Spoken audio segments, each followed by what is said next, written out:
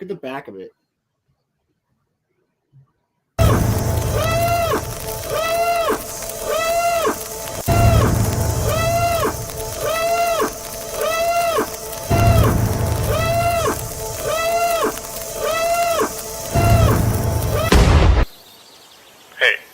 yeah?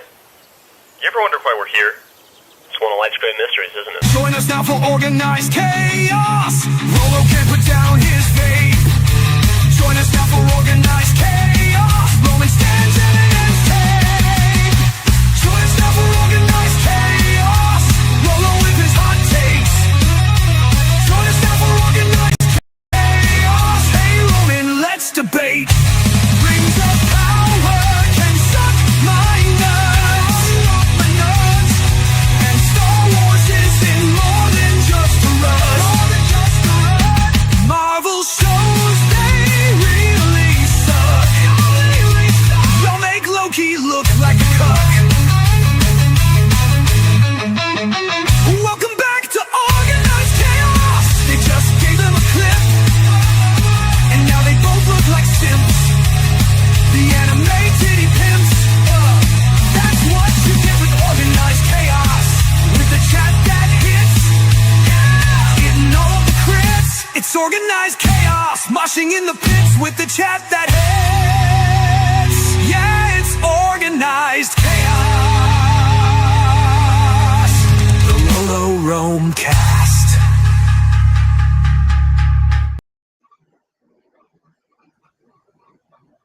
Welcome, chat. What's up, chat? Welcome Oh back. God, this is weird. Welcome back to the RoloRome cast. It's Welcome back to the RoloRome cast, episode 145. We are 5 away from 150. 5 away from 150, which is crazy to me. What up, guys? How we doing on this glorious weekend? With my glorious... We are joined today by the Lord of Craps himself. Hello, Corey. How are you? How are you all? I feel like I dropped in the wrong What's going spot, but fuck it. We'll work. We'll do it. Whatever. All right, Hell Jumper. Hey, all my friends are dead. They're Spartans. So Corey's gonna be joining us, guys, for hopefully a lot more of the shows. Absolutely, and it's a really. This is gonna be a lot of fun, to be honest. I mean, I've known these two for a lot longer than I want to admit. And Corey, no, it was. Oh man, I remember when we first met Roman, and it was just. Yeah, actually, I don't know how to describe you I was friends as a with kid. you first, right? I was friends with you before Roman, right? Yeah, it was me, you, and Craig, and we would play like Halo Reach and Halo 4 and Battlefield.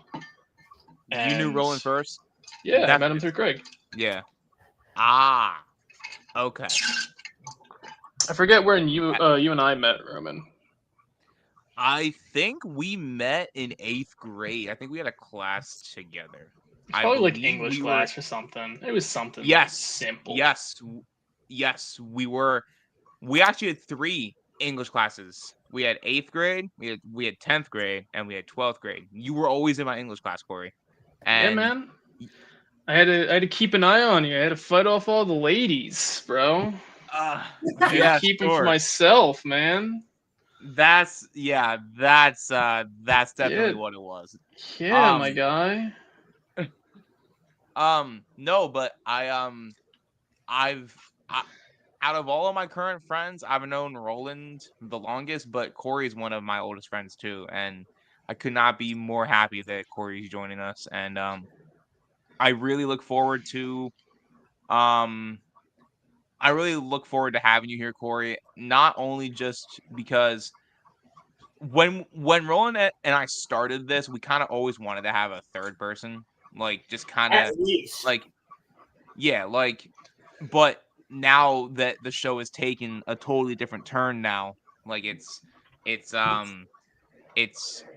become something that people look forward to. I want to try to expand it as much as I can, and by doing that, by bringing you in with your insight into a great many things, I think that you'll be a wonderful addition to the organized chaos that is the RoloRome cast. Indeed. And yeah, and so give me 1 second, Down guys. here. I'm just fixing up my setup because You're all good. And I mean, I am funky. I don't want so you guys very happy to be my here. ass. I can't wait to torment all of you with the deranged autism that is between my ears. And Honestly, I can't wait to I dig subject that. you all to various forms of insanity. And hey, chat. Now there are 2 of them. This is getting out of hand because now there's 2 Halo nuts. You fuckers. Yeah, better start calling this chat the fucking scrotum with 2 nuts in here like this. Yeah, now you got to deal with 2 people that are obsessed with Halo. Yeah, dude. It's been a joke on the stream for what, since the beginning almost. Yeah, What, who's gonna get another person that's the same as them first? No. The joke has just been that I always bring up Halo. Whenever, so I think it was Pilgrim that said it. Pilgrim started it was the like joke, yeah. it was like Roland's first video is going to be about Halo, and he's slowly gonna have like a Halo channel. Which, when Roland starts his channel, I think he's gonna slowly start, and he's really only gonna have a Halo channel. That is actually like what I think is gonna happen. Roland's gonna be like, that's actually probably accurate, yeah, dude. It'll be Halo and Lord of the Rings because I don't care about Star Wars anymore. So I mean, everybody else is doing the Star Wars thing better than I ever could. So I'd probably talk about Star Wars when I wanted to, but like I also do that on here. So like for my own channel, yeah, I probably would do like Halo and Lord of the Rings. Yeah, Corey, and back. So I totally spaced out for a second. I'm sorry. You're getting a lot of feedback on your mic. A lot of feedback. All right, this is not gonna work. Give me 1 second. I gotta figure this out. I'm trying to join the chat on here. You gotta mute the one side. Yeah, let me see about that. That's what I do. I have the chat. No, just have the chat running on your phone. That's what I do. Ah, smart. Yeah. Fart stinging, smart thinking, feller. All right, boys. Chat's on my phone. Hey, wait. Let me put up the middle finger so that we can see it. Hey.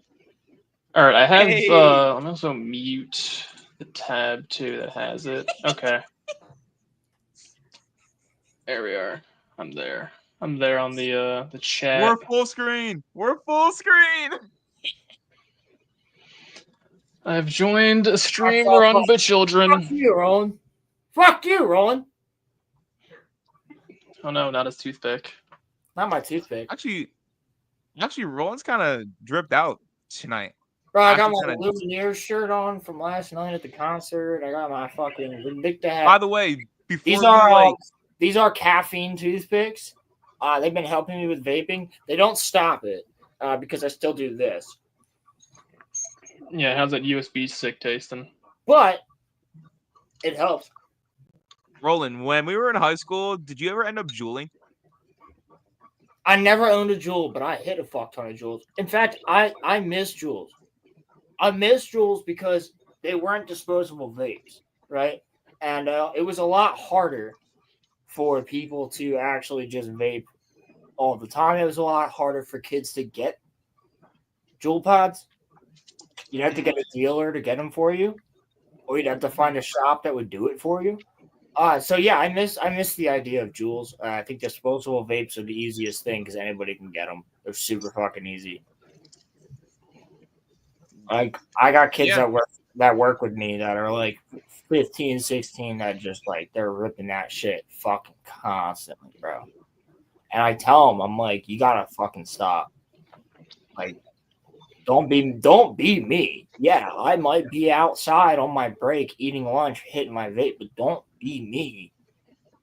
But they were all vaping before that. I'm like, bro, I was you. Like now I'm vaping fucking 8 years later. Yeah. I probably did irreparable You're gonna damage to my lungs. Like, why is that so loud? You're gonna have that's you're gonna have right? What? No, I'm not gonna have it. If you don't have it by now, you're not gonna get it. I don't know what you're gonna say. No, Popcorn I'm lung? saying I don't. Yeah, you're not. If I don't have it by now, I'm not gonna get it. It doesn't happen to everybody. Oh no. Oh. Also, my entire family, except for my dad and mom, like on both sides, and going back generations, are smokers. So it's just it's probably in my fucking DNA at this point. Huh. So is your goal to entirely quit, or just to like cut down on it? My goal is to entirely quit vaping. Yeah, that'd be nice. I mean, I still gotta like hit something or have something in, like, I can fuck around with, like, in my mouth. Pause. But like, you know, like for lack of a better term. Someone please clip that. I mean, you know what? Yeah, some nipple. If I ever heard a fucking clippable moment, oh my god. You done, Lily? You made me think we hated you, or you hated us or something. Lily, where you been, girl? Lily, what's going on? We haven't seen Lily since episode 142. Yeah, bro, I'm trying to watch Star Wars again with you. Where you been? She vanished off the face of the earth, dog. Bro, we watched Empire Strikes Back. Bro was camping and didn't invite us. Wow. Oh my god, Lily, you were camping in Oregon and you didn't invite me. You didn't say, "Hey, Rolo, come out to Oregon." You know I would have been there. Absolute betrayal. Oh, betrayal of unfathomable amounts. Yeah. But welcome back. Also, I hope you enjoyed your trip. Bro, all right, tell me how, this is the funniest shit. So I'm at work. And I work with 3 different chicks. And 4 different chicks. One of them's a lesbian named Nicole, and she's fucking awesome. I love her. She is based as fuck. She's so fucking funny. She goes, because the one day I asked her, this is how I found out she was a lesbian. When I asked her, I go, yo, do you play any sports? Because, like, the way you dress is, like, pretty sporty. Like, is it, like, softball or something? And she goes, nah, I just play, she goes, what was it?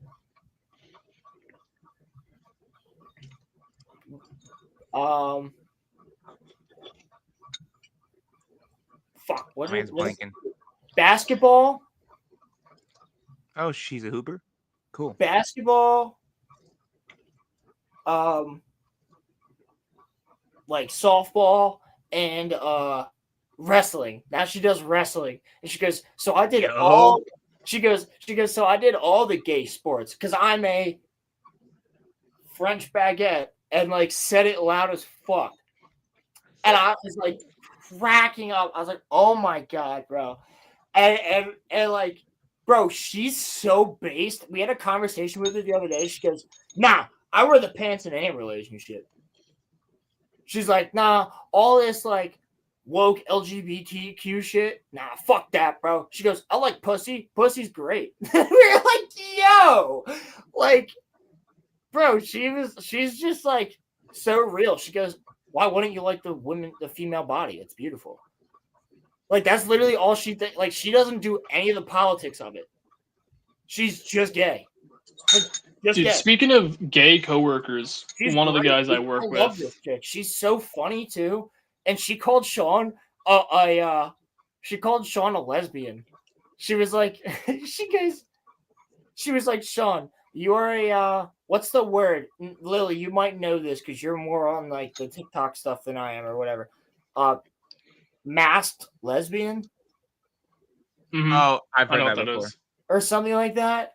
I've heard that phrase before. Looked it up, and the first picture that pops up looks like Sean, bro. It looks like Sean. My god. It looks like Sean without a beard, bro. It was so funny.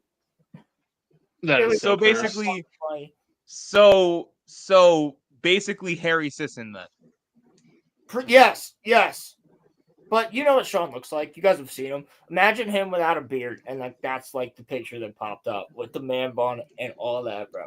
That's fucking Oh, hilarious. Machine Gun Kelly. Yes. Machine Gun Kelly.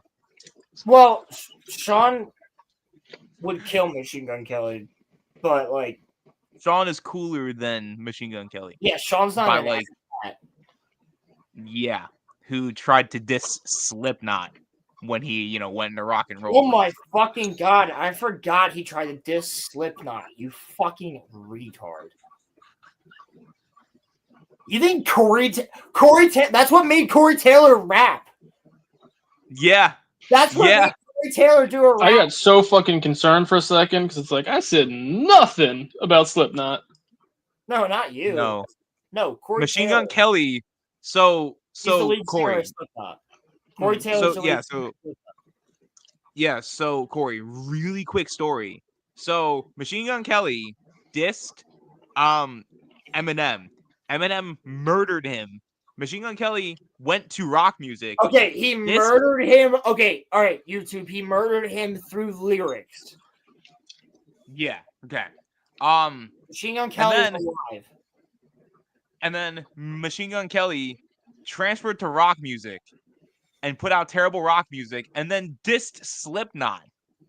And then Corey Taylor dissed him, and he went back to rap again. Yeah, now he's jerking off Jelly Roll's fat fucking ass. Yeah. So I hate Jelly Machine Roll. Gun Kelly. I hate him. I hate him. I don't want him dead. Say it one more time for the kids in the back, please. I hate Jelly Roll. Here's the There you thing. go. If you have to listen to Jelly Roll for 30 days In rehab. you might also fucking hate Jelly Roll. That's why when somebody Especially when saved it's me, the same song. They're like, look at this fat fuck. Look what he could do. And I'm like, he couldn't stop eating. He could stop doing drugs, but he couldn't stop eating. He's That's still why- ugly, and he definitely smells. that's why Get him the that's fuck why out. Fuck you. And he on popped M's up album- overnight. I hate any rapper or anybody that pops up. Are you upset over the dog or over Jelly Roll? It had to happen while I'm talking about Jelly Roll. I swear Yeah. to God. I swear to Christ, it had to happen while I was talking about Jelly Roll. Shut the fuck up!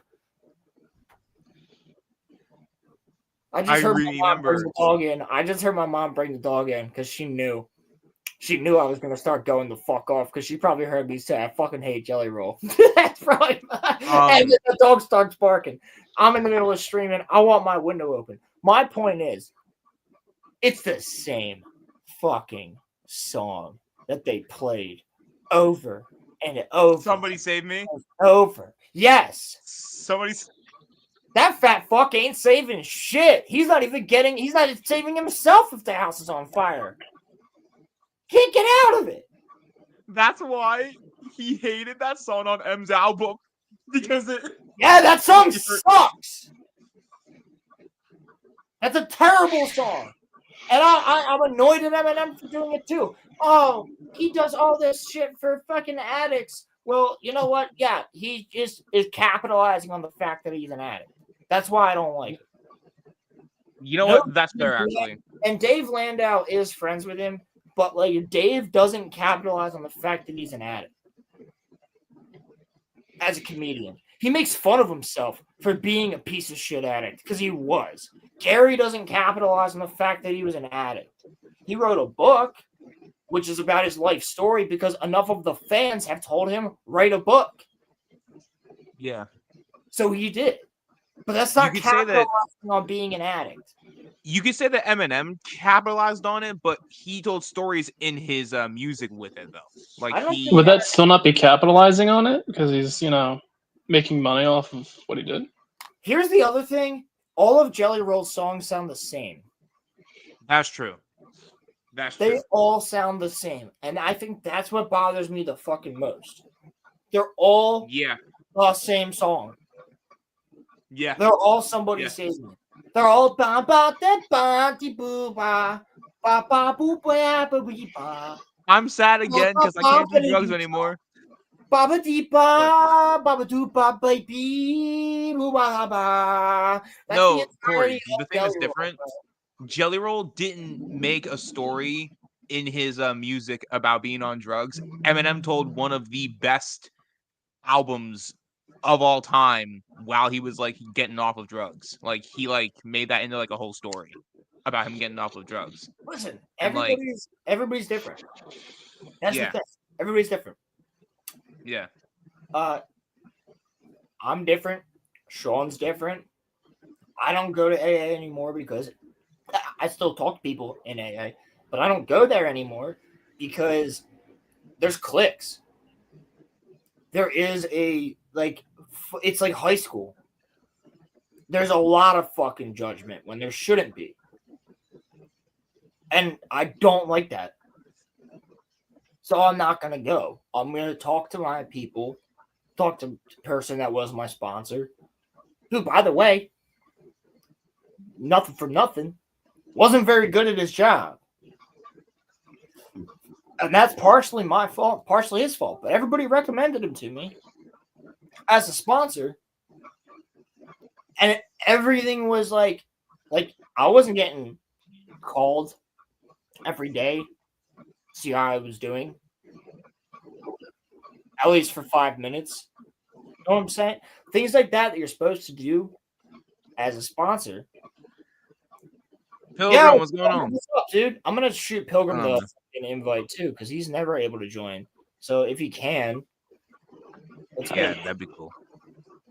Pilgrim, the fastest mod in the West. But like, listen, I'm not gonna air out somebody else's dirty laundry. Sean's been through his shit.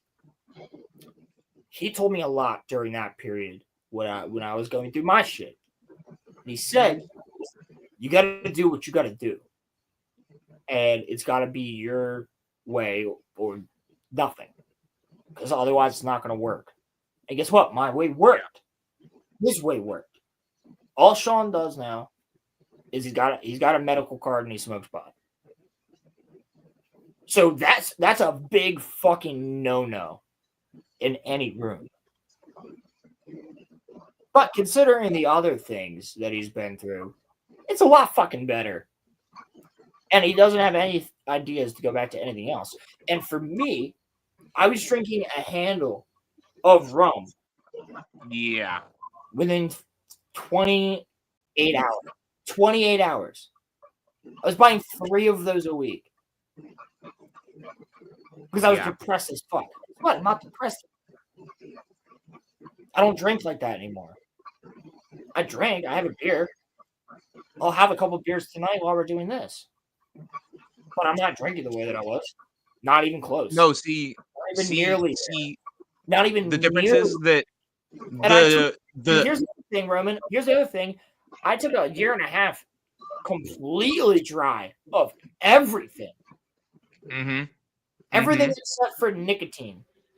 Yeah, we would dry. hang out. My friends would offer rolling something, and he would just be like, "Nope, no, thank you." Like, good on him. Well, thank you. Yeah, dude, that's fucking hard. Yeah, I took a whole year and a half sober. I will say, Roland, like it's you also know now when to stop now too, which is something that I think is like good for you. Whereas in the past, you would just keep on going. I always knew when to stop. It's just depression makes you not want to. And you understand that better than most. Depression is like, I don't need to stop. I have the right to continue. I don't have the right to continue. I don't have the right to what I was doing. Fuck that bug, whatever it was. Yeah. I don't but right? You see what I'm saying? Yeah, I get you. So here's the thing though. Motherfucking Jelly Roll capitalizing on this shit annoys the fuck out of me. And he's not even good. You know who actually was good, who did show up out of nowhere overnight, who was a very fucked up addict who had a lot of problems that he was dealing with, and who I also despised in the beginning. And then when he dropped an album called Seven, I really liked him. And that man was XXX Temptation. Yep. Then I realized everything about the guy. Yeah, the fact that his music actually was like deep. If you actually listen to it, like he like That's his he best talked work. about. That's his best work. It's his third album. It's his last album, and it's really good. It's really, really It's good. only like 6 songs, but like it's really good, dude. Corey, you gotta fix Jocelyn your mic, bro. I'm sorry. I muted him because it's too ding ding ding ding ding ding ding ding ding ding ding. That's what it sounds like to everybody. Dude, Jocelyn Flores makes me cry every time that I hear That's a great song. that song. Great song. That song is so sad, bro. It's like Jocelyn Flores, and then dude, Yeah. You know what it is? It's my fan. It's set on high because it's really, really warm in here. Well, there you go. Yeah, it's set to lower speed now. and then dude, we're talking about addiction. I mean, Juice never really capitalized on it, but dude, Juice, I didn't know he was that gone until we watched the documentary. Like What is that. my? That's That's not supposed to happen. we watched that at your house. The documentary. Yeah, That's and my parents just watched it the other night, the Charlie Sheen documentary. But I watched him Really? on Rogan and him on Pierce Morgan. uh-huh. Kind of great interview. He should be an inspiration to addicts. What was Charlie Yeah, how Sheen they helped him. addicted to? Like, Charlie Sheen is fucking awesome, dude. Like, yeah, he did a lot of bad shit, but he was fucked up and raised in a fucked up society of Hollywood. And it wasn't his father's fault. It wasn't his mother's fault. But like, name one kid who's a child star in Hollywood that came out okay. Macaulay Culkin. No, he didn't. He was a drug addict who then just came back from it. I think the Sprouse twins turned out all right. They turned out eventually. No, they both went through their both things. Fucking Harry Potter, whatever the fuck, I forget his name. Daniel Radcliffe. Daniel Radcliffe was drinking at 14 on set. He was drunk. Was he? I never knew that. In some of the scenes, he was drunk. And if you look, you know the scene where he takes the Verita serum when Yes. or not the Verita serum, the liquid luck. When he takes the liquid luck and he's talking and he's all like, he's drunk. No, really? I'm not kidding. Huh. That was all improv, and he was all drunk. The lines were there. He'd said the right lines, but he was drunk for that entire sequence. Wow. Yeah. Wow. Okay, I guess I kind of see your point. Like, they don't really turn out to be all right then. So I can't really blame Charlie Sheen. I mean, they end up, if they're like Charlie, doing better. But I mean, look at the guy from Friends. He didn't. Mm-hmm. Another inspiration I would say is probably like Robert Downey Jr. because he was like, like he was really badly addicted to drugs, and then Jon Favreau was like, I want you to play Iron Man, and then the rest is he was still getting shit through that.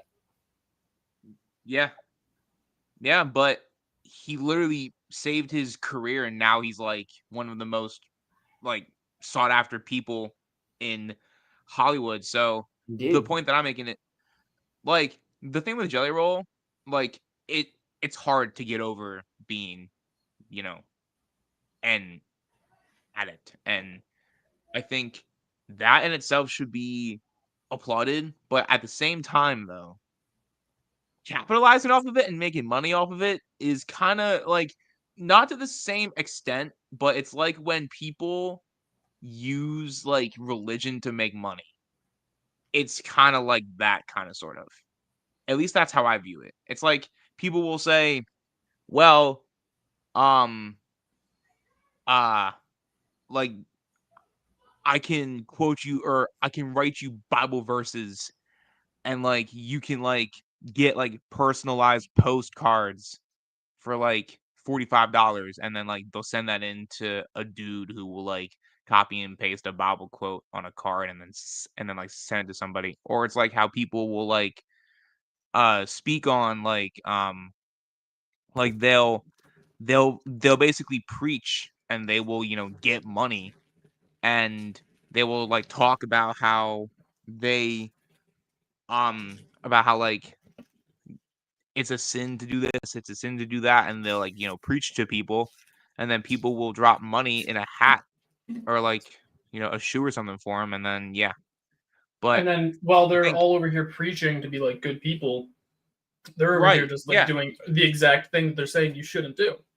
So Corey, have you played Assassin's Creed 2? Not recently. Okay. In Assassin's Creed 2, there are these preachers that preach to the people, and people are like giving the preachers money, and like the preachers are saying, like there was this one preacher where like he was like, money is just an object, you don't need it, while people were dropping money at his feet. Like it's kind of like that, like people even now people use like religion to make money, and like Yeah, there's so there's one like crazy preacher dude. I forget his name, but he's some like old mega church guy. it's And not he got put on blast a few months ago because he was like, "Hey, why don't you just fly public like everybody else?" And oh I he's like, remember this, "Because I'm traveling yeah, with demons." What are you talking about? yes. There was some crackpot preacher who's in charge of like a mega church. And he's How like, did we get here? Hold on. I had retards screaming outside of my house, and I had to make sure that there wasn't something going on because there was a lot of words that sounded No. like people were fighting. Mm. They weren't. They were just retarded kids being fucking assholes and loud as fuck.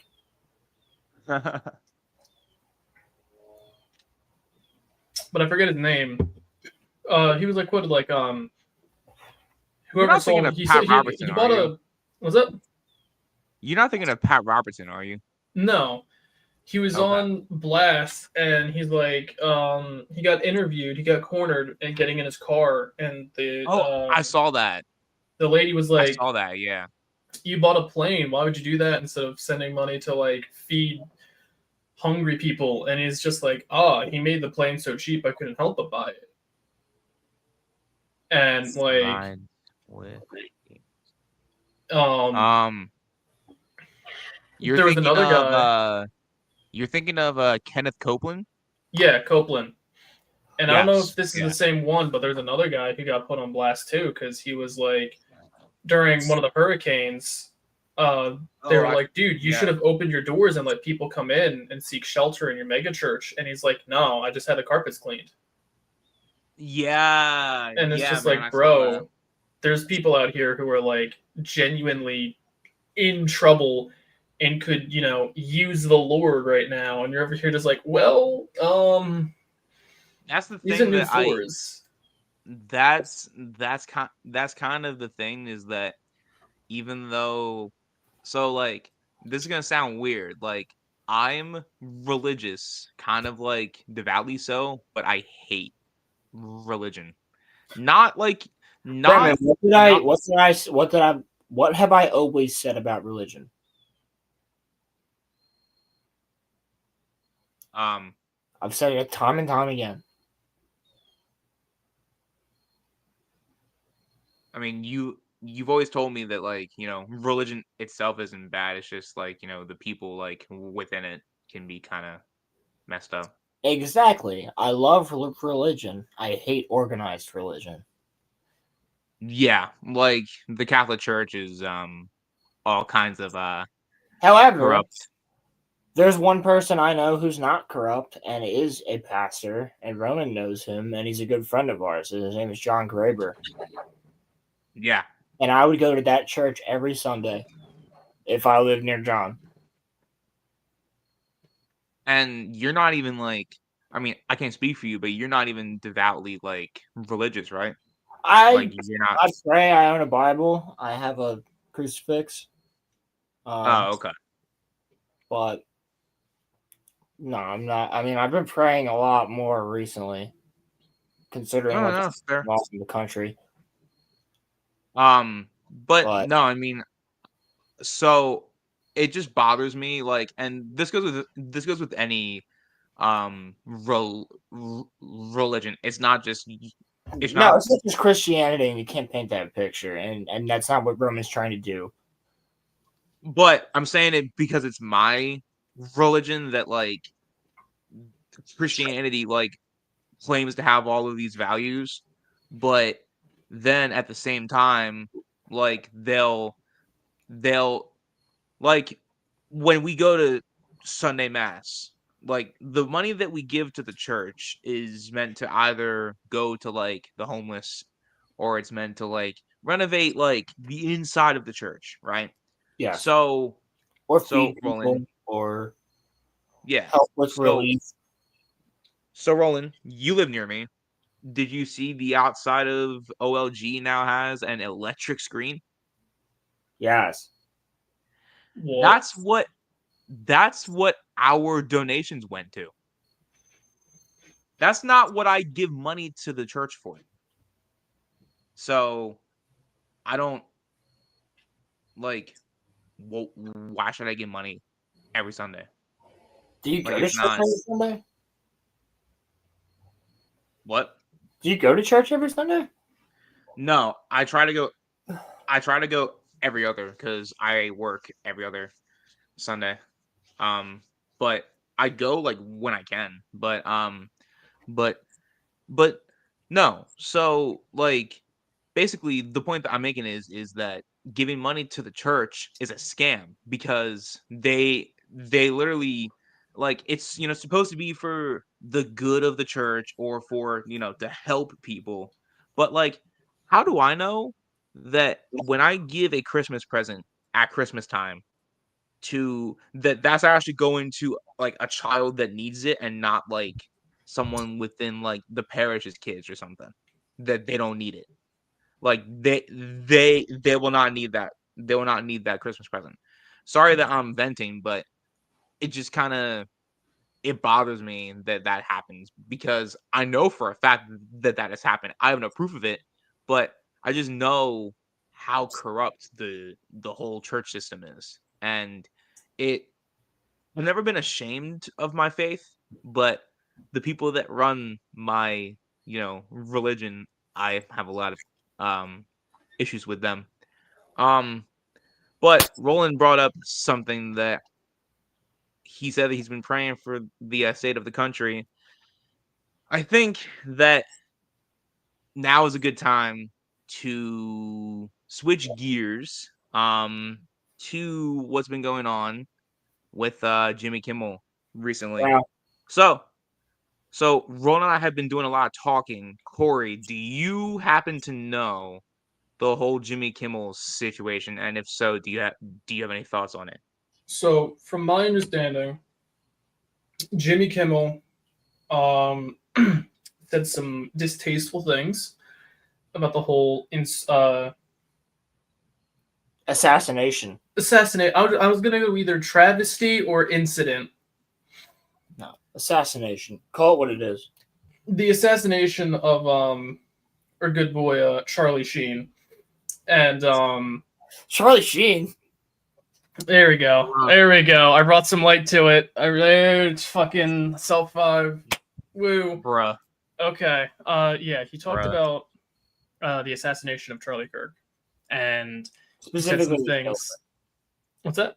Specifically the killer. Mm-hmm. And I also from want what to point I out heard, though first. I also want to point out though first that on the night that the shooting happened, Kimmel did actually denounce it and said that he prayed for the family and such. I just want to put that out there. Continue, Corey. he said some things about the assassin, what happened, and what happened is that he was indefinitely suspended by the individuals who sponsor the show. Facts. Pilgrim. Facts. The people who... And they don't like it when it happens to them, do they? Mm-mm. They, Why are we celebrating that? I'm not. Sorry, Corey. Proceed. You're good. A lot of people seem to be confused. I heard that the chairman of the FCC, he was saying some not good things about the whole situation. To be fair, the FCC has, from my understanding, no say in the matter because it's a broadcast. It's on a cable company, not a public broadcasting network. Mm-hmm. And even if it were on a public broadcasting network, that would be a different government entity. Mm-hmm. So all we can do with what the chairman of the FCC said was just take it as his personal opinion. And so what he did say sorry, on Benny Johnson's show that I saw, because I watched the clip, was Benny Johnson brought it up and he said, well, I mean, we could look into that, but I don't know what we'd really do about it. But we could look into it. And I think it's important, but you know what I mean? Like, it wasn't he wasn't. So it was his personal opinion. And here's the thing. I think they're using this as the point to just cancel the show because the sponsors are the ones that pulled out. Sponsors pulled out from ABC. And the fact that sponsors pulled out from ABC is the reason that Kimmel got fucked. Yeah. And he's not canned. He's not canned. He's not fired. People keep saying that. He's not fired. This is not a free speech thing. If you have the freedom of speech to say whatever you want, but if I were to talk to one of my reps for Red Sea at work and say certain things, they might not want to do business with the Reef anymore. Right. And if they don't want to do business with the Reef anymore, that is their prerogative. I also have my prerogative to say whatever the fuck I want. But here's the other thing. Kimmel's show is written. It's not off the cuff like Roman and Corey and I are right now. They have script writers. Mm-hmm. That is a script that he's reading. So would you say it is an agenda, is what I'm saying. And even if it isn't, it's something that he said and he wants to say. So that's still in its own a problem because it is misinformation. It is incorrect. And that is why the sponsors had a problem with it. And it's not just like conservative sponsors. It was all sides. And it's not even just that. There's a big merger going through, which Roman's going to bring up with, what was it, Nexstar? And when that happens, Disney, by the way, which is a hardcore Democrat company, which isn't a problem. It just is. We know that. They support Democrat leaders. Yeah. So they own ABC. They are the ones that are worried about the funders pulling out because of Kimmel. And this is Kimmel only has 100, but due to the census, right? There's a census on who's watching him. And from the census, 126,000 a night. That's less than half the YouTubers. No one's watching him. That's less than Colbert, and Colbert's canceled. Yep. So they use this as an opportunity to go, goodbye. And they actually asked him, this is in the article if you look it up, they actually asked him to just make an apology. And instead he said he would double down. And that's the reasoning that they're at an impasse. And they said, until we can figure something out, we'll bring you back. But can't bring him back because he's not like until they come up with an agreement. That's why it's suspended indefinitely. That is not firing. Suspended indefinitely is different. Colbert is fired. He's got a year left on his contract, and then he's done. It's like not renewing your lease on something. Kimmel's not fired because guess what? His show's not going to air. They actually said we're just going to air other stuff, maybe old Letterman. Seriously, His space is going to get full. They're still going to provide the service that everyone's paying to see. Yeah, and guess what? Nobody in our generation gives a fuck about Jimmy Kimmel. Nobody gives a fuck about Stephen Colbert.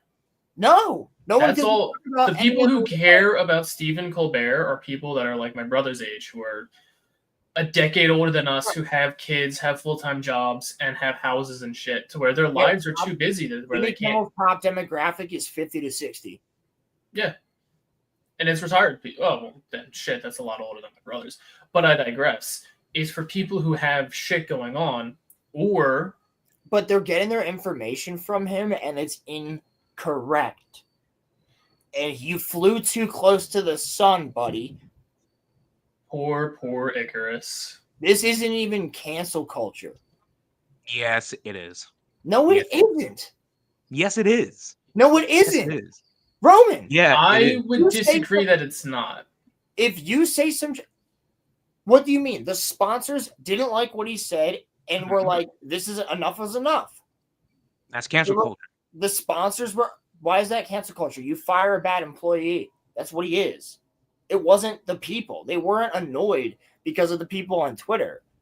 It was the sponsors themselves, these multi-millionaires that pay for this to exist. So, if I may butt in real quick. Had told him multiple times to stop, and he has not, and they said enough is enough. So we're celebrating cancel culture now? Cool. Let me ask you, hang on. He's not fired and not canceled, and nobody's out there going, you're His show fired. got canceled. His show got canceled. The show's not canceled. It's suspended indefinitely until they come to an agreement. So the reason, let's take a second and break down. The reason we're doing suspended indefinitely versus We're talking suspended... about this when a man got killed last week for free speech. The reason they're using that language is because if they say he's suspended for a year, 6 months, whatever, people are going to be sitting there expecting him to come back. Right. If they say suspended indefinitely, they're not firing him, but there's still the option for him to come back. If we were to look and say he's canceled, he's not fired, he's laid off. And what he needs to do, if he wants his job back, which is on the table, he has to make the apology. He has to go through the steps in order to get his job back. If he goes through the steps, did he not get canceled? He did not get canceled. Did he not get canceled? No. He did not. That's not canceling. He's not Gina Carano. So here's how I would describe canceling is a Gina got canceled. Overwhelming public outcry for this person to lose their job. If Roman, so here's how I'll explain it. Let's use Roland here as an example. Roland works at the Reef. And if Roland were to go on Twitter or say to a customer something very vulgar, and that customer would then report it, and or the incident would get put online, everyone reads it, and everyone is just like, I'm not going to go purchase at the Reef until this Roland guy is fired. And enough people say that, and the company's like, we're going to lose a significant portion of business unless we fire this man. He's not getting fired because he's a bad employee. He's getting fired because the public opinion is getting so drastically affected because he's here that they have to fire him in order to save the business. Yes. All right, so hold on, let him finish. So it's all about the public outcry for something. Now, so I haven't. Sorry, Corey. Good. No. So I was gonna say I haven't really gotten my piece yet, but so I looked up what cancel culture is, and cancel culture is actually this. Okay. So Cancel culture is the mass withdrawal of support from individuals, groups, or companies perceived to have done or said something objectionable, often through public shaming and social media campaigns, with the aim of denying their influence and creating social and professional consequences. Right. All right. So Jimmy Kimmel wasn't canceled. Can I finish, please? So then he wasn't canceled. Go ahead. Let's Roland. Hang on. Roland. I want to hear him out. I want to hear his point. So recently, Mm-hmm. the president of the United States advocated for Jimmy Kimmel to get fired, and you would think that he would say that like that was wrong, right? No. So basically, he said that any late night host who he doesn't like, he would look into them losing their licenses. So, can someone explain to me, if that's not cancel culture, what is that? That would be. They all talk shit on him all the time. The way I would describe it is he's a professional shit talker. I'm not defending Donald Trump. I don't like the man.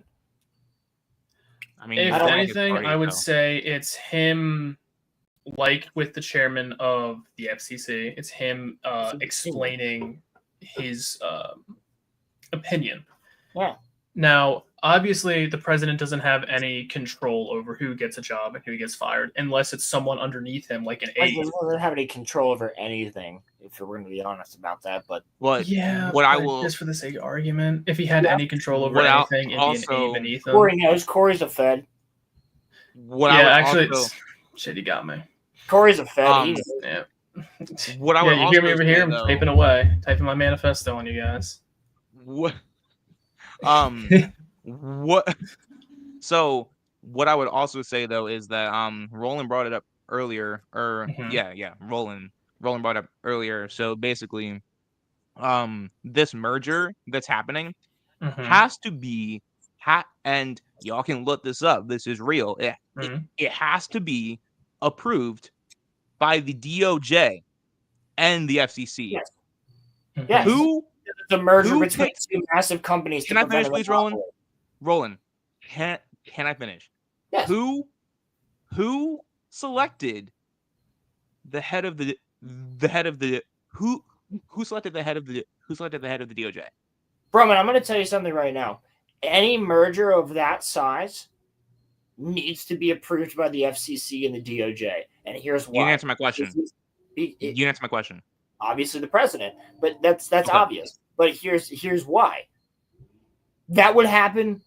The same thing would happen under Biden. The same thing would happen under Obama. The same thing would happen under Clinton. The same thing would happen under Bush. Anybody.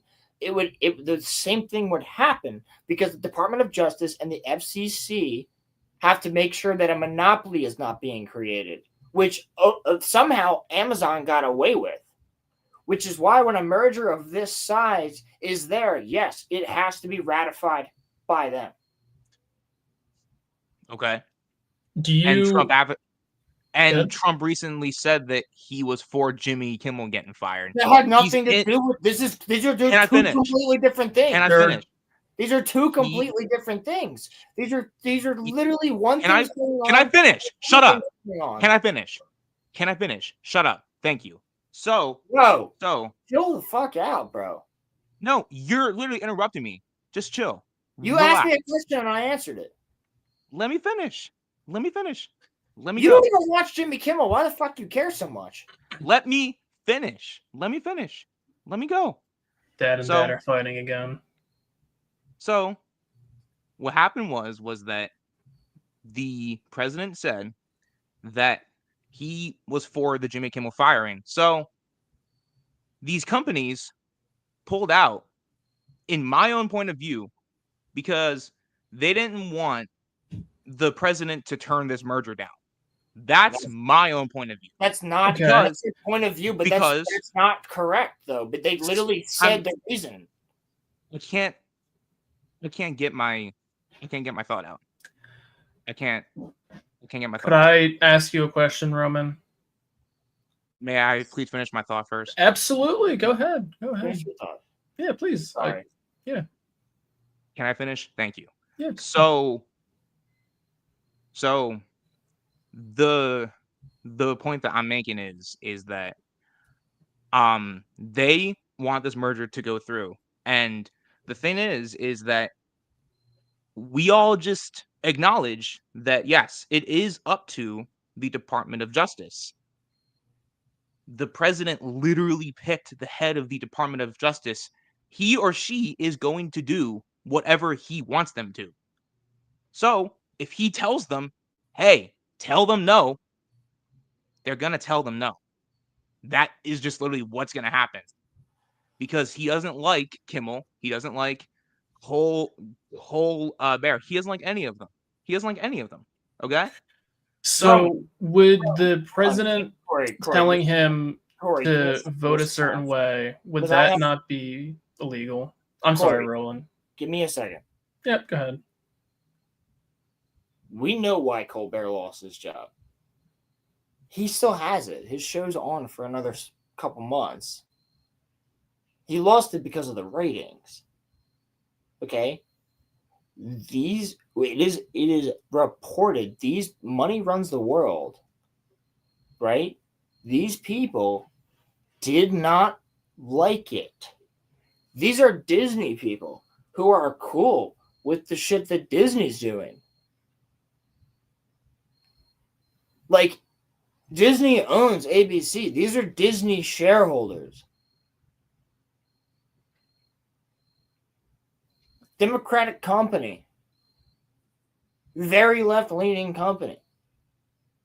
So I don't know what you're talking about. It has to go through the FCC and the DOJ for a big merger like this in order not to create a conglomerate monopoly. Yeah. It would do that with it would have done. Okay, so this merger was probably planned out under the Biden administration at that time.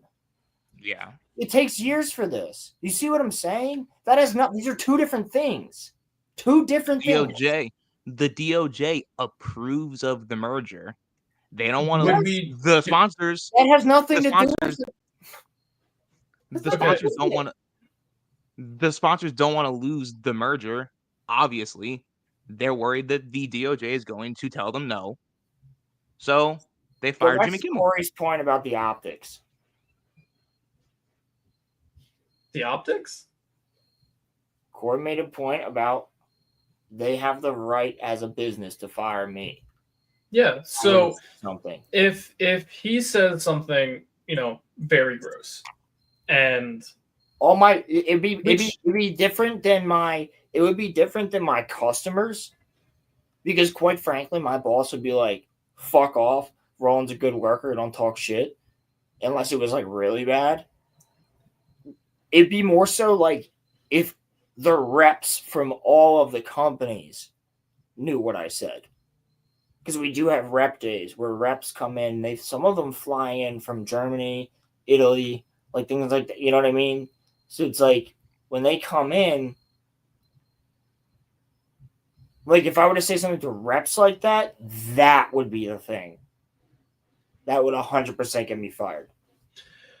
And so one question I was going to have for you, Roman, is say you have a show that you really like to watch, right? It's on Disney. Yeah. Say for some reason we all watch The Acolyte and we all love The Acolyte. Fuck you. Just roll with it. I know. I picked it specifically because I know my audience. We all watch The Acolyte. We all love The Acolyte. Oh my God, that's getting clipped. Clip that. Clip that.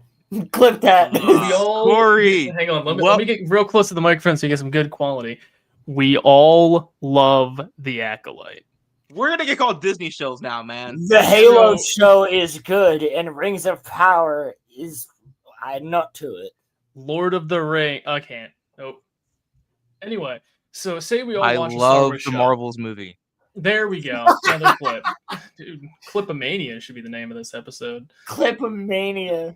So Man, we all watch true. Actually, we all already got Disney some Show clips, A. bro. We watch Disney Show A. We love Disney Show A. right? We watch Disney Okay. Show B. We don't like Disney Right. Show B. Okay. Now, Oh, so like Acolyte and Andor. Yes, sure. I didn't want to put names on it, but sure. No, We Acolyte like and Disney Andor. Show A. We watch Disney Show A. We don't like Disney Show B. Disney Show B gets pulled because they're not getting watched. If a person says, I don't like Disney Show B on Twitter, and that gets, 5 or 10,000 likes or whatever it is, I don't have a fucking Twitter, is that person and the people who like it, are they canceling Disney Show B, even though Disney Show B is not getting the ratings that it needs? Would Disney Show B be getting canceled, or are they getting their show pulled because they're not what's needed to keep the show up? Again, you're forgetting where I said, hold on, Roman, real quick. Just keep in mind, 126,000 is the census. I can pick 70 different YouTubers that make more than that every day. I mean, I can also tell you. Go ahead. So, to answer your question, I think in your scenario, like in the court of public opinion, it would be getting canceled, sure. But what I would also say is that there's another angle to this too, and this happened. So I know roll y'all's eyes, but this really did happen. So in his first term, Donald Trump actually did Jesus Christ. It flew under the radar, but he essentially basically gutted internet privacy, right?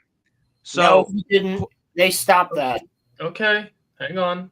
Let's get your thought out. So, one, that did happen. Two, he also he also increased NSA's fines. So, Corey, you brought up earlier, wouldn't that be illegal for him to do that?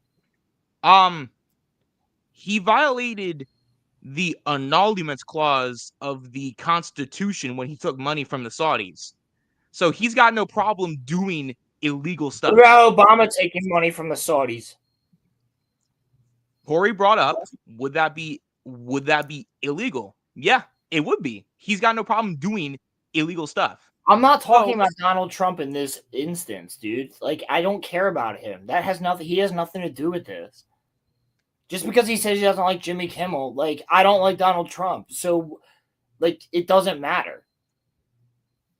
Would it be illegal? I would say there could be grounds for it, but I don't know the exact instance you're referring to. So I can't really give you the broader point that I'm making. The broader point that I'm making was I was just trying to respond to what you were saying, because you said that it would essentially kind of be illegal for him to like dip his toes into, all of this, which one, I think that, and Roland, Corey, I'm not saying that like y'all are wrong. I'm saying that it's very, very dense if you guys cannot put your if you can't like rack your brains, you're both very smart to not be able to see the.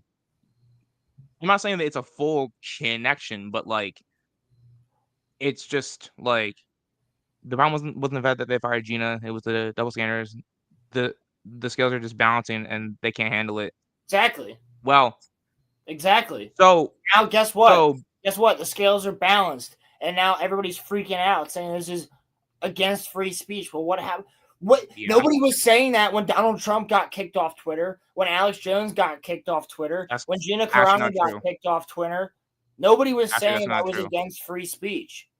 That's actually not true. That is fucking true. No, you might not have fucking said that, but a lot of other people did. Actually, you can. That's actually not true, but you can, Question. Proceed. When Trump got kicked off Twitter, was he the president at the time? No. Who was the president? Biden. Did Biden say this is a gross misuse of? Did Biden ever say this is a disgusting abuse of the First Amendment because a I don't private recall citizen him got ever kicked saying off? that. No, I don't So recall him could saying it that. No. be?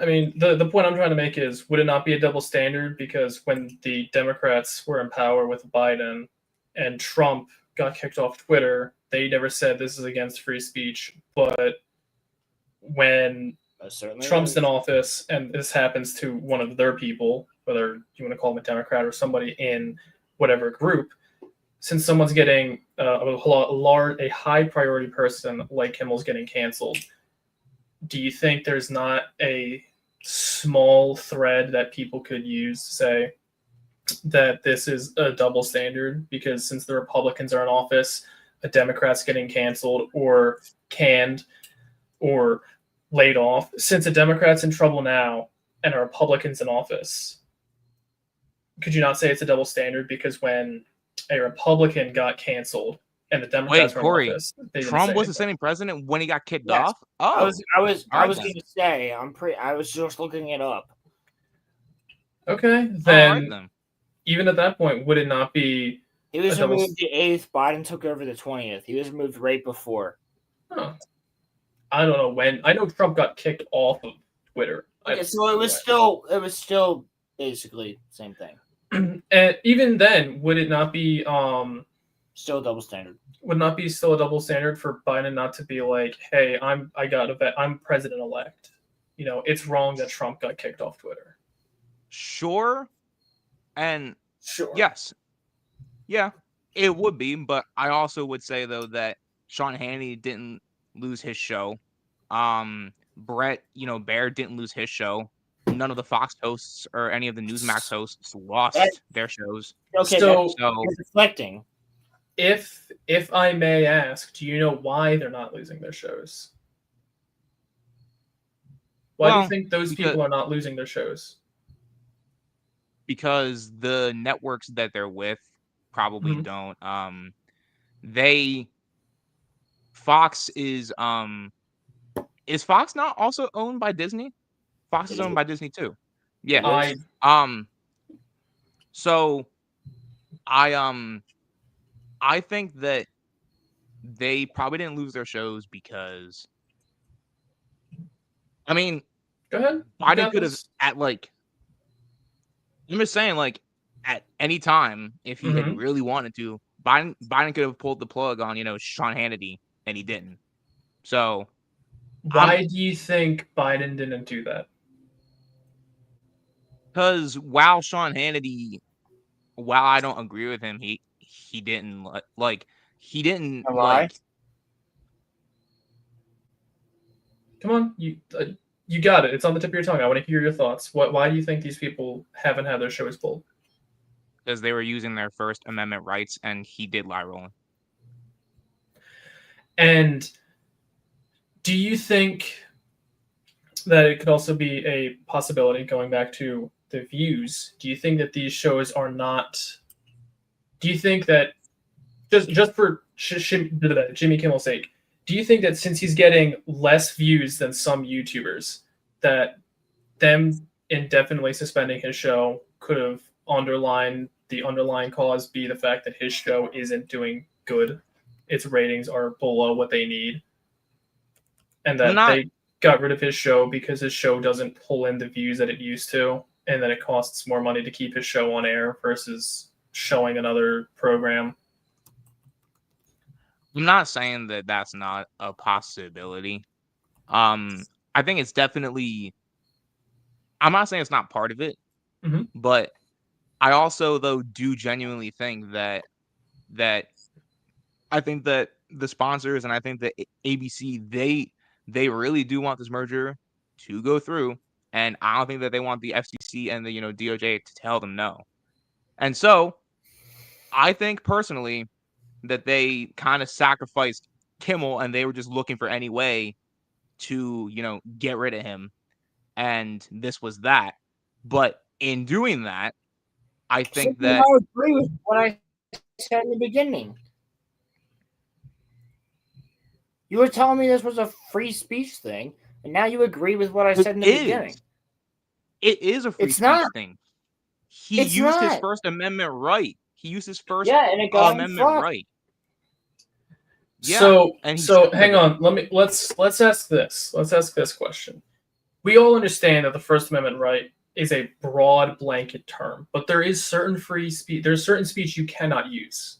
Can you accept that? There is certain speech that you cannot say in this country. There are certain things you can say. There are things in this country that are not protected by free speech. Did what he said, what he said, does that qualify as hate speech? That's not the question I asked. Yeah, you're deflecting again, dude. So could one of you please enlighten me? What was it that Jimmy Kimmel said? I'll show you. He basically said that the shooter was like MAGA or something. No, okay. Roman, have you actually seen the clip? Tell me that right now. Have you actually seen the clip? I've seen like snippets of it, not like the thing. Have you actually seen? That doesn't answer my question. Yes or no? Have you seen the clip? I answered it. I haven't seen it in full. Yes. Okay, so no, you haven't actually seen the clip. So I've seen snippets of it. Don't put words into my mouth here. I haven't seen it. From what I heard was it's a very simple question: yes or no. I just need a yes or a no. Did you see the context? Yes or no. I don't need extra words. Yes or no. Yes. There. Okay. Now, from my gathering, as someone who hasn't seen it, I heard that there was a lot of different views. The current information that I heard earlier this morning was that he grew up in a MAGA household, and that they said he was MAGA, and that he made jokes that, you know... He grew up in Utah. Of course he grew up in a conservative household. But what I heard as someone who broke down the information after that was that his family was not hardcore MAGA. No, they were center than anything. And that he went off to college. And since he grew up MAGA, when he was finally out of the house, he did a full 180. And he went like super hardcore. I don't want to say liberal. I don't want to throw shade on the liberals. But he was the opposite of MAGA. Right? So his friend, I don't know if you saw this, Corey, his friend started saying that his friends were saying that he got more and more politically motivated throughout high school and got more and more like anti-conservative. And it'll hit a crescendo in college where he met his trans boyfriend. I think that's what the partner wanted to be. The partner was woman and wanted to be a man, so it was a trans boyfriend. And that's when shit really hit the fan. And there was a poll I saw that was just like, hey, this trans partner knew about the incident prior to it happening. Should he or she face consequences for not informing the police or trying to convince him not to do that? But from what I'm hearing is he grew up in a conservative house. After high school and college, he did a 180.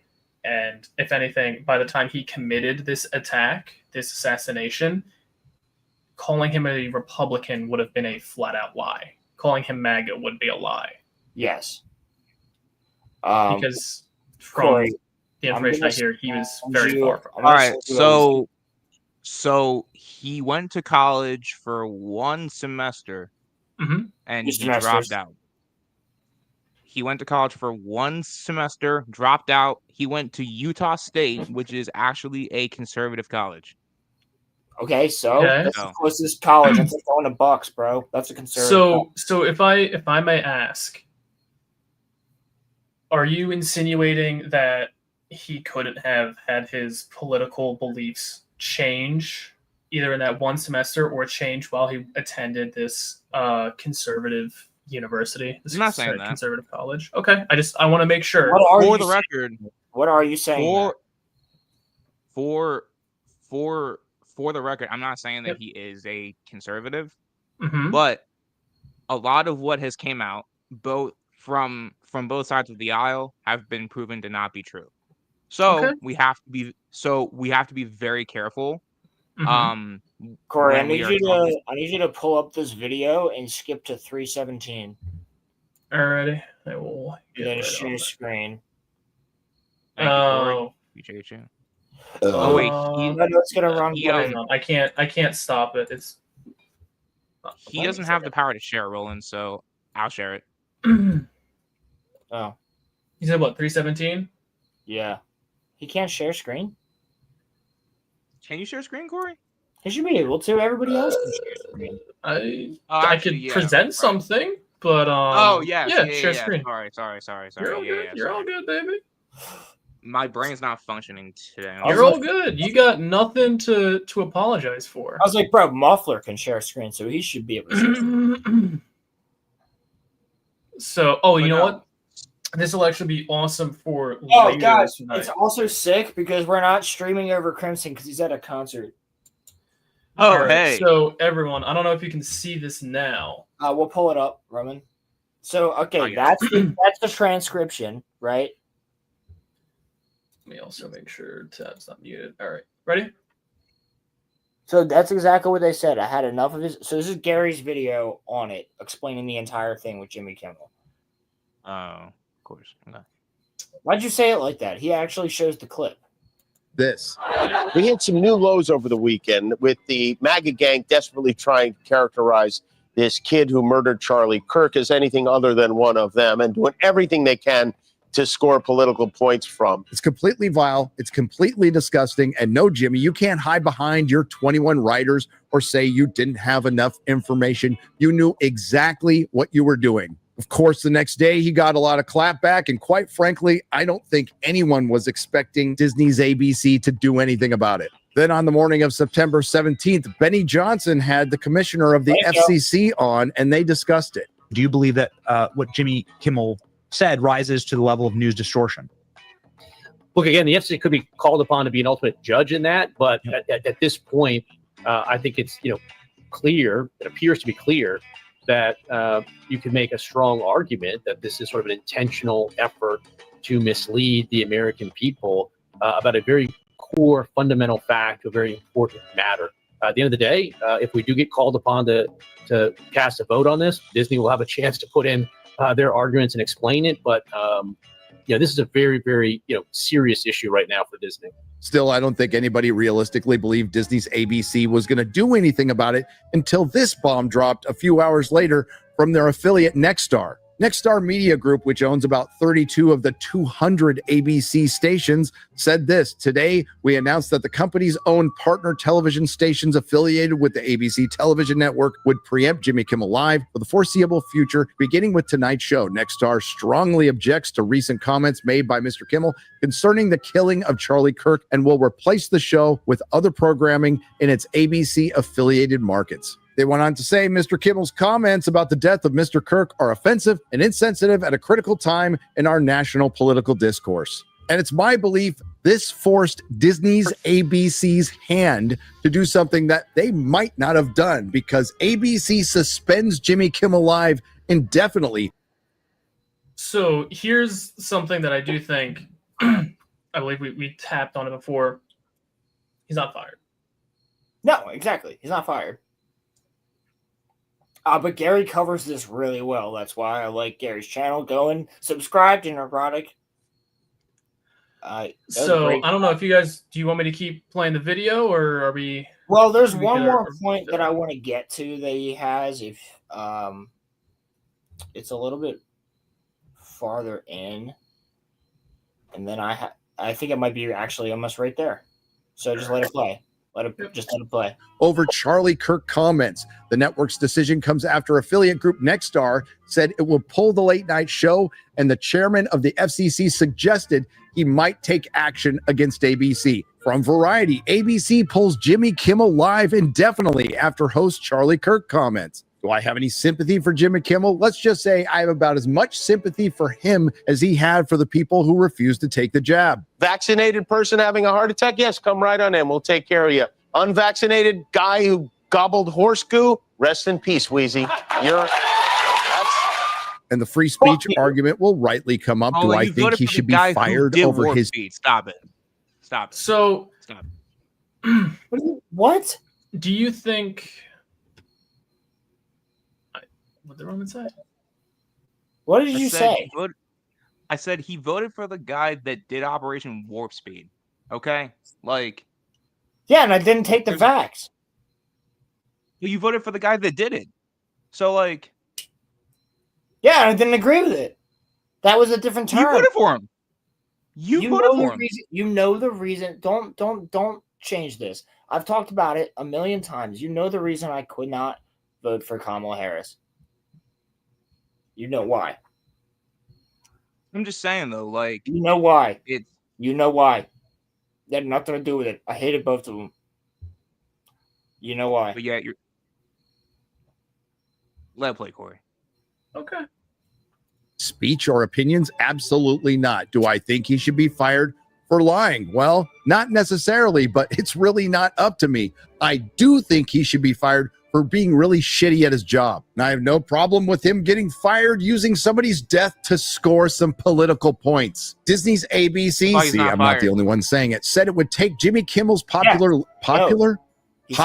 I'm not so sure about that. Late night show off its schedule indefinitely after one of the biggest owners of the TV stations in the U.S., Nexstar Media, said it intended to preempt airings of the program following remarks the host made about the killing of conservative activist Charlie Kirk. How about just Charlie Kirk? How about just human being Charlie Kirk? You cannot hate the media enough. In the monologue Monday night, which... That is another thing I do have an issue with this whole situation. Yes. Because we keep everyone that I keep hearing of is making it political.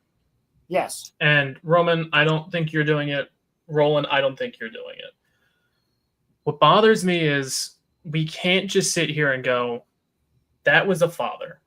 That was a father, that was a son, that was potentially a brother, an uncle. I don't know his life that well. I do know that he was a husband, he was a son, and a father to 2 kids. I do know that when Charlie was shot and killed, his daughter, who was in attendance, who was old enough to run and feel fear, ran to her dad for comfort. Her dad, who is currently bleeding to death in front of her. She ran to him and tried to help him. And what hurts me is we can't go and be like, hey, look, forget the politicalness. Because you know both sides are going to use this as an argument. What I would really want to hear is that someone died. Like someone died, and it was a tragedy. People are 3D printing statues of him getting shot and selling them. People are like, who's doing selling that? Shirts with him getting shot. Who? Does it? Okay, let's ask this. Does it matter who? But the fact, like, does it matter the name? It's just the fact that people are doing that is the messed up part. To bring up the poster boy for everyone not forgetting. What if like we did something like what if we had Gandhi being shot and killed and making that the world would have a hissy fit? MLK being killed and they making a 3D statue of that. George Floyd. Yeah, I didn't want to, but I feel like we had to. George Floyd doing that. The problem is like it shouldn't be anyone who was a career criminal. We shouldn't be making any statues of people who have been killed or anything like that because it's wrong. Even if we were to do it against someone that we can all agree is a horrible person, like we like to point to Adolf Hitler being, you know, the crown jewel of evil. Should we have people out there making statues of Adolf Hitler shooting himself? Would that be okay? I would say no because I think the only time that's okay is like in an alternate history type movie, like Inglourious Bastards, where they just light Hitler up. Yeah, it's funny. It's done as a joke. Or in Valkyrie, but he doesn't even die in Valkyrie. The point I'm getting at is it's just someone died. And the fact that it's getting turned into this huge hot button political shit is a problem.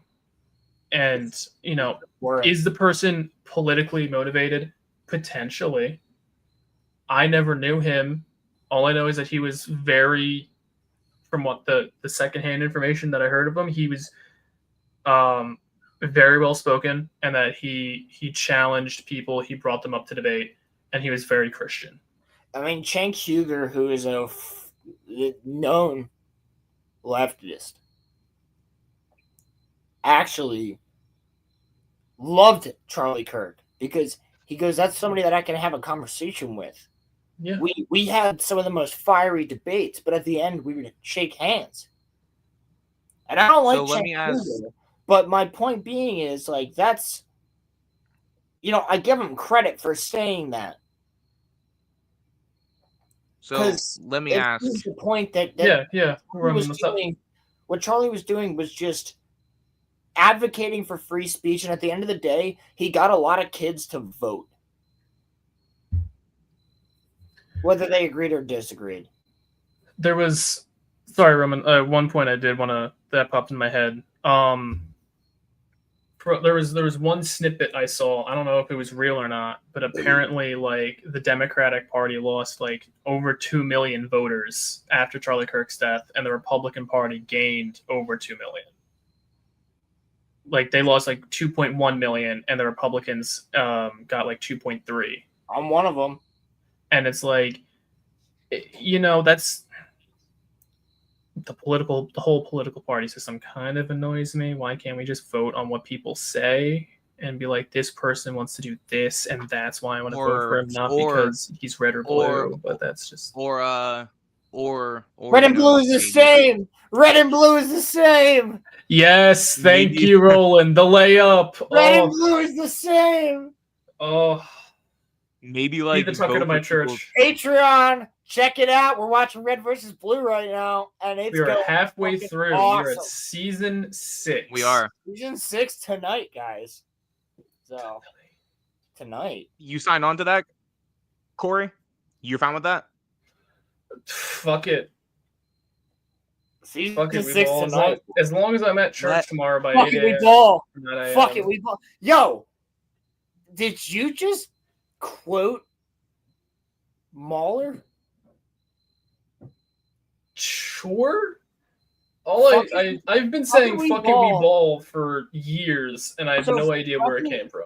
So "fuck it, we ball" is something that was an old meme, but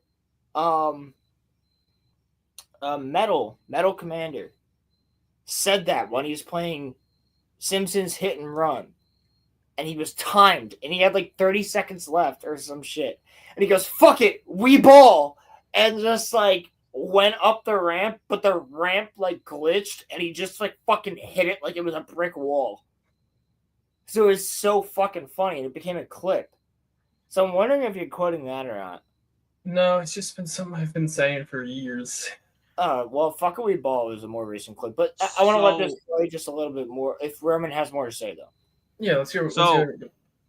So, I actually just wanted to ask both of you fellows. Mm-hmm. So,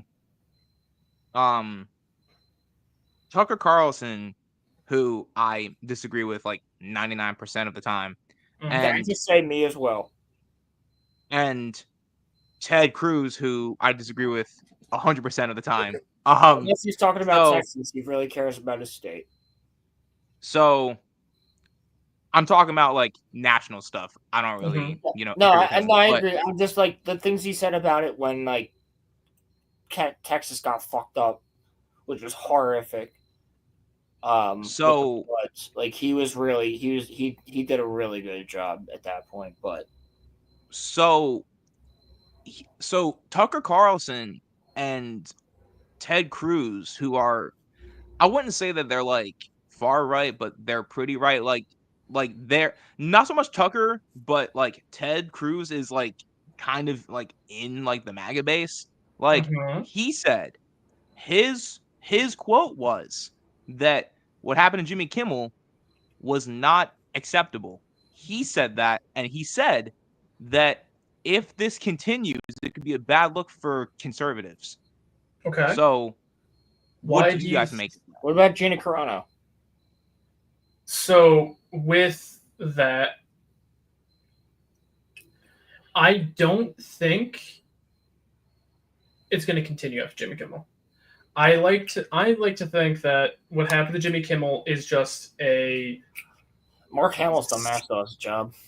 Yeah, if it really were to be something like the Republicans are actually going with cancel culture and using it to like hurt the Democrats, Mark Hamill would be out of a job. Everyone who essentially talks bad about the president probably would be losing their jobs. I mean, what happened with Jimmy Kimmel is it's business, purely business. It Yeah. has nothing to do with politics. He said something that wasn't bad, or Jimmy Kimmel said something that was horrible, but him getting canceled over this is not the reason.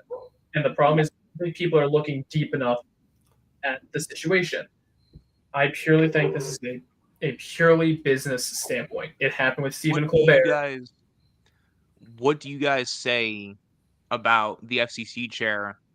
I believe he was on NBC. I could be wrong. You just saying that Go ahead. saying that we're not done yet. He was like asked about Jimmy Kimmel, and he said, and I quote, "We're not done yet." Okay. He said that he said it in live and in living color. Yep. So okay, so what if he means we're not done with the situation yet? It's very vague, and he didn't really like explain what what he meant. Okay, yes, but so he was asked about Jimmy Kimmel, and he said, "We're not done yet." right. Yes. So, and the commissioner of the FCC came out and put out a statement saying that the FCC threatened ABC to fire to lay off Jimmy Kimmel over this. Okay. Okay. So, Roland, do you want to answer first, or do you want me to? No, you got it. Okay. It's your first show, Corey. I'll let you get the first. Okay. I mean, the FCC is the Federal Trade Commission, right? We can all agree on what the FCC stands for. Yeah. Pilgrim, wait, hang on. Shush, Pilgrim. Shh. So the FCC, like I said earlier, has no stake and or power to do anything. The FCC. What's that? I was just saying. We've said this. Yeah, I know, but it's okay. Repetition. We learned the repetition. He has no power to physically do anything. He can threaten to go and take the license away from ABC and all that. That's him just talking. Roman, I could say to you right now, I'm going to take over your stream and I'm going to kick you off, and it's going to just be me and Roland, and we're going to turn it into a public talk show, and we're going to be the new Charlie Kirk. That's all fucking words, bro. I don't have that power. Roland doesn't have that power. You don't have... Oh, you might have the power. I don't know. You're kind of God here. But I digress. No. If I were to say I'm going to take over your stream, that's not going to happen. And if I were to be like, I'm going to go and, open up a grocery store, I don't have the means to do that. At least not in this current state that I am. He can say he wants to do XYZ, and unless it involves the transportation, either the transportation of goods or the use of goods and services, he really can't do anything about it. Since ABC is a privately owned company and not a federally owned company, and they don't have any business with the federal government, he doesn't have any power to do anything. Now, if Disney were to be like, hey, US government, we'd like to sell you ABC for $22 trillion, and the government's like, sure, fuck it, we'll buy it, and ABC becomes a government broadcasting network or a public broadcasting network, then absolutely he would have control over that. Yeah, the FCC is government controlled stuff. He would have, for him to say something like that and for it to have power, would be him talking to like Raytheon or BlackRock or Texas Instrument. If someone in Texas Instrument were to be like, ha ha ha, funny, edgy comment, he could be like, all right, Texas Instrument, you're either going to fire that employee or we're going to find another company to do business with. That's an instance where him saying something like that would hold any water. And that would be a genuine threat versus his opinion.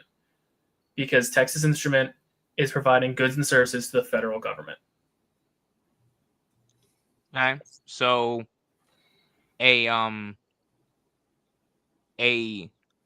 so like, just say for example, like Mhm. I don't know, like the chairman of Nike Mhm. makes like most, if not all, of the decisions for Nike, right? Like Right. they choose like what goes through and stuff like that, right? Mhm. They choose what shoes to put out. They, choose how to advertise, all of that stuff. That's what the chairman does. Mhm.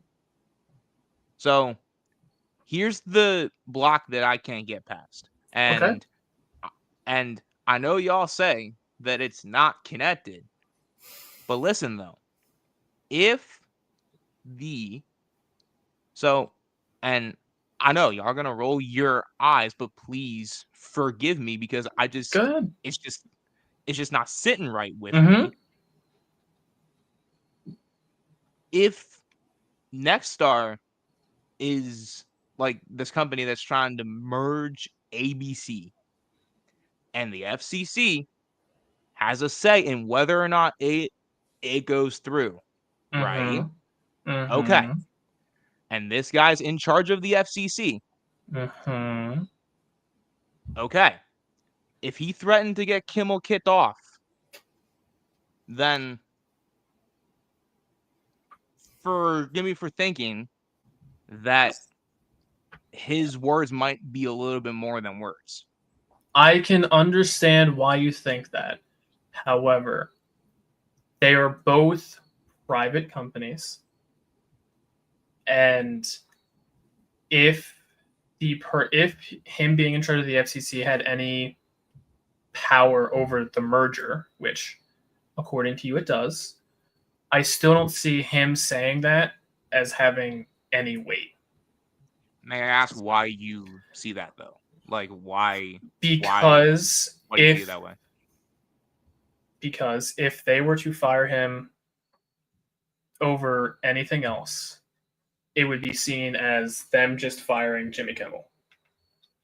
So I don't see what Jimmy Kimmel says as the main reason for his show getting suspended indefinitely. I see the reason him getting his show suspended indefinitely is because of the ratings. It's a business. He's not making them enough money, so they're putting him on the back shelf. His show isn't doing what's necessary, so they're putting it on the back shelf.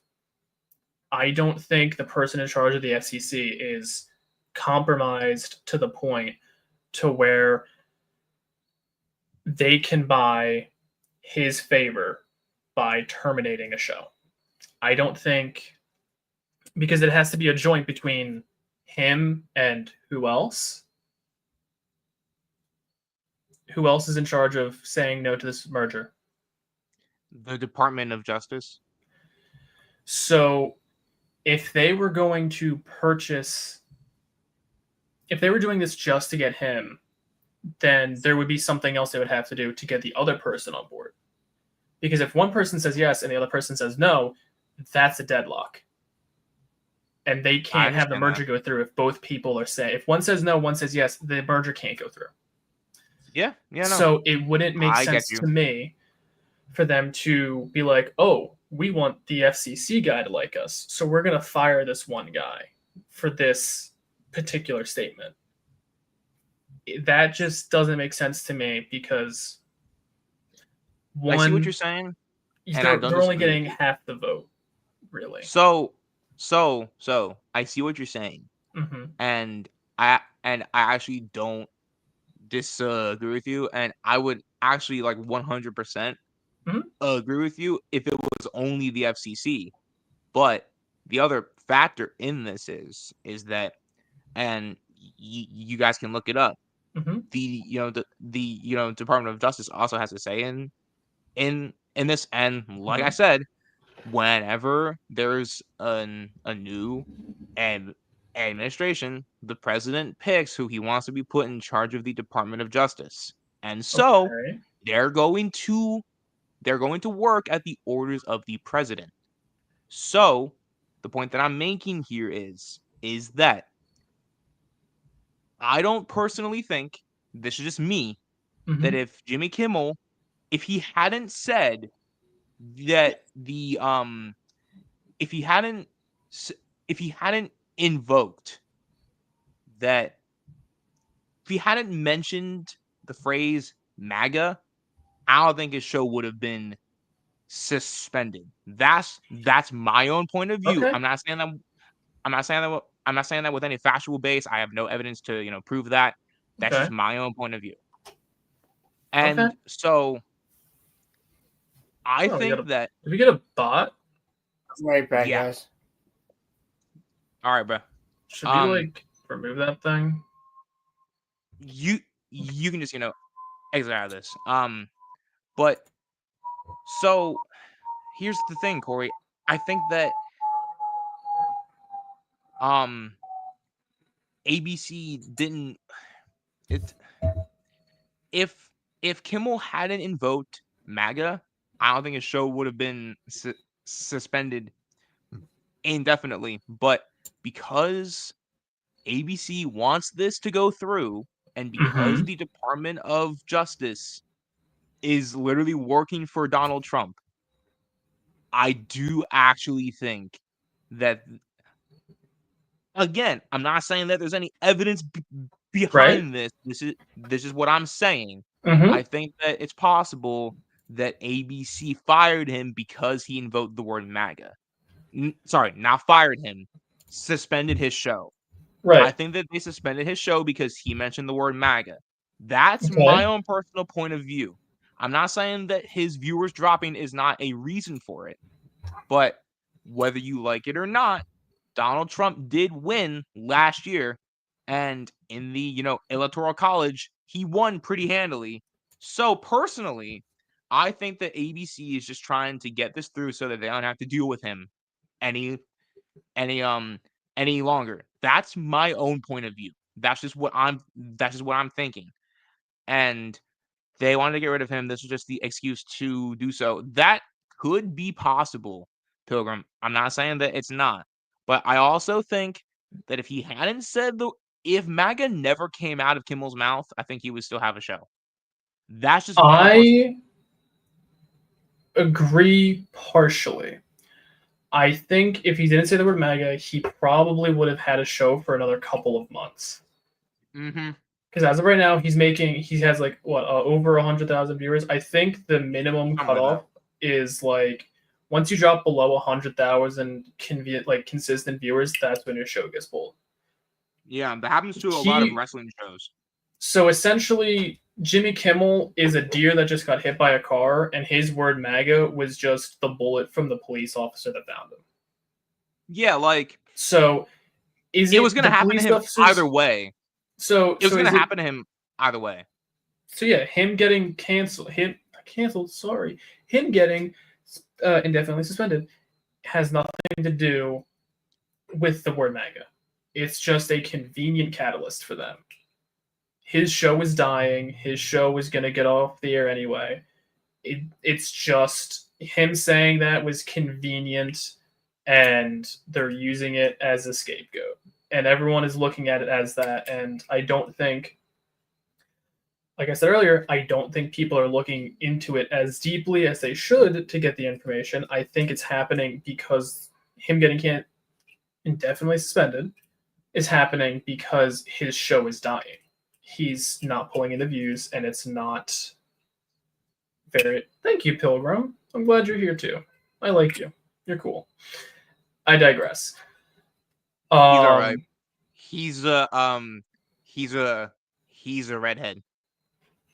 Dude, I fucking love gingers. What? Nah, it's just Fuck yeah, dude. It's a Fuck very yeah, old ginger. Let's go, bro. Anyway, it's a very old joke. It's a very old joke. It's a very old joke that we have with him. Yeah. But yeah, I could there be people out there who've taken him saying MAGA into account when they're like, let's pull his show? Absolutely. I don't think it's the reason he's getting indefinitely suspended. If it's if you- not the main reason, it definitely was like the phrase the straw that broke the camel's back. I don't think it was. I think if we're going to use the term the straw that broke the camel's back, it would, for me, it's purely ratings. I see this as, I'm looking at this from a purely business standpoint. His show is not doing good. He could have said, praise God, I love Jesus, death to the enemies of America or whatever, or like death to America. It doesn't matter what Jimmy Kimmel says. You think he still would have gotten his show suspended? Absolutely. Even if he were to be like, I love America, I'll die for America, enlist today, buy war bonds, I still think he would have been suspended. I can respect your point of view. I'm not saying that you're incorrect. I do think that there's more to it, though. I agree. I think that a big part of it is because his show was dying. I'm not saying that his show wasn't dying, and I'm not even really a fan of Jimmy Kimmel. He's too cozy with the Democrats for my taste. I really am not a fan of him. He kind of just And I feel like if there were any instance to where Jimmy Kimmel were to save his show, not shave it, if he were to save his show, he would change up. Yeah, he's over here shaving on. He's shaving his hair off. Yeah, dude, he's got the clippers out and everything. If he wanted to save his show, it wouldn't be on the back of haha political commentary. That got him here. That's great. You know what's having his show lose people? Political commentary. Now, if he were to take his show and turn it into, I don't know, SNL, something along those lines, I would absolutely see Jimmy Kimmel continuing to keep his show. Jimmy Kimmel was on air. What's up? If he ever comes back, he should do it like Krusty the Clown does, and just like do like and just do like pure like comedy stuff, not like political stuff. Because like whether you're right wing, left wing, or chicken wing, I genuinely think that people just like even me. Like, if I want to go to a political, comedian, I'll watch, like, George Carlin or something. But I'm not gonna go to, like, Jimmy Kimmel to hear about politics. I literally cover politics on my, politics channel. I'm not gonna go to him for politics. So if he ever were to come back, he should just not do politics. There's a time and a place there. And another thing that we need to, another thing that if it were, let me think of the way to word this. The reason his show and Stephen Colbert's show failed is because they're both comedy and news. They tried to make the news funny back when people weren't watching the news. And through them, please don't clip this, they did some good. Like Germany in World War II, they did some good. Are they still bad? Oh, yes. No. Oh, no. But they did some good because back when they started, nobody was watching the news. No one's watching. No one watches the news now, though, either. In fairness. Well, nobody watches the news on TV, but you have to admit, when they started their shows, there was only like ABC, Fox, and your local news station. Now you have a smorgasbord of online news outlets that you can go to. There are companies out there that purely collect different news outlets, put them together, and then say, this news outlet is more left-leaning, this one's more right-leaning, this is more centered, this one has more communist spin. There are companies out there that are just like, here's your plate of news, and then this is what's in it for you to pick from. Yeah. Yeah. When they started, those weren't a thing. And after them, they are now. And I think that's a good thing. I think that now that there's a greater plethora of news outlets, and there's a greater plethora of people who are now genuinely interested in the news and world events and politics and all that. Is it because of them? Maybe. I mean, but now there's no need for them to have a comedy-based news segment at, After Dark. You could just... you kind of gotta. It's actually like you hit it right on the head, Corey. Because the rise of independent media really kind of took off like in 2014, 2015. That's when, as a kid, well, as a teenager, I got into independent media. I don't trust one singular word of anything that any of the mainstream news articles say.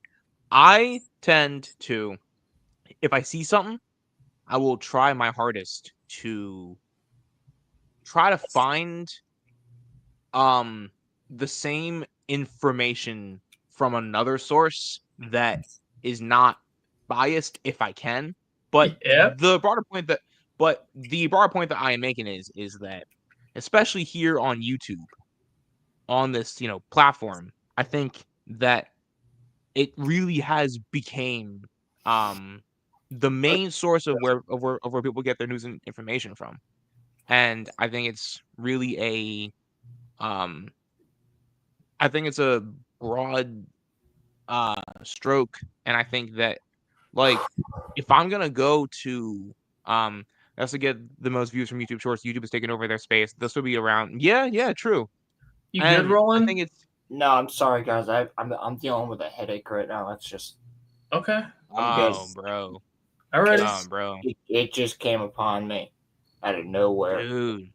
Dude, I'm sorry. Candy's coming at you, bro. I am going to... If you need to step out, that's cool.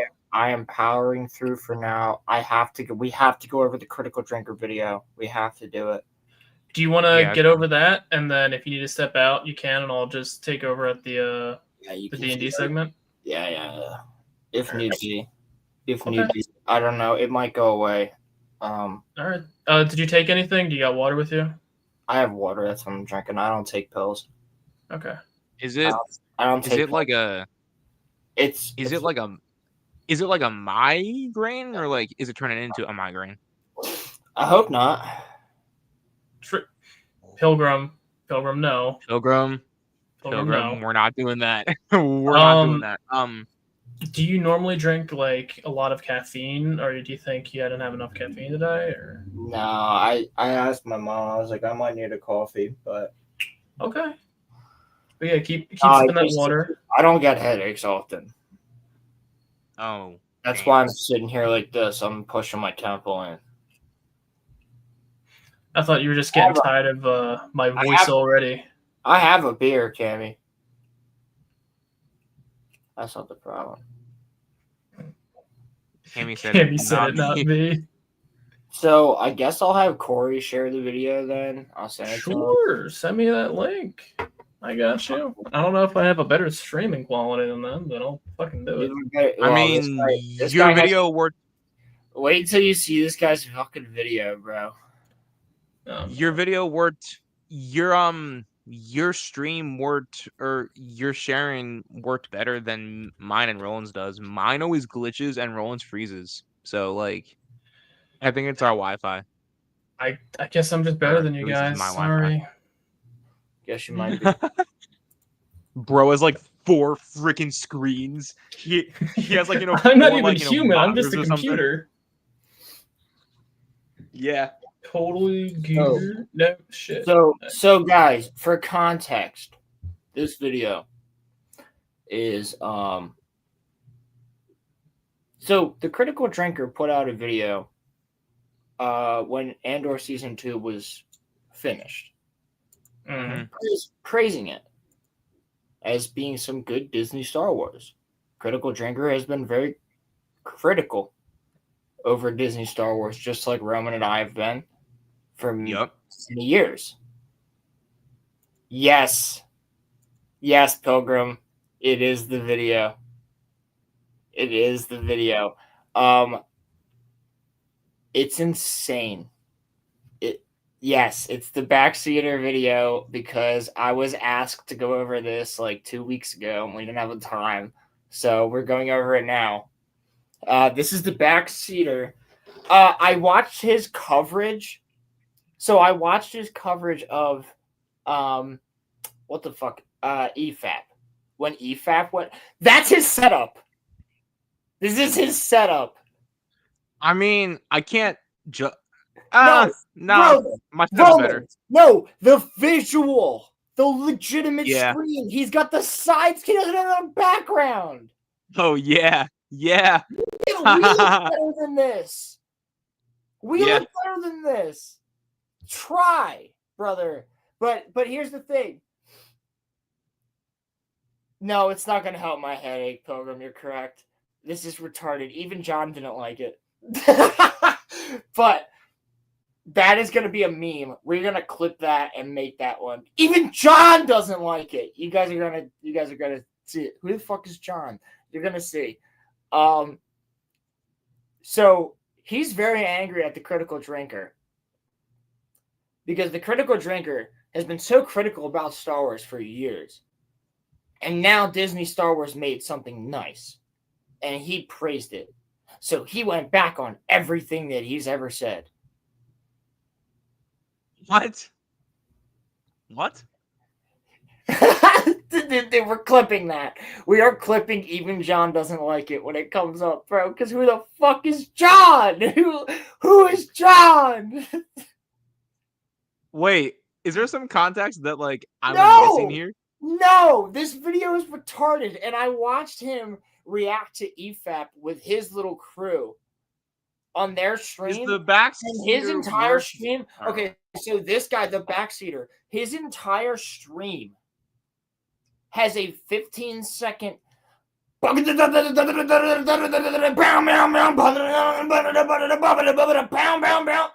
it restarts. Every 15 seconds, it's playing over them talking. Guys, how annoying would it fucking be if you were trying to listen to us while the same 15-second music clip was playing? I'll show you after this. I literally will show you guys after we go through this video because it's the most stupid fucking thing I've ever seen. And like, every fucking comment on his video is, yeah, be a better streamer if you didn't fucking play music over yourself, you asshat. Let's go. I'm scared to watch this. Wait, sorry. Corey, Roman, this is a Movie Bob level video. That's actually what I was going to ask you. This is he actually worse than Movie Bob? No. Is he worse than Movie Bob? He's not worse than Movie Bob. He's on the same level as Movie Bob. This is retarded. My mortal enemy. This is Magneto was right, but we're never going to talk about Magneto level. Does he mention Critical Drinker? Or does he just... No, he plays Drinker's video and then speeds it up. Oh, okay. He speeds it up halfway through this. Because he's like, I can't be bothered to actually watch it. You fucking asshole. Then how do you know what you're talking about? You guys, we're going to have fun with this one, boys. Corey, have you watched Andor? No. You should. It's you good. Should. So Roman and I have watched Andor. Our chat's watched Andor. So most of our chat, at least, has watched Andor. You guys got the context about Critical Drinker. Let's get into this. How you doing, all you beautiful sons of bitches? It's your boy, and today the Drinker is furthering his fucking betrayal of everything he once stood for in the look like you're in an ISIS fucking war to fight Disney. It's absolutely deplorable on his part. be firmly against DC, and then just turn it around on this show. He sounds like Chills. Absolutely disgusting. He sounds like Chills. And I'm going to show you how it's fucking disgusting. So, for all intents and so if I didn't make it clear the last time I reacted to a Drinker clip or video or whatever, this is it right now. Drinker is officially persona non grata to the Gatekeepers Alliance. Persona non grata. Just plain and simple, he is. Yeah. So let's just look at this garbage, shall we? Wow, talk about a redemption arc. Wow. It's not. No. I know. So he really doesn't like Drinker at this point. He's persona non grata. If I haven't made it clear, critical. He's 2 seconds into the video. He's 2 seconds into the video. Yes. He hasn't even fucking. Bro, sorry, Corey. He's just critical Drinker. This guy. Like. Also, he sounds like Chills. Corey, I'm gonna have you sounds like pause this a lot. Okay. We're gonna have to pause this a lot because this is gonna get crazy. This is gonna get insane. Okay. He's gonna go to levels that don't make sense. He's gonna start talking about the EU, which is like that is like a completely different subject compared to this. What? Yes. Yeah, I swear to God. Yes, he's gonna start saying that. Well, the EU did this, and it's like, okay, but like Andor's still good.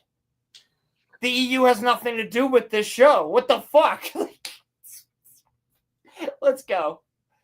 Oh God. Okay. What he's about to say right the fuck now, and no, it's like this one fucking show is not enough to redeem all of Disney Stars. It's not even 2 shows or 3 shows. No. There will never be anything good enough to redeem. Okay, so I have to say this, and I feel like I'm being an asshole when I ask this. Corey's here for this. I'm so glad Corey's here for this.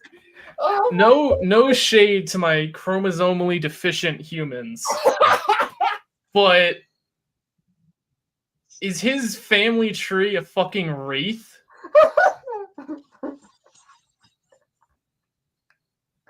Or is this man just that plastered?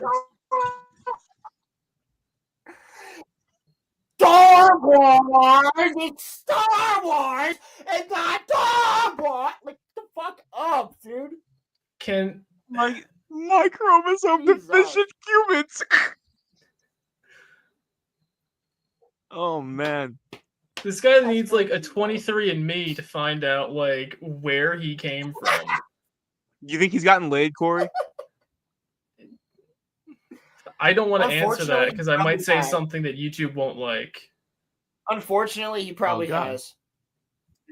Yeah, his cousin. That's why it's unfortunate. All right, Roland's reading my mind. Okay. Does anybody know where the backseater is from?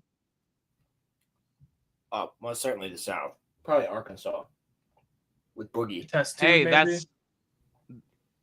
Hold on. Let's see. Corey, play we're gonna keep going. We're gonna keep rocking and rolling with it. Let's see if there's any other enjoyable bits from this. Oh, dear God, it's 15 minutes and we're only a minute and a half in. Yeah, you have no idea. Oh no. You have no idea what you're in for. Oh no. Okay, here we go. Disney Star Wars. It's trash. You should know this. Why the fuck are you all of a sudden liking this garbage now? No secret that Andor's been a pretty divisive show over the past No, it's been garbage. We know that for fact. couple of years. It's slow pace, gritty but infrequent action, labyrinthine storylines, and complex, mature, and slightly sterile characters didn't fit all that well with a franchise that was always about grand adventures, epic storytelling, big emotional beats, and clearly defined good and evil. Yes, Drinker, that is it. That is why this is fake Star Wars. This is why Andor is fake Star Wars. It's the only good one. So it's the only good one. You fuck. It's the only thing. It is the one goddamn redeemable thing that Disney Star Wars has done, other than say, "Hey, anime companies, have at it." That's the only other good goddamn thing they've done.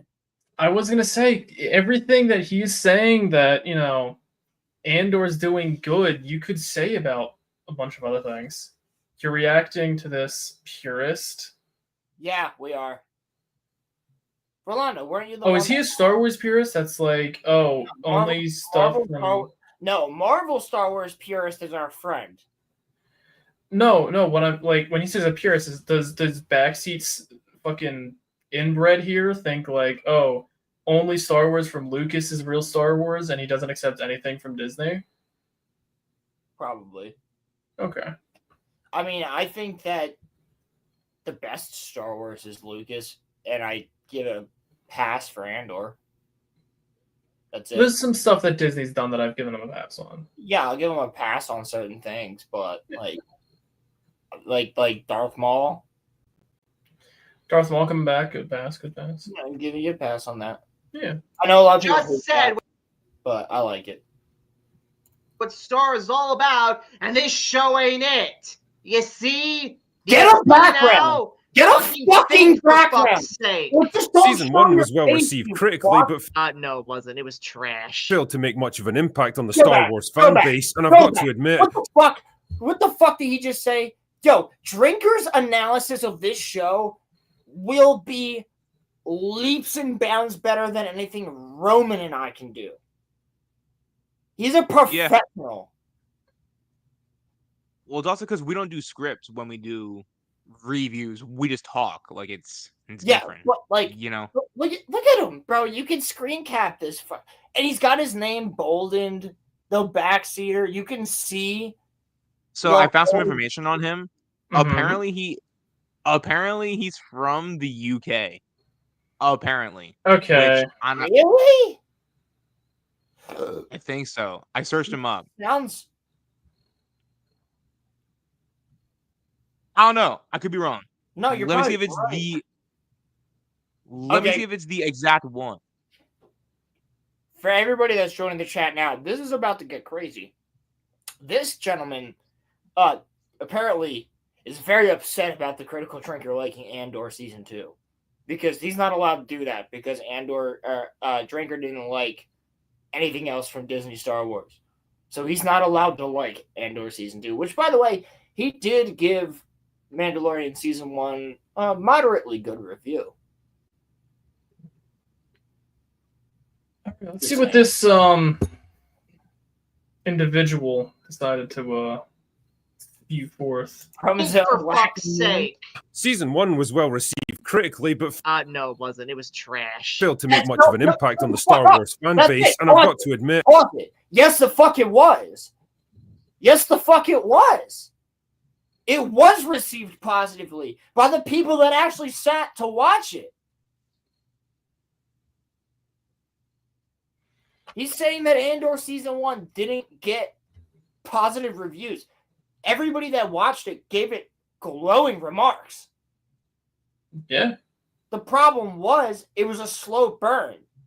And you cultivated a fandom of Star Wars fans that couldn't handle that. They couldn't even watch Lord of the Rings, the extended edition, because it's too long. So when you honestly, I feel like that's more of a statement on the entertainment industry in general. Yeah. They're all about these quick snippets of short dopamine bursts. And no one has the willingness to sit down and listen. Yeah. And I mean, Andor's a slow burn, but the second half of that season, from the heist on, is fucking phenomenal. And like the stuff with Mon Mothma and the playing of all the chess pieces moving around, Luthen's speech, like everything, like that's you didn't miss anything. Oh my God, bro, that shit. There's a Mando. Wait, there's a Mando 3? Star Wars. Yeah. That's fucking Star Wars. When did they make a Mando 3? Yeah, it's terrible. They made a Mando 3. Mando. Roland and I talked about it. It was was bad. Was it after they went back to Mandalore and restarted the kilns? Yeah. All right. Well, No, it's worse than that. Is it? All right. No, it's really bad. Bo-Katan Darksaber because Mando's a bitch. They lost the Darksaber. The Darksaber got destroyed. No. Mando's just like Moff Gideon crushed it in his hand. No, that's season 3. That's season 3? My clones! Maybe I need to fucking go watch The Mandalorian again. If you watch Book of Boba Fett, it makes 0 sense why the fuck Baby Yoda's there. I don't think it makes any sense even with the Book of Boba. No, it doesn't. It doesn't. It's still retarded. Yeah. You're correct. Okay. You're correct. It's still fucking retarded. But that's besides the point. All right, it's fucking great. So it makes sense. So when he says it wasn't received well, no, it was. It just not a lot of people watch it. I'm not gonna lie, watching It's a show about a guy who's not the main character from Rogue One, which is a side story to the original trilogy. Yeah, it's a very obscure character, but guess what? It's the best fucking show they've ever made. I'm not gonna lie. I also feel like it's better than Clone Wars. It is better than Clone Wars, and I will fight somebody on that. Andor's better than Clone Wars, except maybe like certain arcs. Certain arcs of Clone Wars are phenomenal. Certain character development is phenomenal, but the entirety as a whole with with Clone Wars, not the best. But Andor is fucking good the entire time. That's the difference. I mean, it wasn't that it wasn't received well. It's just that, kind of like what Roland just said, not really a whole lot of people watched it. He said it wasn't received well. Yeah, that's a lie. Yeah. It was received well by the people. I guess we have to indefinitely suspend the backseater. I think you're correct. No, actually, we can just fire him. Yeah, his free speech is fucking revoked. Yeah, there's only 3 people on this whole planet who I am for taking away freedom of speech from: Kanye West, Movie Bob, Backseater. It's those. It is those 3 guys. Corey hasn't been. Season 2 didn't get Wait, at some point we have to show. a great start either. Opening with a trilogy of episodes that felt weirdly Why clunky and can't poorly I written. fast forward it? He sped it up, bro. I thought I was doing that. Corey what? We have to show Corey what? Wait, we have to show Corey the Halo video from Movie Bob. Please no. The UNSC are fascist, Corey. Yeah, the UNSC are the bad guys. Oh, the UNSC, those who I don't. Okay, hang on. He's gonna go into a whole soliloquy my now. eyes. Okay, hang on. Time out. I'm putting Vicks under my eyes. Let's do this. Is this the UNSC that kidnapped child soldiers, or is this the UNSC that was backed up against the wall getting exterminated by the Covenant? The UNSC getting exterminated by the Covenant. Then I guess the Jews were the bad guys in World War II because they were getting exterminated. I guess the Nationalist Party or fucking somebody was the bad guy when they were getting exterminated in history. Holy fucking shit. Oh, Corey, you have no idea. I don't. Somebody compared, I don't know if you saw this, somebody compared, they said the reason that the shooter from Charlie Kirk killed him was because of Halo. What? Did you not see that? It was on the Discord. I'm going to. I should check the Discord more. He played Halo and Destiny, and he was radicalized because in Halo you kill elites. I know that. So he wanted to kill the elite. Hang on. I know that Pilgrim. What are you referring to? Who is agreeing with you? I know that RFK Jr. came out and said that kids shouldn't be playing violent video games. which I think is crazy. I mean, yeah, like if Halo was causing people to do this type of shit, would have happened years ago. Right. Like it's and like. By the way, no Russian didn't cause people to kill each other.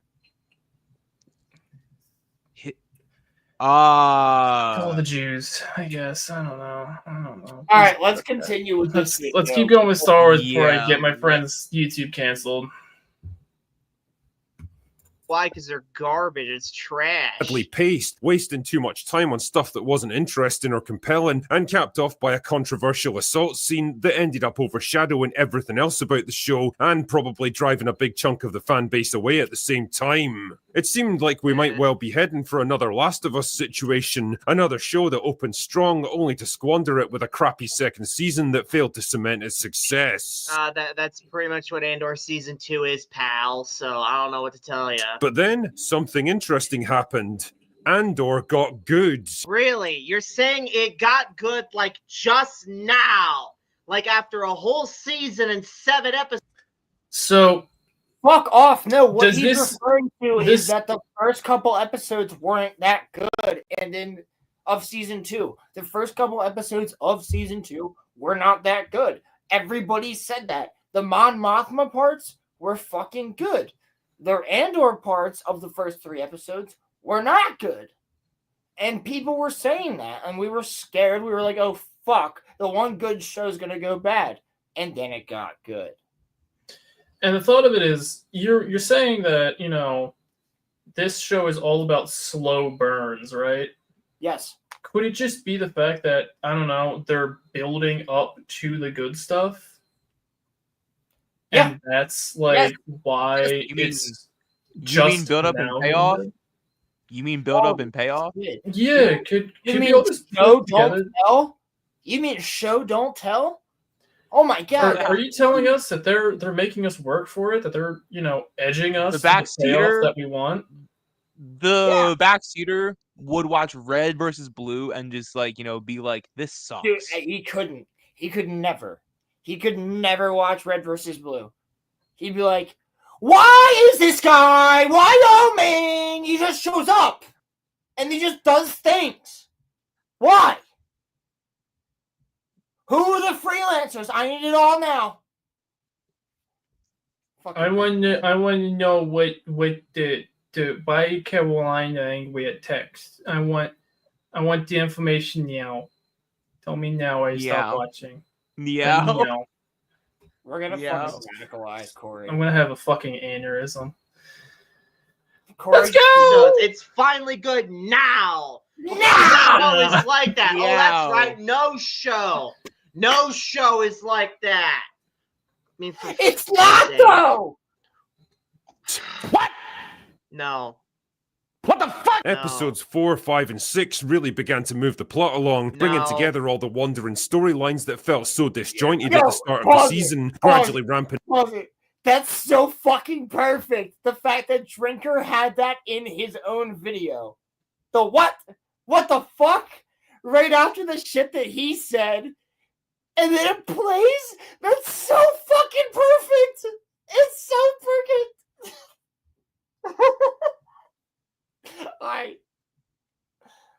Not the pace and the stakes and the tension. The show was building up to something big, and we knew it. Suddenly, I was getting invested again. I was eager to see where the story was going next. No, you were drinking the Disney Kool-Aid. That's what you were fucking feeling, bro. The Disney. And I began to feel like we were in good hands once again. Then we got last week's episodes. Proceed. Oh, it's January 6th, you guys. Oh my god. Oh, it's all January 6th now. What? Why is this getting brought up? So he's a retard because this entire thing is the Gorman Massacre, Corey, which you know about. I know about the Gorman Massacre from Star Wars. This scene. This is the Gorman Massacre. Okay. So the way they do this. So the first Gorman Massacre was when Tarkin landed his Star Destroyer on a city. Just landed it on the city. Mm-hmm. and killed the protesters. Mm. This is the secondary Gorman massacre. Mm. After, like, way years after this, a couple years after this, right? It is based more so on the British. I believe it was in India, Bangladesh, maybe, bringing everybody in to a certain area just to box them in and shoot them. Let them protest and then shoot them. Yep. And that's what this is. So him saying this is January 6th, he's retarded. He hasn't watched this. Okay. He hasn't watched Andor. It's clear. It's if you've watched this is nothing like this is it. And also Tony Gilroy actually said it wasn't based on that. There's nothing close to January 6th with this. I mean, Roman, do you agree with me that this isn't comparable? I actually don't even think that the backseater probably even saw what happened on January 6th. Like, it's not even close to that. Like, it's kind of like what the situation that you know described. Like, it's not because Corey just go. Roland laid it all out perfectly. Oh my God, allegory! Oh!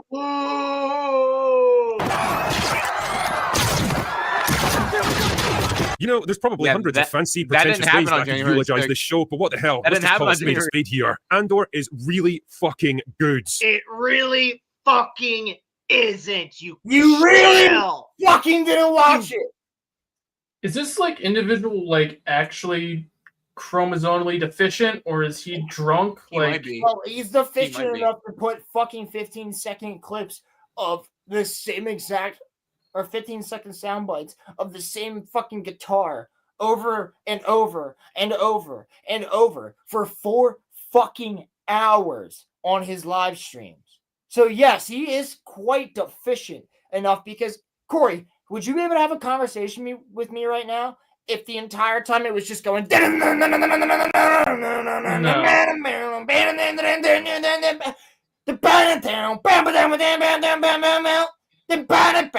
over and over again? Yes, this person is chromosomally deficient. Okay. I like how I said that once and now it's just a thing. This person exhibits fatherless behavior. It is. Fatherless and motherless behavior. I mean, it's like, seriously, it's like, what the hell is this? It's like, oh, all of a sudden, oh, we get like this fucking scene, and then all of a sudden, oh, it's just absolutely fucking baller. No, it's not how this works. This is where it gets Disney's crazy. proven that they're crap with stars all the way back with The Force Awakens, if not. All of a sudden, we get this fucking scene, and then it just goes baller. Yeah, that you could describe any fucking movie that way. You like all of a sudden we get this scene, and then the next scene is baller. Oh wow. You could describe any movie that way. This is not an analysis. Hold on. Wait. To counter Backseater's argument here. No, don't defend this fucking retard. No. I'm counting what Backseater said. Chill. All of a sudden you get a scene. All of a sudden you get a scene. Don't even put that. Don't even put that in your sentence. Do you guys think that he likes A New Hope because A New Hope starts out slow? Probably not. No, he probably does because that's George Lucas Star Wars, so that's okay. Yeah. Okay. He's probably one of those. Okay. All right. All of a sudden you get a scene, and then something baller happens. Yeah, that happens in like every movie or show it's ever. The stupidest fucking thing I think I've ever heard. That happens. All of a sudden, you get a scene. All of a sudden, you get a scene. This guy should be doing director's commentary. This guy needs to direct a show. Obviously, they need to hire him because they're not doing anything right.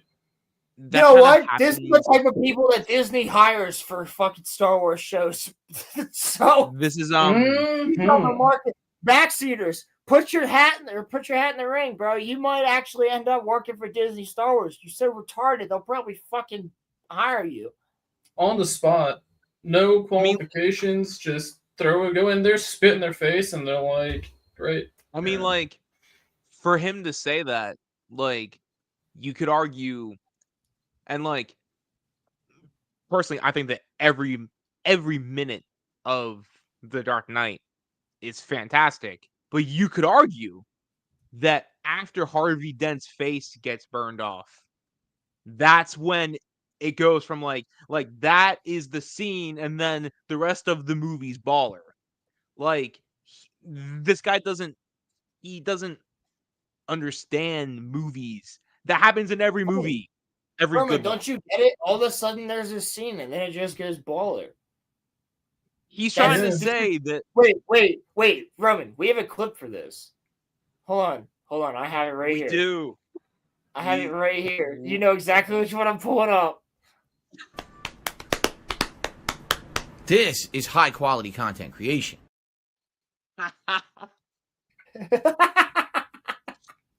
Or that. Oh man. It is. This is high quality content creation.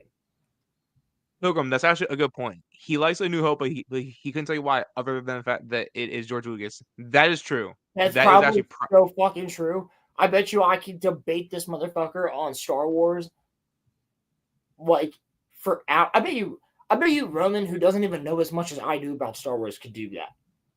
Oh, dude, I would run circles around him. That's what I'm saying. Like, if you could, because you know the basic shit, because you're a real fan. You know some of the behind the scenes shit on top of that.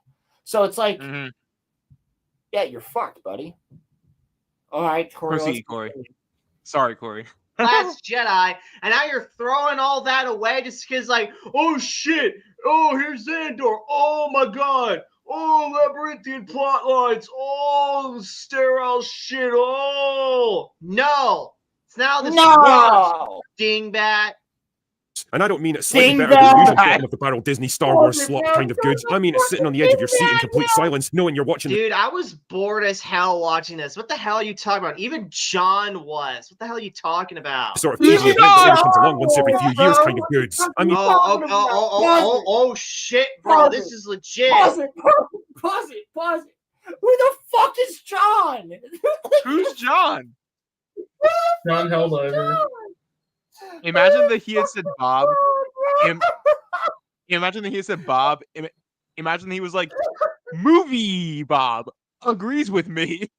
He said even John was, bro. Who's John? Where's John? Where is he? I want to see John. Is he okay? John might have a better opinion. Like, Roman, you could use this argument for anything. You could be you could be like, even Roland agrees with me. You could be like, Roland, do you like this thing? And I could be like, no, I find it boring. And you'd be like, no, it's not boring. And I'd be like, well, even John finds it boring. You'd be like, who the fuck is John? Who is John? Is John safe? Is he all right? I want to know. John's being held hostage. No! Based on the context, I'd say he thinks that John is a shill. So John Campea, maybe. Otherwise, no clue. Campea is a shill. Oh, it probably is Campea. Does Campea work with Backseater? No, but Campea's the guy that woke. Why would he? Why would he say his first name as if he like knows him personally though? Even John doesn't like it.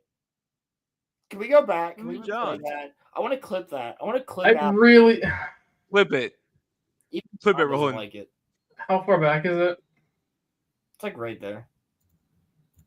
Sort of TV event that only comes along once every few years. Campea would not like this guy.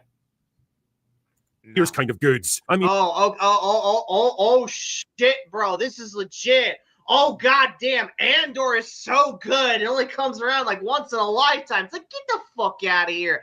Motherfucker, you obviously have not read the expanded universe. I can easily list off 10 fucking characters right the fuck now that are objectively better than every character in the show, right? Like Kyle Katarn, who, as we all know, Cassian Andor himself is a ripoff. We're not talking about the EU, legit. motherfucker. Like, that's just like, it's so fucking mind-boggling that you have motherfuckers like Trigger say like, oh, you're so good, but they obviously don't know good. You'd slap them in the face. Trigger, how many expanded universe novels have you read? Mauler, how many expanded universe novels have you read? Oh, that's right, 0.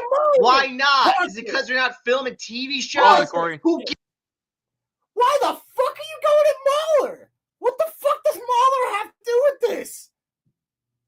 He's friends with him. Get him. Like, what the fuck? Was Mauler even like mentioned here? No. Like he just mentioned Mauler. Doesn't read the EU.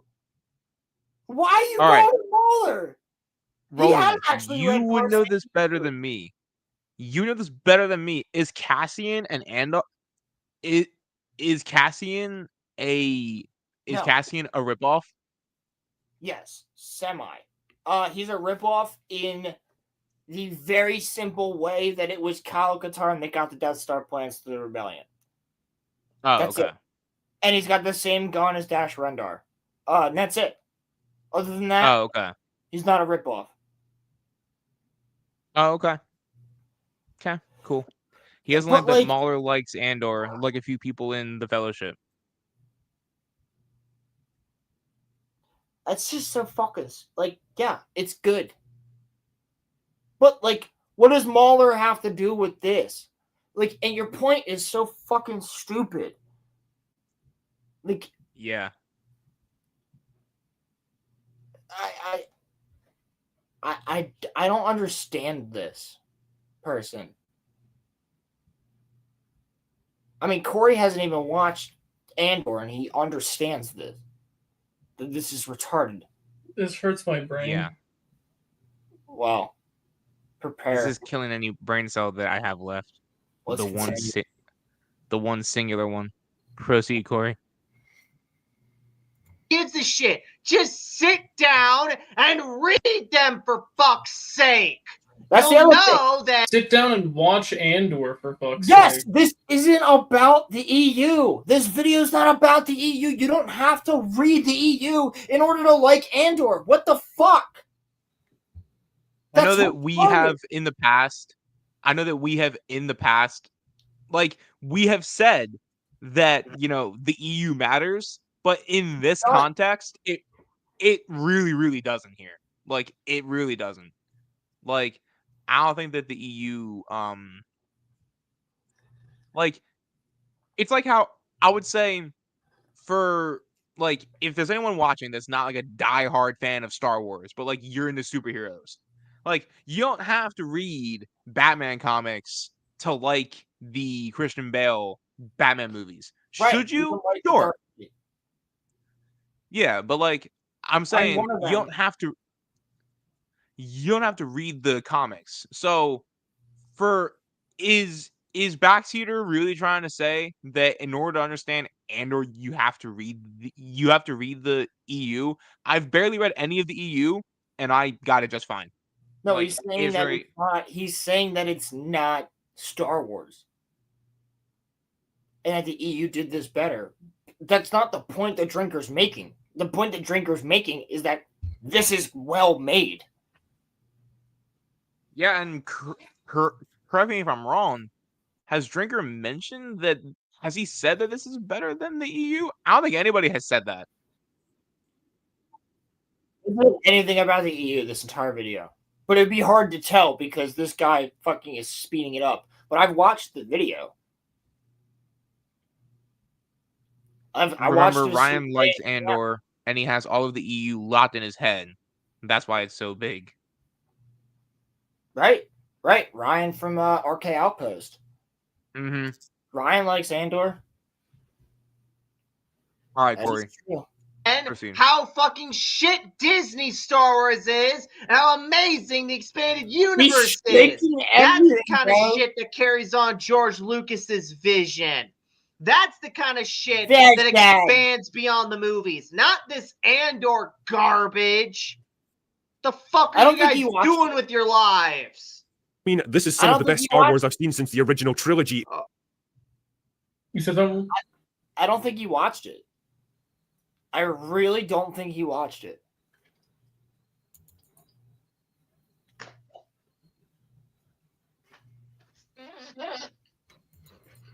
Bro's cranking a mean hog right now.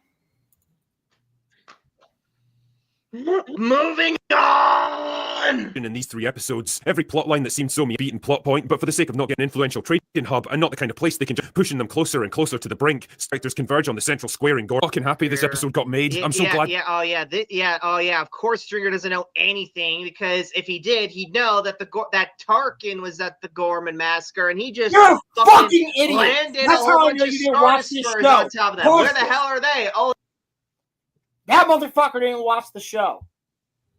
Obviously. They talk about the Gorman massacre in the show. They mention the first Gorman massacre with Tarkin landing on the people in that square. They say it multiple times. That is actually the reason for this massacre. Because enough people had enough. You didn't watch the show, backseater. Clearly. Yeah, that's right. Nowhere. Because this is all what Disney does. They just constantly shit on the expanded universe material. Continuity is the name of the game. Where the hell is all this stuff? It's like, this is why I keep saying Disney needs to be destroyed. The Disney Star Wars continuity needs to be destroyed. Because it's got this intoxicating effect that gets dumbasses like Drinker like into this bullshit, and then all of a sudden it's like Drinker's already a fan of Skeleton Crew. Where the fuck next is he go? If he likes, he didn't like it.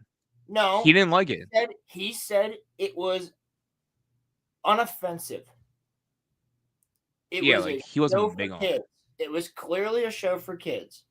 And it was unoffensive, and it didn't do anything that fucked with the Star Wars lore. That's what he said. And he said, if you have kids, you'll really enjoy watching it with them. This motherfucker is retarded. Like, you're just harping on the EU, and now you're going after Drinker for all this other shit. It's like, dude, I think you got a hard on for Drinker at this point. Like, I don't think. I just feel like this guy is just like mad that Drinker's doing what he wishes he could be doing. Drinker's big enough that he gets called onto the news, dude. Like, he's huge now. He's got 13 books at least written. Like, Drinker's big. And I think this guy just wishes he was him. But you're not. Backseater. Sorry. Like this stuff, then what the hell else will he like? Oh, he also likes Mandalorian. What the hell else will he like? But it's not as bad as the Acolyte. It's like, fuck you. It's still set in the same fucking continuity. It all needs to go. Even TCW, which started this whole bullshit. It all got to go. That too. Pause it. It's all got to go. And if you... That too. TCW. Stop fucking saying that. You don't say it out loud. It's just as fast as saying the Clone Wars. Just fucking stop saying TCW out loud. You sound like a fucking prick. I hear people that actually do that too. It's dumb. Fucking stop. It's no faster than saying the Clone Wars. And then you have to be like, to most people when you say TCW, most people go, oh, what is that? You go, the Clone Wars? Have you watched it? Like, just fuck off. You fucking disingenuous prick. I fucking can't stand people like this. and it's just like, yeah, and I will fucking debate your ass too. I'll have you on my show gladly, the backseater, because I know that you have been reviewing all these people going after you, and I'm not even going after you. I'm just watching your video. But I will imagine that we make it.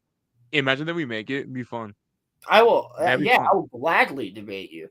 But I do think you are a retard, and I think that this is retarded.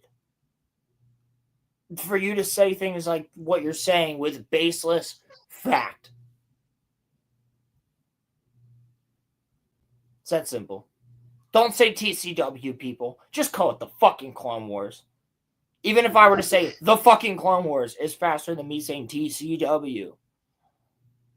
Yeah, why say that? That's so stupid. They want to pretend like they're more important than they actually are. Yes, exactly. We have an acronym for it. Fuck off. Andor's better. You can continue. And if you don't want Andor to go, or any of the other stuff I mentioned, if you don't want it to go, you're a fake fan and you deserve to be rendered excommunicado from the Star Wars fan base. Plain and simple. You either want Disney Star Wars to fail, excommunicado. Which one is it, Drinker? Do you want it all Which one is it, Drinker? All of what Disney makes to fail, or do you just... Corey, pause it. I have the perfect... My God. Get out of my face, God. dude. It looks like he's about to spit. Where's the trigger? Where is it? He sounds like that. That's what he sounds like.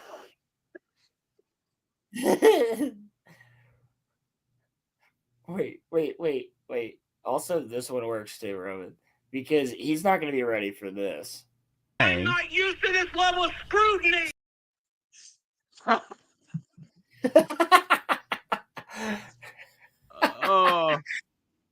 Oh my God. Rolling. In a fight, Backseater versus Movie Bob versus Boogie versus Jelly Roll. Who are you putting to win? Jelly Roll, Movie Bob wins. He's God. What do you mean? Movie Bob is a god. He wins. Who would you? I unironically would be rooting for him too. Seriously? I'd be like, you know what? I want Movie Bob to win. I hate the other ones enough. But Movie Bob would be funny. I want to see Movie Bob fight Boogie. I would pay to see that. I would pay actual money to see Movie Bob just beat the living in Minecraft out of Boogie. Do you hate Movie Bob less? Like the least? Yes, I hate him less than Boogie. Yes, Boogie's deplorable. Fair enough. Yeah, bro. However, we're about to introduce Corey to Movie Bob in a second. Please, no. Yes. Oh my God. Continue. Want like your stupid little pet projects like Andor to succeed. What is it then? What is it then, Drinker? You dingbat? Quiet diplomats at work here. Each time, without anyone realizing where it's all powerfully than this scene, where Cyril, a willing pawn of... This is a man... Does Cereal Boy need to choke a bitch? And his entire world to spin it into and brutally efficient at pursuing their aim. It's also an absolute emotional roller coaster that's going to leave you feeling exhausted by the ends. Dude, I was bored at the beginning and I was bored at the end. I don't know what the fuck you want. Not being too clinical, too intellectualized, too sterile for people to get invested in. Shit, man, some of it even came from me. And although I 100% stand by what I said at the time, that assessment inevitably changes once you see a fuller picture of what the show's trying to do. Yeah, and the show, no, it doesn't. It was shit at the beginning. It was shit at the end. And part of me wonders now if that's why a lot of Star Wars fans have struggled to engage with it. There's no getting around this. It is not as accessible. It's not as fantastical or epic or adventurous as so many other Star Wars projects. No, we're not getting into it because it's not real Star Wars. That's why. Infinite complexities, people with ideals and beliefs they're willing to fight and sacrifice and die for. And all of Old EU did it better. The old band that lost their creative spark decades ago. Or do you want something more challenging, complex, and mature? Done it better. Pause it. The old EU might have done it better, but this did it. What's it matter? You can't just use the EU as an argument. You can't. Because, like, Roman and I have used the EU as an argument many times. in places where it makes sense. Where we go, the EU did it this way, and this did that, stole it, and did it like shit. So yes. But when it's actually good and it's different, which Andor is different, yes, does it take slight aspects from slight things from the EU? Yep. It does. But it's completely fucking different. So that's different than when Mando goes to fucking Tython and starts talking about all this fucking Force shit. Or an even easier example, the Bad Batch doing Mount Tantus. Yes, the Bad Batch doing Mount Tantus. Completely fucking different. And Scorch being there. Oh my fuck. I hated that. Don't remind me that Scorch died like a fucking idiot. Not my Scorch. Hashtag not my Scorch. Hashtag not my Scorch. That is a real hashtag that went around, by the way. I remember that. Yep. Hashtag not my Scorch. Continue. That takes the setting and the world that you remember and asks, how would this actually work if it was for real? No. I want real Star Wars. Andor and the Sutra are not real stars. See, that's the thing, right? Andor is still set in the sequel trilogy. It's a prequel to Rogue One, and Rogue One is going to lead to the sequel trilogy. That's another reason. It's like that motherfucker didn't watch the show. Andor is set in the sequel trilogy. He just said.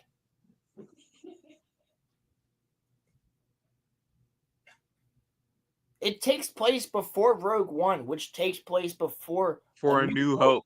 Yeah. Takes place 6 years before Rogue One. I don't want to. Oh, fuck all the way off. Well, if you watch the end of Andor season 2, it kind of leads into Rogue One. But yeah, I get what you mean. Fuck all the way off. You didn't watch the show, you asshat. That's crazy, bro. Dude. Proceed, Corey. Yo, well, hold up. Even John was bored.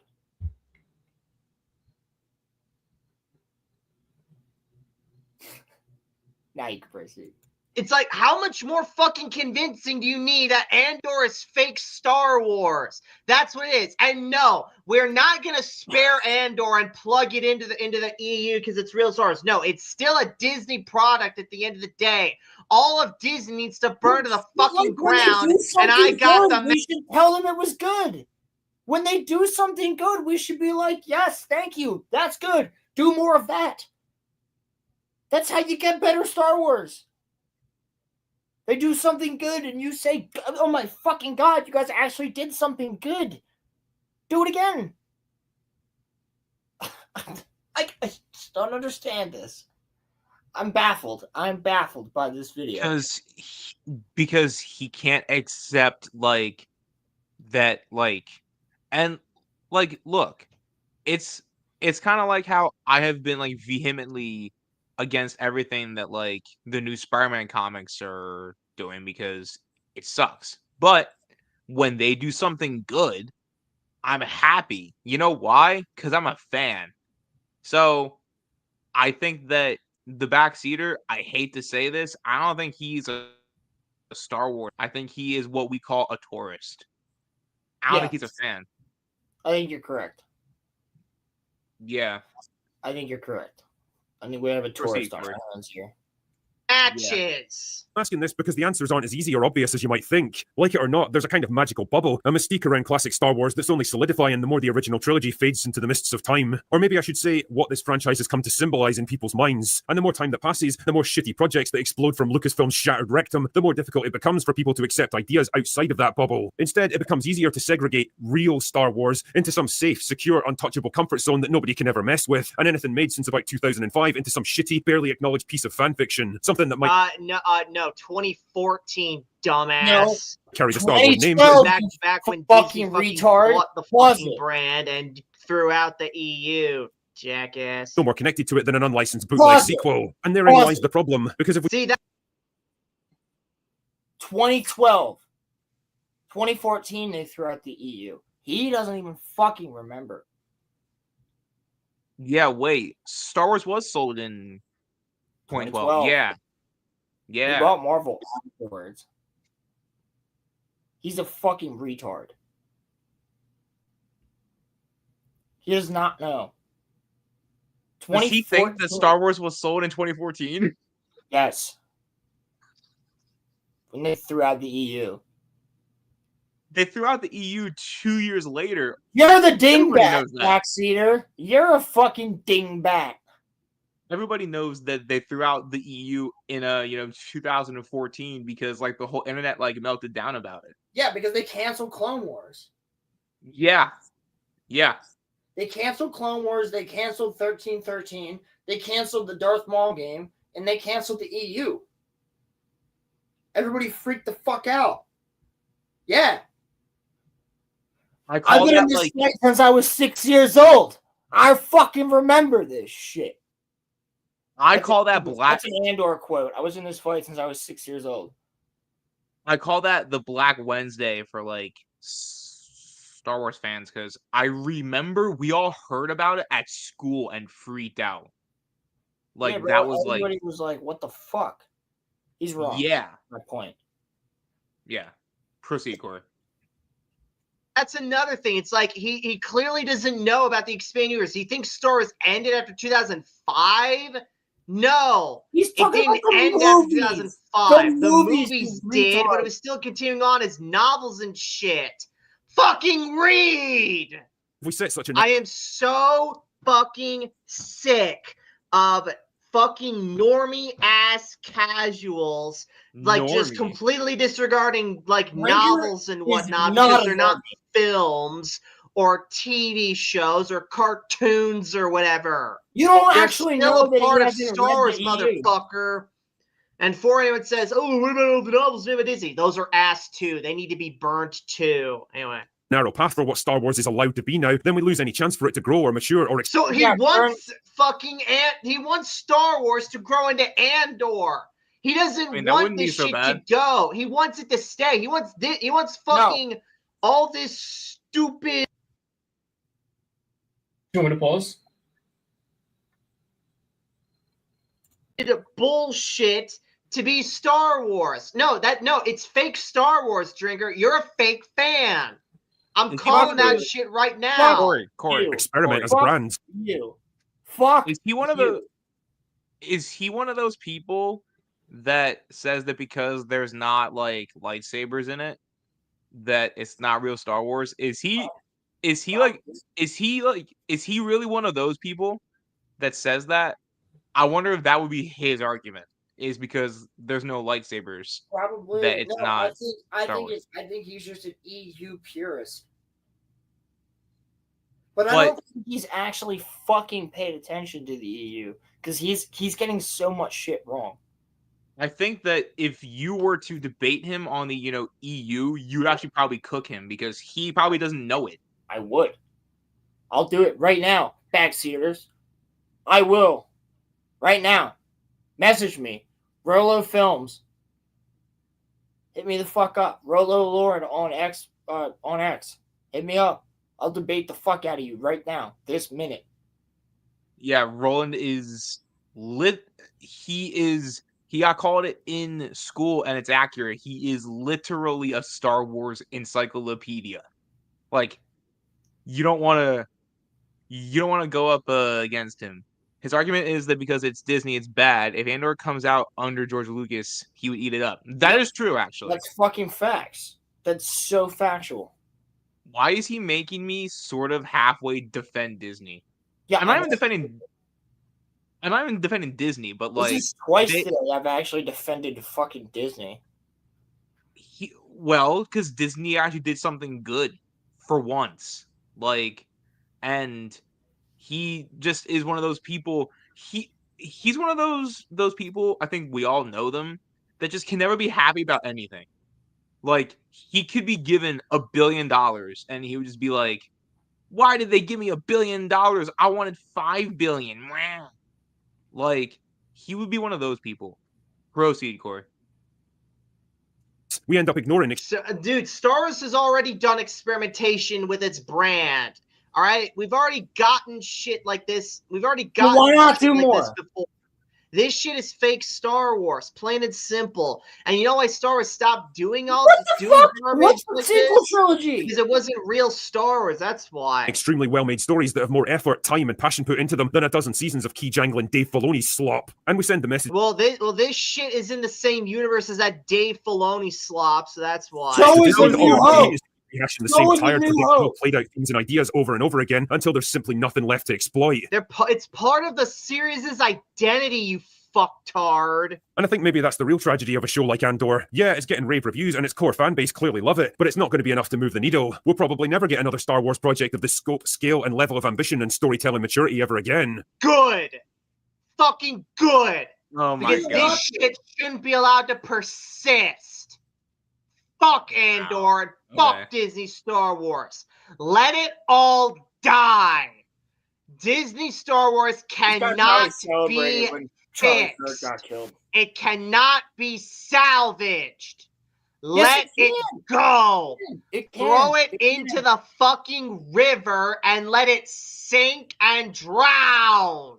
Of millions of dollars into a show that nobody fucking How are watches. you gonna burn it and sink it in the river and let it drown? You know, how do you do both? Roman, how do you burn something and also drown it? You can't. I've reached low points in my fandom. Ironically, Justice League came out the same year that The Last Jedi came out. And Justice League was to me what The Last Jedi was, Roland, to you. And I kind of gave up on being a fan. I was like, let it all burn. But I also realized that when good stuff came out, I was like, okay, like I can let myself be happy. I'll take the wins where I can get them. That's kind of where I'm at now. I'm not bitter to the point that when something good comes out that I just don't want it to succeed because I want the overall product to change. I'm not happy with how Spider-Man and Batman are doing currently, but what good would it do me if when they do something right, I'm just like, I don't like any of this. Like, you have to tell them when you like something, complain when you don't, but tell them when you like it so that they know to do more of it. Exactly. That's the whole point. If you tell them that you like something and the majority of fans like it, they might do more of it. But the point that I'm making is that he's just given up, and in a way I get it. But also, if I had given up after, Justice League, then I wouldn't be where I'm at now, because I've come to a place where I just have accepted that even with James Gunn, DC is probably cooked, Marvel's cooked, the comics are all cooked, but I'm gonna read them because I love the characters, and I'll take whatever wins I can, get. That's just, my view on it. Proceed, Corey. So get ready for a lot more low effort, low risk corporate slop. Oh, you mean like Andor here? Fuck you. Fuck you. Oh, oh my god. I am so happy I'm unsubscribed from this fucker, and I'm so happy that I never gave him money ever. Legit. He's a fake fan, doesn't know shit about the expanded universe. You gave him money. Doesn't really know shit about real Star Wars. Let's be real Subscribing here. to him gives him money. And it's complete bullshit. This is complete cap on his part. Complete fucking cap. You're a complete fucking British cigarette. So if you guys enjoy this video, please give it a thumbs up, comment below, thought videos, subscribe for more videos like this, and I'll see you guys next time in the backseat. Take care. The fuck was that? What was that, bro? Autism. Corey, I'm sorry, but also Roland wants to show you Movie Bob, and you're gonna be even more sorry. Corey, you need to be in. No, we'll do that later. I need. Corey, no. It's 4 minutes. Just look up Movie Bob, The Big Picture, Halo. We went over this on episode 117 because it was Halo Day. It's like 4 minutes, bro. And it's so autistic. Like you have no idea. Corey. This man still has a YouTube channel. He has been around. He's one of the longest running YouTubers. Movie Bob. Movie Bob made a video. One day in November. That's 6 minutes. That's not it. I know it's the Halo one. Yeah, he said it's Halo, right? It's Movie Bob's Halo video. Oh. Yeah, it's by Movie Bob from 5 years ago. Yeah, that's probably it. It's old. Big Picture made a video? Classic. No, I think it's from like 2015, but like Big Picture Classic. It's probably reposted. 2015 was 10 years ago, my guy. Yeah, I know. But it's probably made a video. If it's Big Picture Classic, it's probably. He made a video saying that hold on, or where the title was Magneto was right, but never even mentioned him once. Bro, yeah, he never mentions Magneto, but it's all about I got bullied in high school, and it's and I just thought I was in a roundabout way, he was trying to say that Magneto trying to genocide all humans was that he was no, he correct was, in he doing was, that. At some point, I just thought to myself, I'm better. Yeah, right. He thought that he got bullied because everyone thought that he was better than them or something. It was stupid. Where the fuck? Right. Are we gonna stream it, video? Or are we gonna are you gonna force me to watch this alone? No, we're gonna stream it. Sorry. This should be it. Yeah, this should be it. Oh no! Please don't! No! I don't necessarily know if this is it. It should be the Big Picture with Movie Bob. Yeah, it is the Big Picture by Movie Bob. Did it have Halo as the thumbnail? Halo was the thumbnail, yeah. Okay, all right. Let's see if this is the one. If not, we're in for it. Regardless.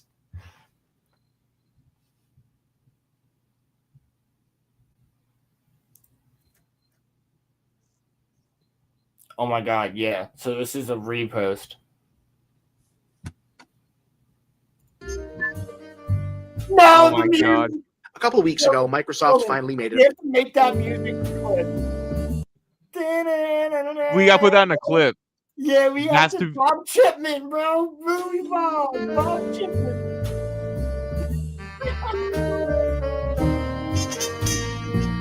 Corey, you are in for it. You are in for it. Mid-November, Corey.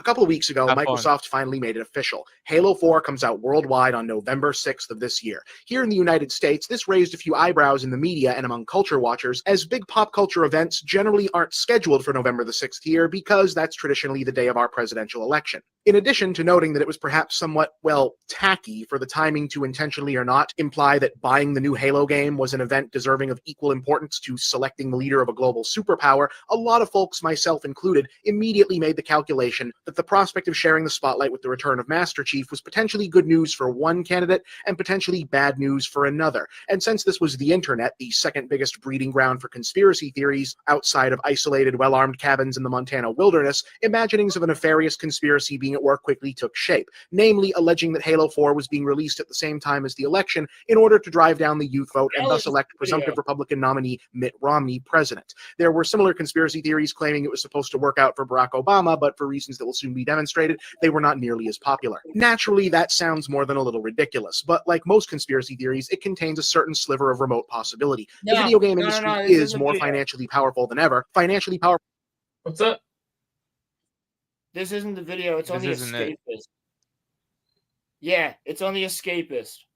It's Combat Evolved, the big picture. On the Escapist. This is a different video. I was gonna say this is definitely not it.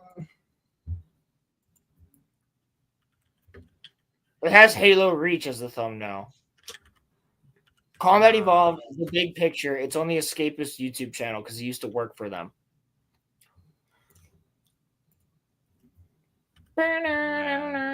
Don't worry, we get to hear it again. I don't want to hear it again, bro. I don't want to hear it. Roland, I hope you understand. I'm in so much fucking pain.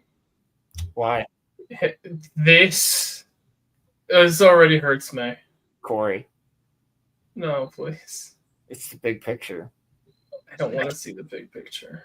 Corey, I just want to tell you, as a friend, I'm sorry that we're Combat Evolved the big picture from the Escapist from 14 years ago. Yes, that's the one. That's it. That's it, Corey. That's it. 14 years ago. Hold on, guys. I have to edit something. I gotta do this real quick. Oh no. I gotta get my movie Bob fucking picture up. Oh no. I'll eat a grape for that one. I'll eat a grape for that one. Yo, clip that. Clip it. I'm gonna eat a grape for that one. Viewers, put me out of my misery. Corey, this is gonna blow your fucking mind. No, I'm rubbing peanut butter on my cock. It's gonna blow your mind. He got paid for this. Corey, you know what else is mind blowing? A fucking gun. That's also pretty mind blowing. Oh my god.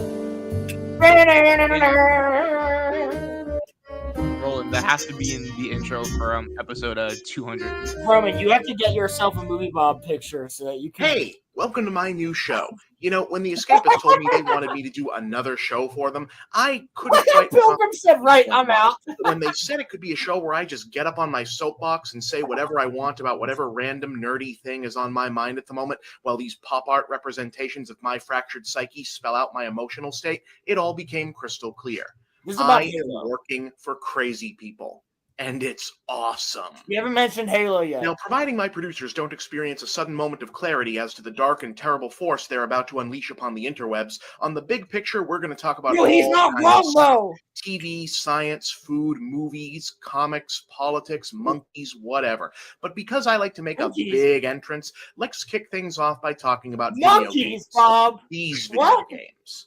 All right, so it's no secret in the gaming world that I'm not a big Halo fan, but because some readers kept asking, I did go and give Halo Reach a shot. I'm still not feeling it. Sorry. Hey, big ups to Bungie on all that brilliant characterization on Noble Team, though. The girl soldier is a badass. The other badass likes to Corey, pause it. Corey, pause it. The girl soldier.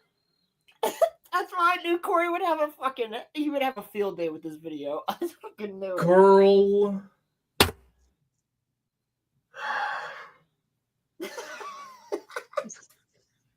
Go off, Corey. Go off, Corey. Okay, so first off, not only is it the first girl soldier. Girl soldier. I have to process that. Go off, Corey. Go off. Her name is fucking Cat. It's not hard. It's not hard. It's 3 letters. 1 syllable. He didn't play Halo Reach. He didn't play it.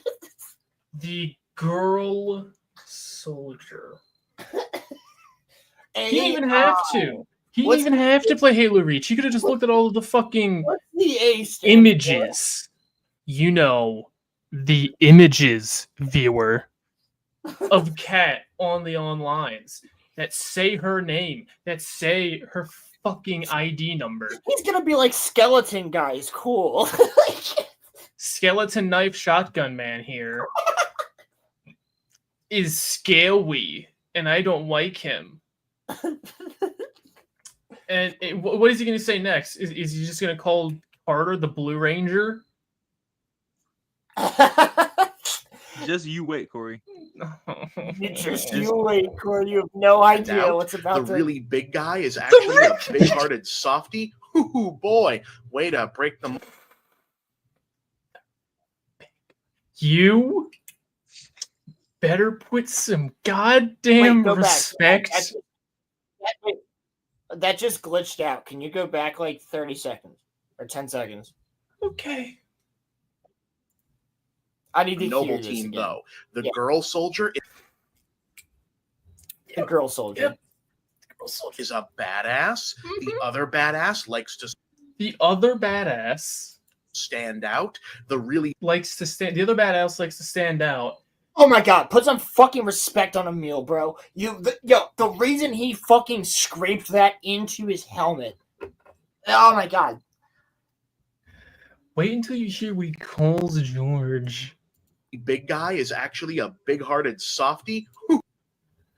The really big guy is a really big-hearted softy. He's not a softy, he's just a good person. Okay, we already paused it. Time the fuck out. Do you know why both Carter and George were picked from the Spartan 2 program to be in the Spartan 3s? Do you know why they're on fucking Noble Team? The best of the because they're personable. They're Yep. the most human out of all of them. Yep. They knew that's that why the Spartan program couldn't run off of kidnapped genetic super soldiers or like emotionally coerced orphans. They had to, at one point, have the Spartan program be filled with normal people. How are you going to get normal people in there if you have the mentality of someone who is kidnapped from childhood and turned into a super soldier and fought their entire lives being genetically perfect? Two of the Spartan 2s that actually fucking survived, who knew Chief, knew Blue Team, and were like directly under Halsey. And she picked them, handpicked George, which is spelled Jorge, but it's George, and Carter. She picked both of them to be the leaders of Noble Team. To be in Noble Team. And then it's the same reason why June, I almost called him John. The same reason why June, survivor, by the way. Yeah, of Noble Team. That's why he's in the Spartan 4 program. Yeah, you know who is also he's the captain of the Spartan 4 program. He's the one that led it. He's the recruiter. Do you know something crazy about the Spartan 2s? They had members of the Orion Project in it. You know, the original Spartan 1s. Why? Yep. Fucking Succession? What do you mean, like the show? No.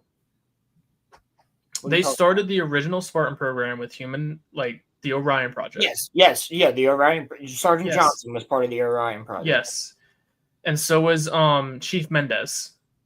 Yes. Oh my God. Yeah, you're correct. And so they brought Chief Mendez. Dude, Mendez isn't even in the Halo show. Fuck that. Yeah. Hold on. They have Mendez come over, and they have Mendez help with the Spartan 2s. Mendez. That's when Chief has the one human moment of like, were these soldiers' lives spent or wasted? And he's like, son, that's a choice you have to make. Yeah. Like, you're fucking 14. Don't worry about it. Let the people in charge of you worry about if these lives were spent or wasted. Yep. And Chief's like, it's my fault they died. And it's like, no, it's not. You're literally 14. You were young enough to be my grandson. Shut up. Yeah, Chief Mendez is a fucking badass. And that's also why Master Chief becomes the Master Chief. That's why because of Chief Mendez, Master Chief is like, I'm going to become that rank. He's going to become a chief, and he's never going to. It's also because of Chief Mendez that Master Chief acts the way he does. It's Chief Mendez, because of Chief Mendez, every Mendez planet. And Halsey and what's his name? Captain Keyes. Those three raised him. Yes. And it's because of Chief Mendez that every time a planet fell to the Covenant that Chief was on, he would wait until the last minute after they were done glassing it, and he would force himself to watch the planet get glassed. Yep. Anyway, we're saying all this because The Spartans are more than just their ID number and their armor and their training. And George is a fucking shining example of that. Yes. And to call him the big, tall guy? The big softy. The big softy? I'm very confident there's at least 3 times if they were to write a George book, if they were to write a book about George, there would be at least 3 times where he rips an elite in half. Oh my god, yeah. He sees a little kid about to get stabbed, he rips the arm off the elite to save the kid. Like, George is a terrifying individual if you're not a human. Yeah, that's very true. And he's the one who figures it out. He goes, fuck that, the Covenant's on Reach. Yeah. In the first mission. In the first mission, everyone's They're just they're like insurrectionists, and he goes, insurrectionists, fuck that, it's the Covenant. The Covenant is on Reach. I repeat, the Covenant is on Reach. And then Carter says the same thing to Colonel Holland. It's like, yeah, he's ready for war. He's ready to fight.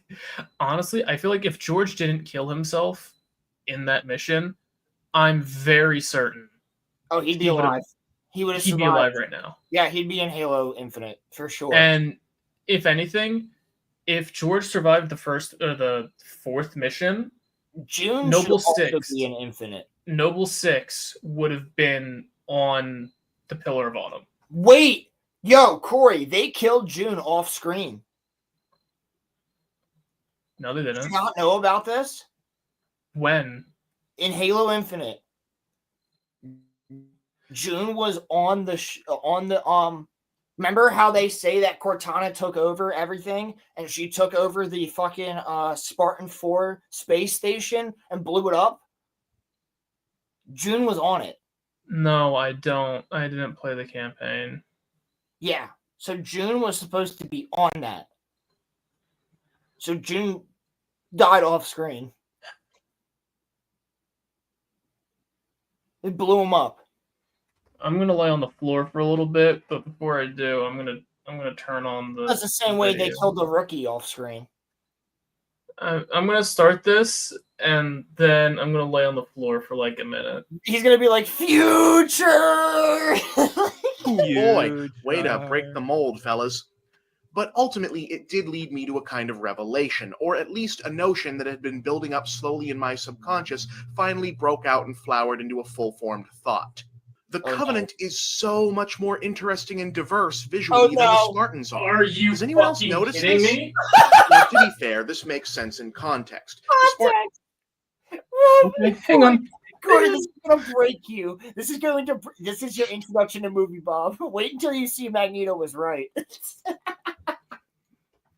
Give me a second. Finally broke out and flowered into a full-formed thought. The Covenant is so much more interesting and diverse visually than the Spartans are. Does anyone...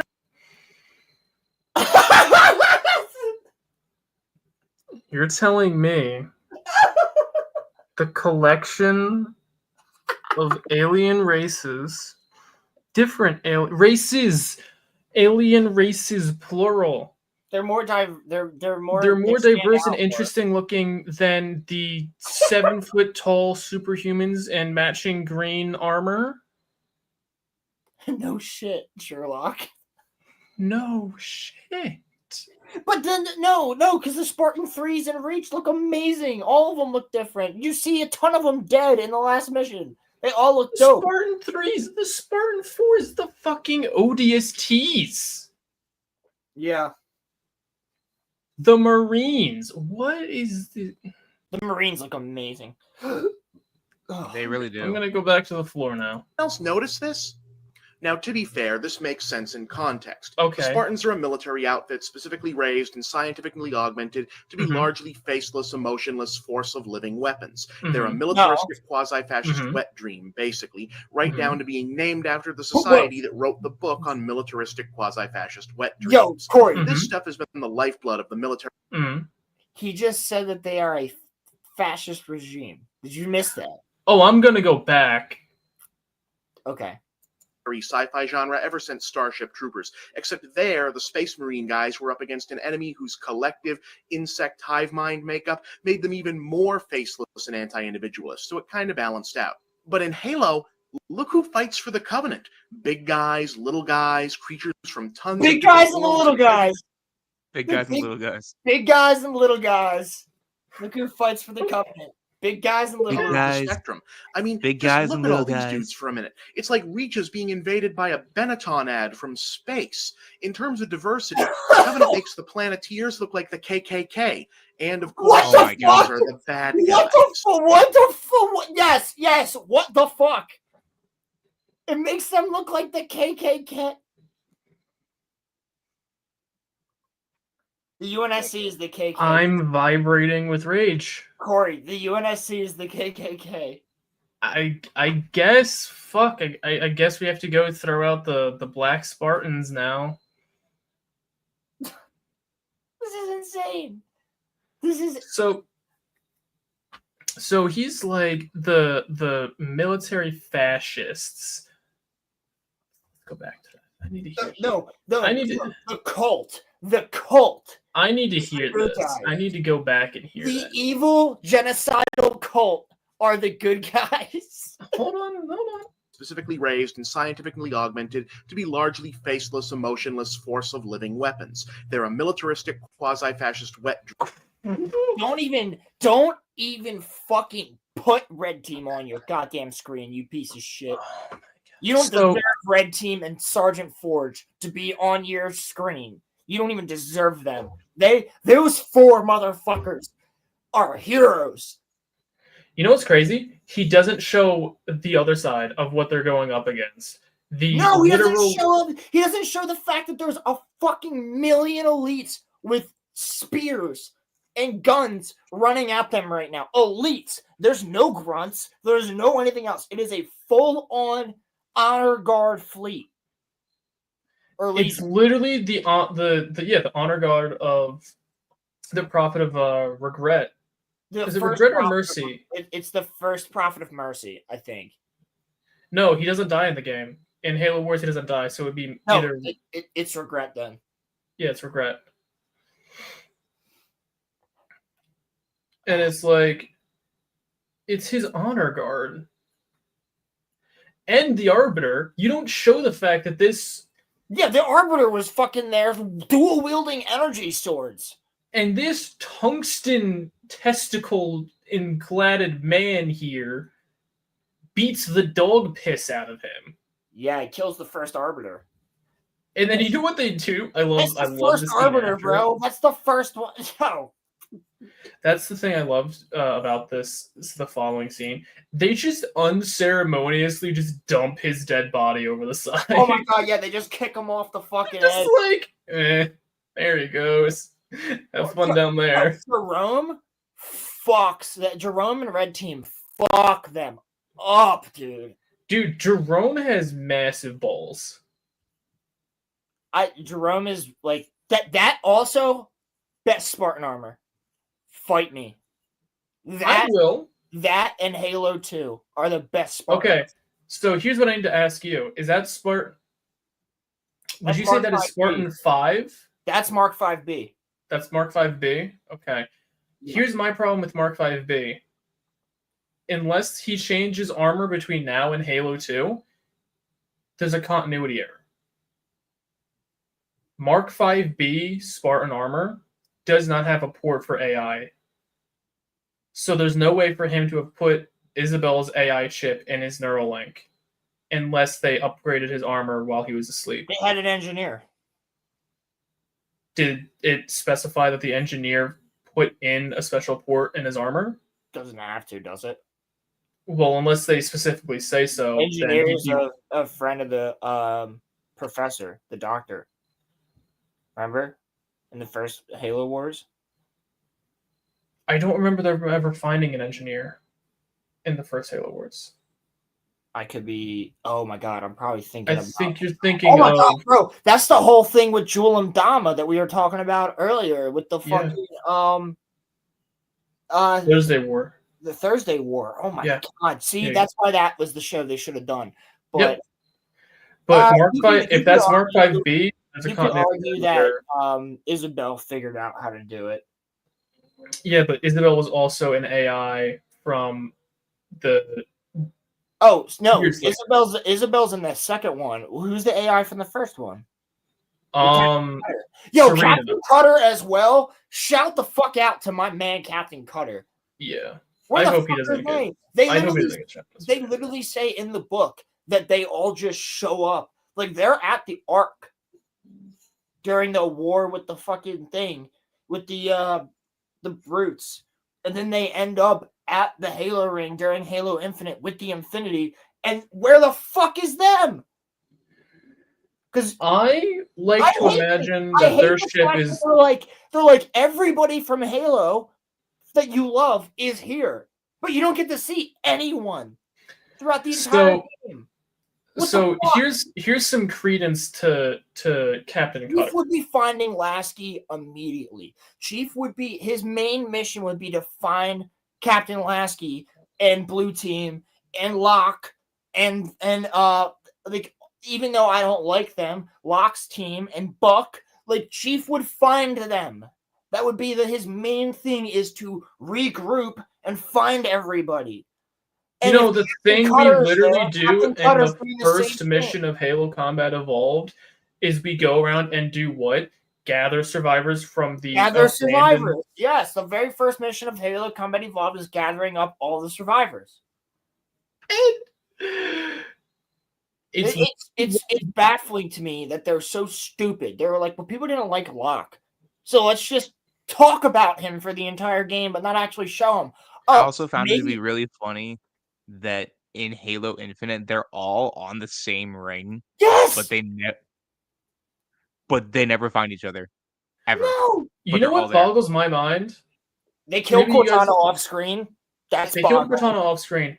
How the fuck did the Banished get there? They killed Atriox off screen, and the main villain of the Banished, they kill him off screen. He just stands on the Infinity while it blows up. He just stands there. He doesn't leave. So he just dies on the Infinity. He dies on the Infinity, and then when you beat the game on Legendary, he walks into the cartographer and opens it up, and it's like, oh, he's still alive. But it's like, bro, this dude literally just fucking stood there and threw Chief out the window, and then just stood there as he exploded. How the fuck did he survive? You're also going to tell me that Captain Lasky, yes, is a retard now. Yes. Is one, a retard now. Two, his ship can spawn a small fleet. And you're telling me Captain Lasky, with the most advanced ship in the UNSC Navy. Yeah, it's 4 kilometers long. Hold on. Let me just finish this. Because fuck Halo. The new Halo. Not Bungie shit. Fuck Halo Infinite. You're telling me that Lasky, a person who is able to outsmart Cortana and flee, with the best ship in the UNSC Navy, who had the Master Chief and Blue Team on board, and potentially had Locke and his fire team on board. Oh, and Halsey was on board. And and Fire Team Crimson and all the other Spartan fire teams. He had all that. Not to mention his Not to mention his entire fleet that he can deploy. Not to mention apparently running into the Spirit of fucking Fire. Yes, and also Phoenix frigate that has survived the entire Covenant War. So they say this actually, that the entire fleet of the UNSC was there at the Battle of this Ring. Everybody. That's why we lost. We lost because the entire fleet was there? Yes. They say that. The whole UNSC fleet shows up. Most of it. How does that make sense? As much as they can spare, basically. So, like, there's, like, 5 ships guarding each planet, but, like, everything else is there. So hear me out, right? I think they lose 273 ships or something. And you're telling me they have now Red Team, all the Spartan 4s on the ship. They have Halsey. They have fucking Carter. You're telling me Captain Cutter at this point wouldn't be like, everyone follow me, and he would be like the shining beacon in the fucking fight? I think Lasky would literally join with him. I think Lasky would be like, nope, he's got seniority. He would literally be like, everyone defend that ship and listen to what he says. Yeah. Yep. Yeah, because what happened was they just fucking beamed in. Because they saw because remember at the end of Halo Wars 2 that the dock got transported to that Halo ring. The dock was on the ring, and then the ring jumped out. Yes. And the Guardians showed up. The Guardians showed up, and then when the Guardians showed up, so they were tracking her, and she's on the ring. So they show up to at the end of Halo Wars 2. Sorry, I keep cutting you off. You're good. At the end of Halo Wars 2, they have it's like the big final showdown between Atriox and the Banished versus Carter and the UNSC Spirit of Fire. Everyone's pulling out all their punches, and the dock's on the ring. The ring jumps out. They just destroyed his flagship, and now the defenses of the Ark are currently beating the dog piss out of the Banished Navy that is around the Ark. Before, I need to preference this, before she left, the Doctor programmed the defenses of the Ark to target all non-humans. Yes, I remember that. So the entire Ark is now awake. The fragment of mendicant fucking bias is all now awake and has been let off the chain saying, fucking sick them if they don't look like me. So congratulations, you're now a racist contender AI. We might have to explain what mendicant bias is real fast. Okay, I got you. So, everyone is familiar. If you're not familiar with Cortana, there are things called AIs. Think of ChatGPT. No. I think it's better to talk about Guilty Spark first. Guilty Spark? Yeah, because mendicant bias is Guilty Spark's dad, basically. Guilty Spark. 343 Guilty Spark? Yes. That's not an AI. Well, he's Chakas, you're right, but... Yeah. Oh my god, I guess you're right. Yeah, he's not an AI. Chakas. Okay, yes. Yeah. So, if we all know who Cortana is, mendicant bias is essentially just a bigger, better GigaChad AI than Cortana. Mendicant bias could potentially beat the dog piss out of Cortana in Minecraft, and he can run circles around Cortana. Also, the thing about mendicant bias is that all of the terminals, every terminal you read throughout the Halo Combat Evolved and Halo 2, every terminal you read throughout Halo is mendicant bias speaking to you. Especially in Halo 3 when you get to the Ark. Everything that you read in those terminals are all mendicant bias. Yeah, he's a Forerunner AI, ancient. He's an ancient Forerunner AI, and if we all understand why...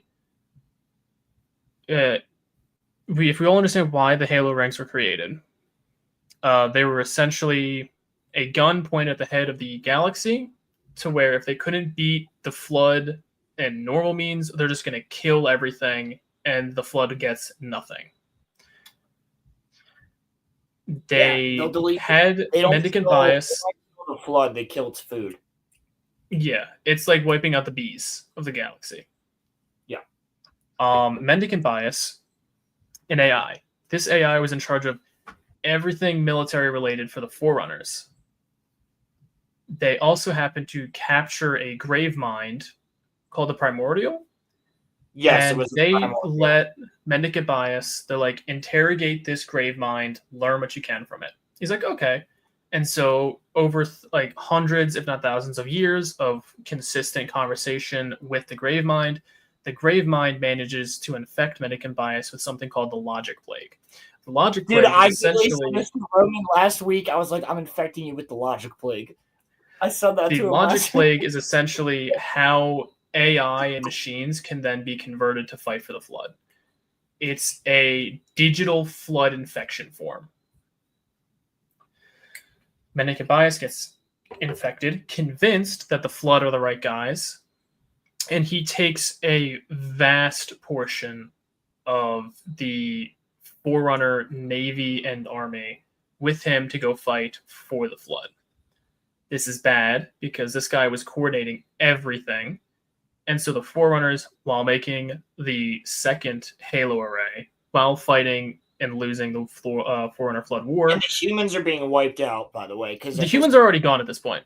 Yeah, at this point, the cartographer was made, or the composer was made. They got composed. Yeah, so the humans were actually almost just as advanced as the Forerunners, and then the Flood showed up. And then the Flood showed up, and they got started us back into nothing. That was actually because of the composer, yeah, but the composer. The Flood pushed us into Forerunner space, and we then started the glassing. Yeah, that's the Forerunner human war because we started glassing Forerunner planets because of the Flood. We're getting very sidetracked.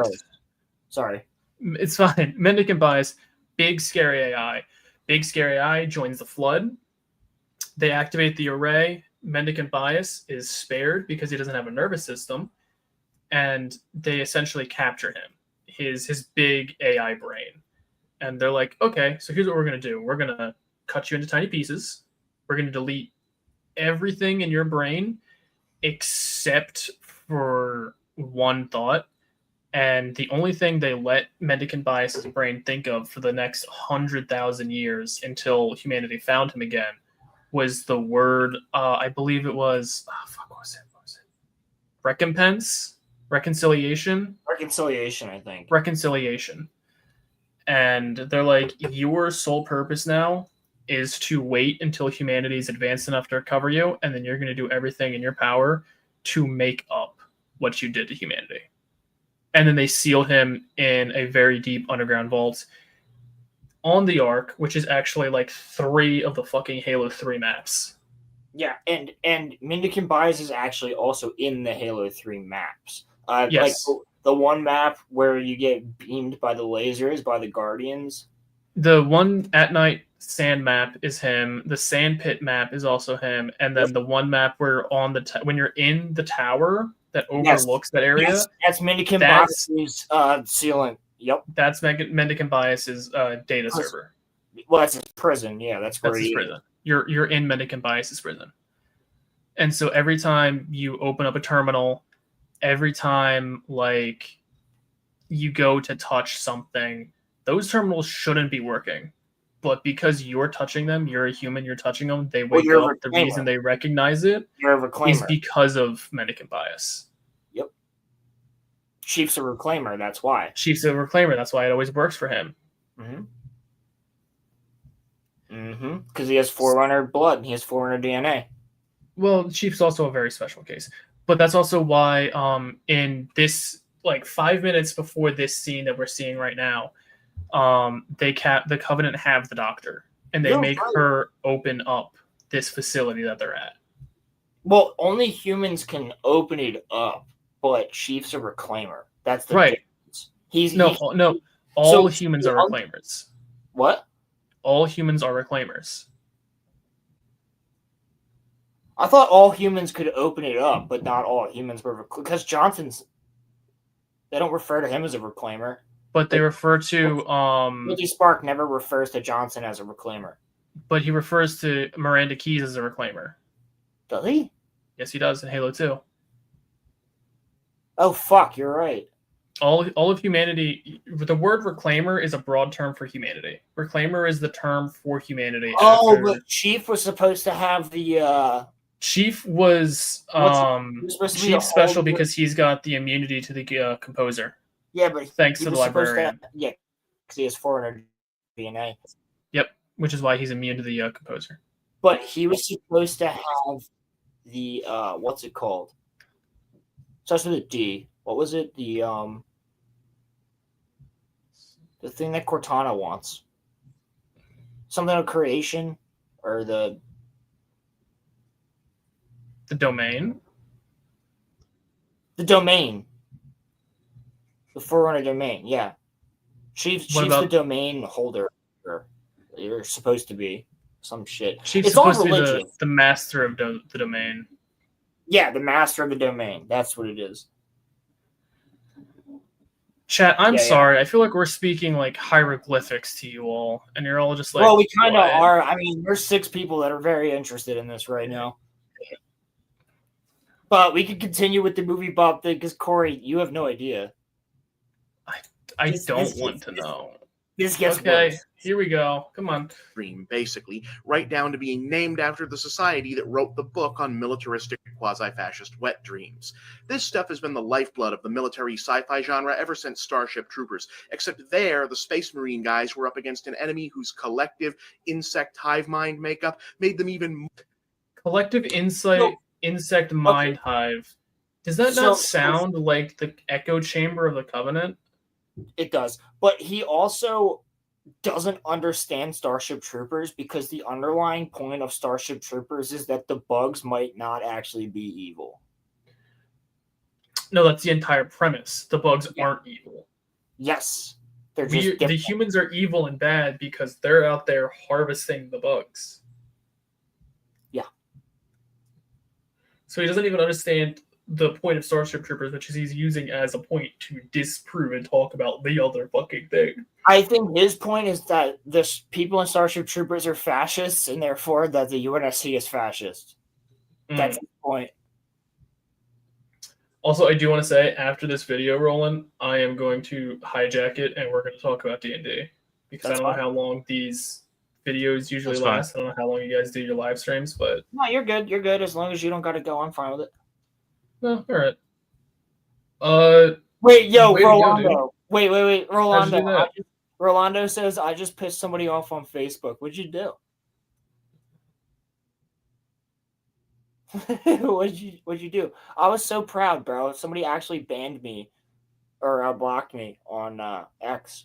I was very happy last week when I got blocked on X. All I said was that Charlie Kirk got killed for what he did, for just speaking his mind, and I hate that happened. It's Charlie Kirk related. Oh, of course it is. Way to go, King. Bravo. Fucking round of applause for you, man. Fucking. Oh, it's Facebook, bro. That shit is you want to talk about an echo chamber? That's Facebook. We all talk. Roman and I have talked about that for a long time. Lies about him. More faceless and anti-individualist, so it kind of balanced out. But in Halo, look who fights for the Covenant. Big guys, little guys, creatures. I like how he says, when he says big guys, he shows skirmishers. I also will say that it is a badge of honor to get, and I didn't even know that this was possible until it happened recently, but it is a badge of honor to get blocked on Reddit, because if you get blocked by someone, yes, if you get blocked by someone on Reddit, then you must really have fucked up. Like, that's so true. So if they block you on Reddit, bro, that's fucking good. I got blocked by someone on Reddit because he posted something about how Spider-Man is like a terrible like hero because of like this example and that. Fuck and off. So, Spider-Man can beat anybody.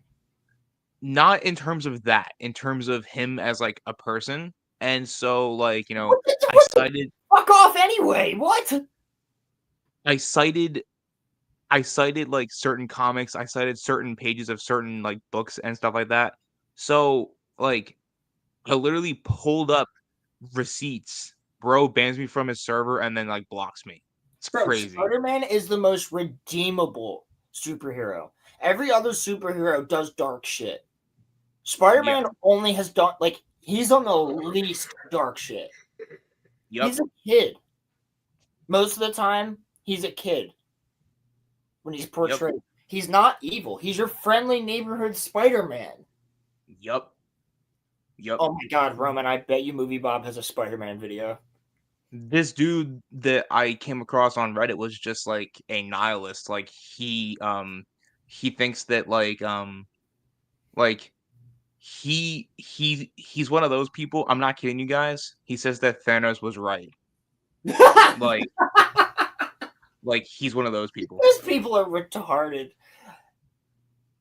That's so fucking funny. So Thanos had a good point and he had good intentions. how he went about them were bad.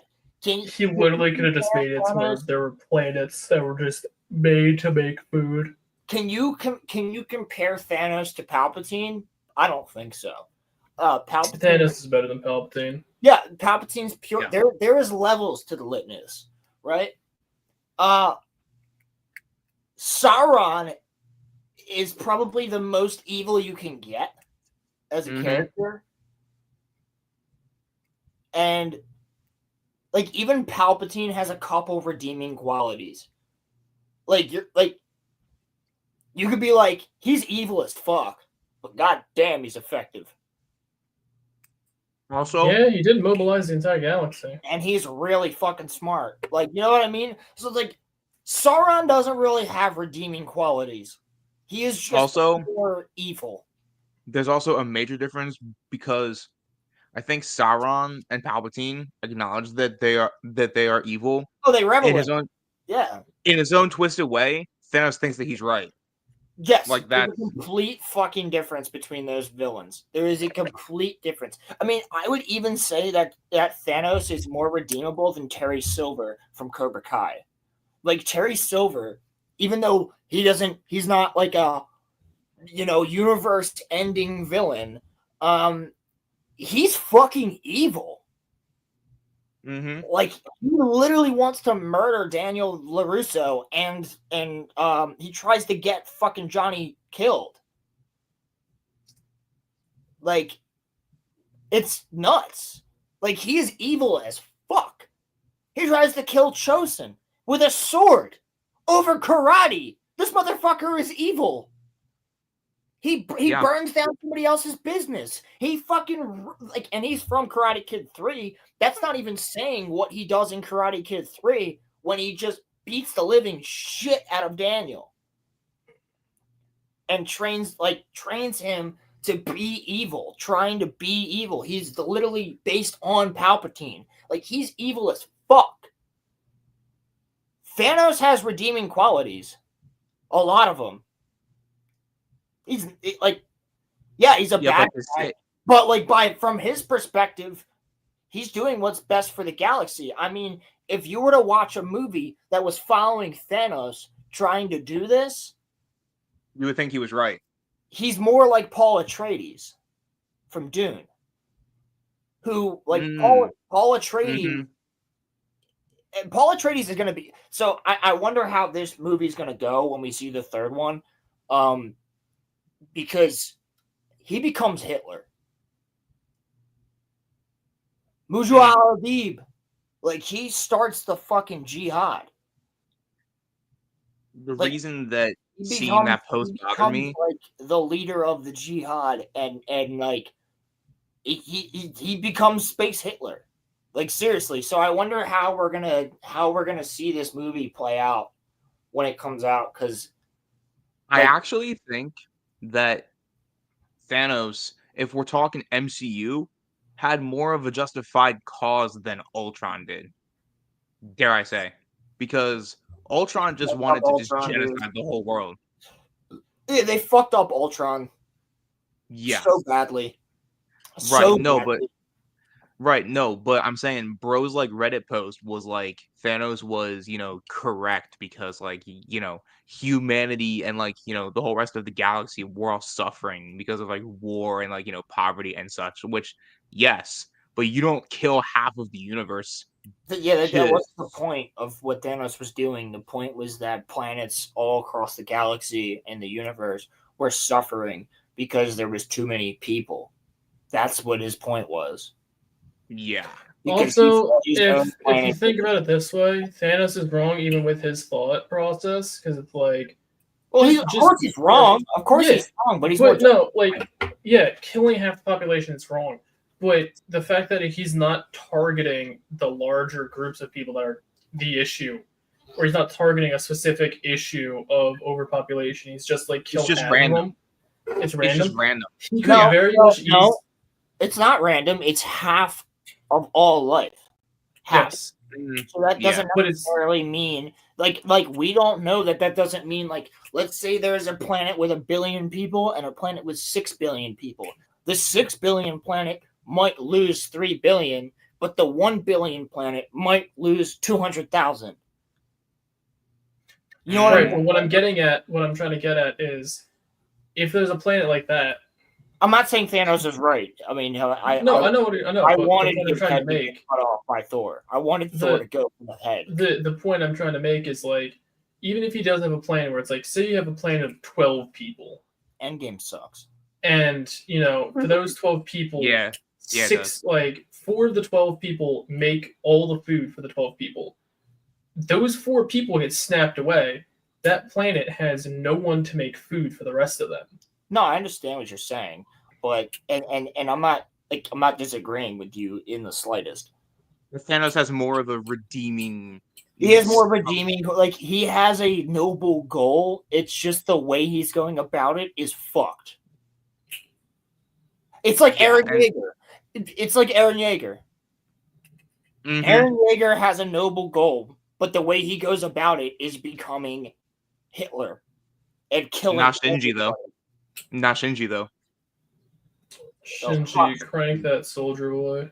Fuck Shinji. No, but just to put a bow on that though, the point is, I found myself very happy that I got blocked and banned from a Spider-Man Reddit. I have never been banned from a Spider-Man Reddit ever, and I got banned from one. I got blocked by her. Nice, bro. Honestly, good on you. He said it's my sister. It's the sister of my sister's friend. So she doesn't exist. Fuck her.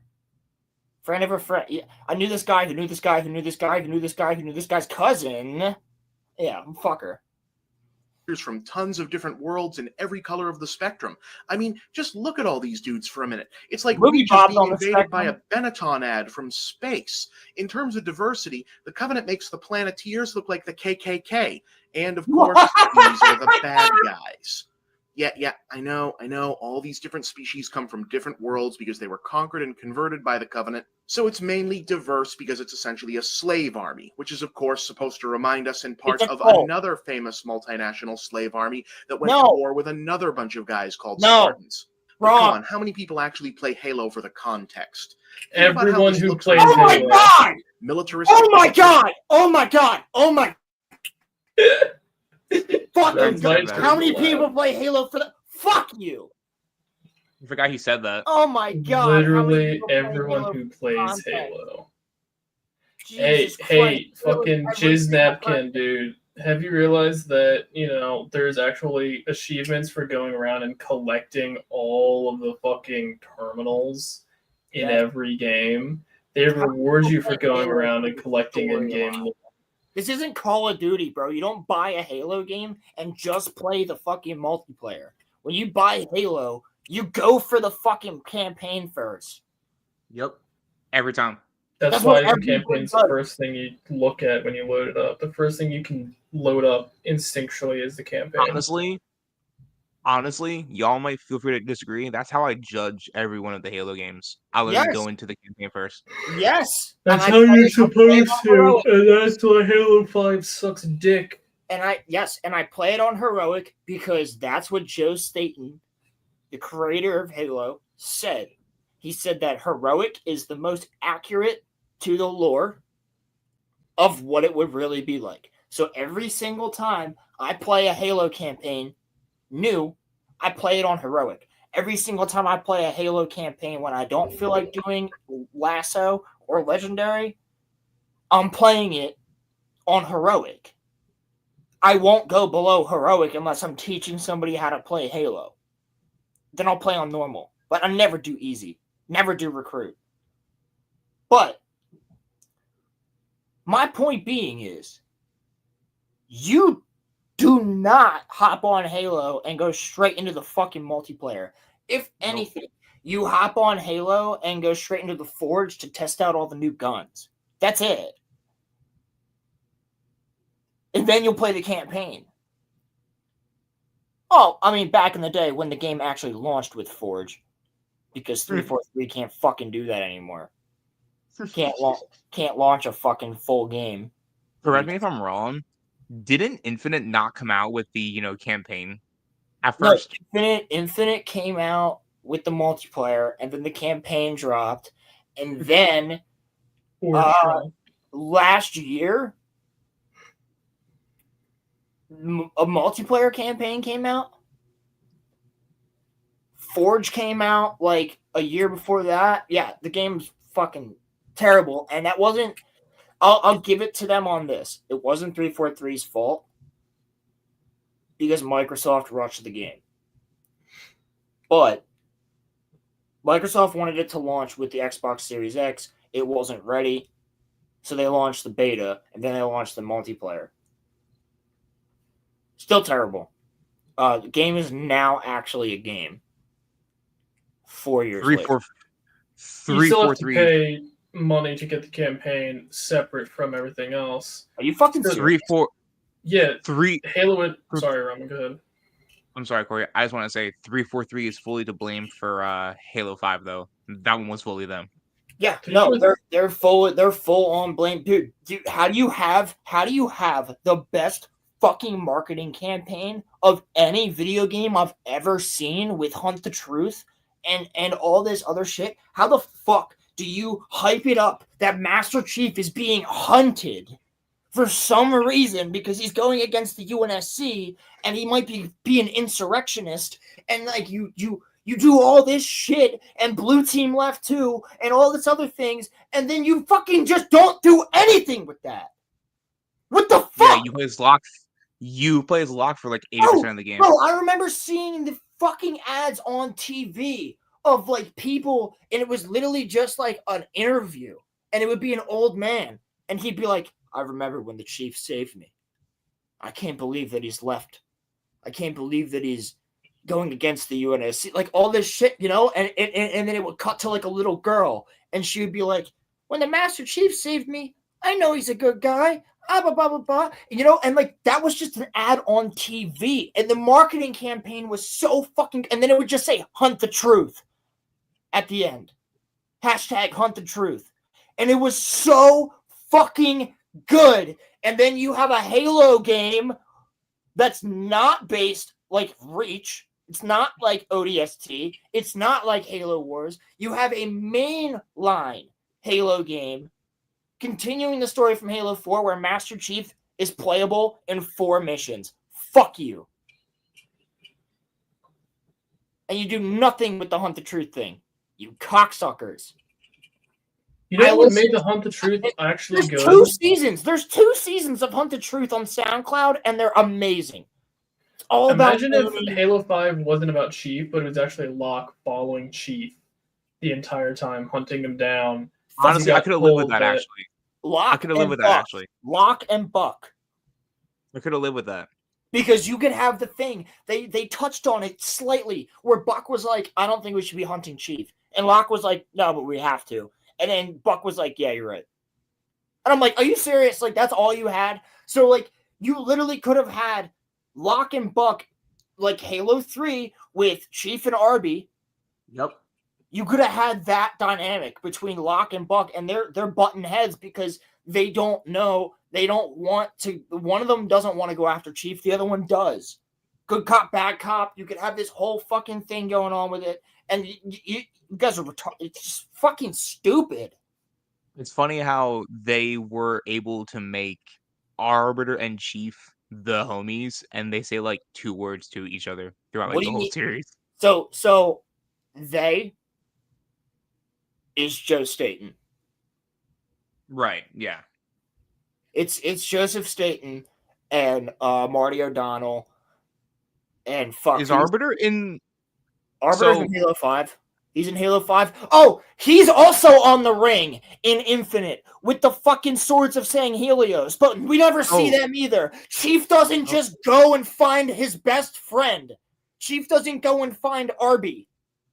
Get the fuck out of here. He's also on the ring fighting with humanity because Sang Helios is also under attack, and they're trying to take out the Banished on the ring to fucking finally defeat them.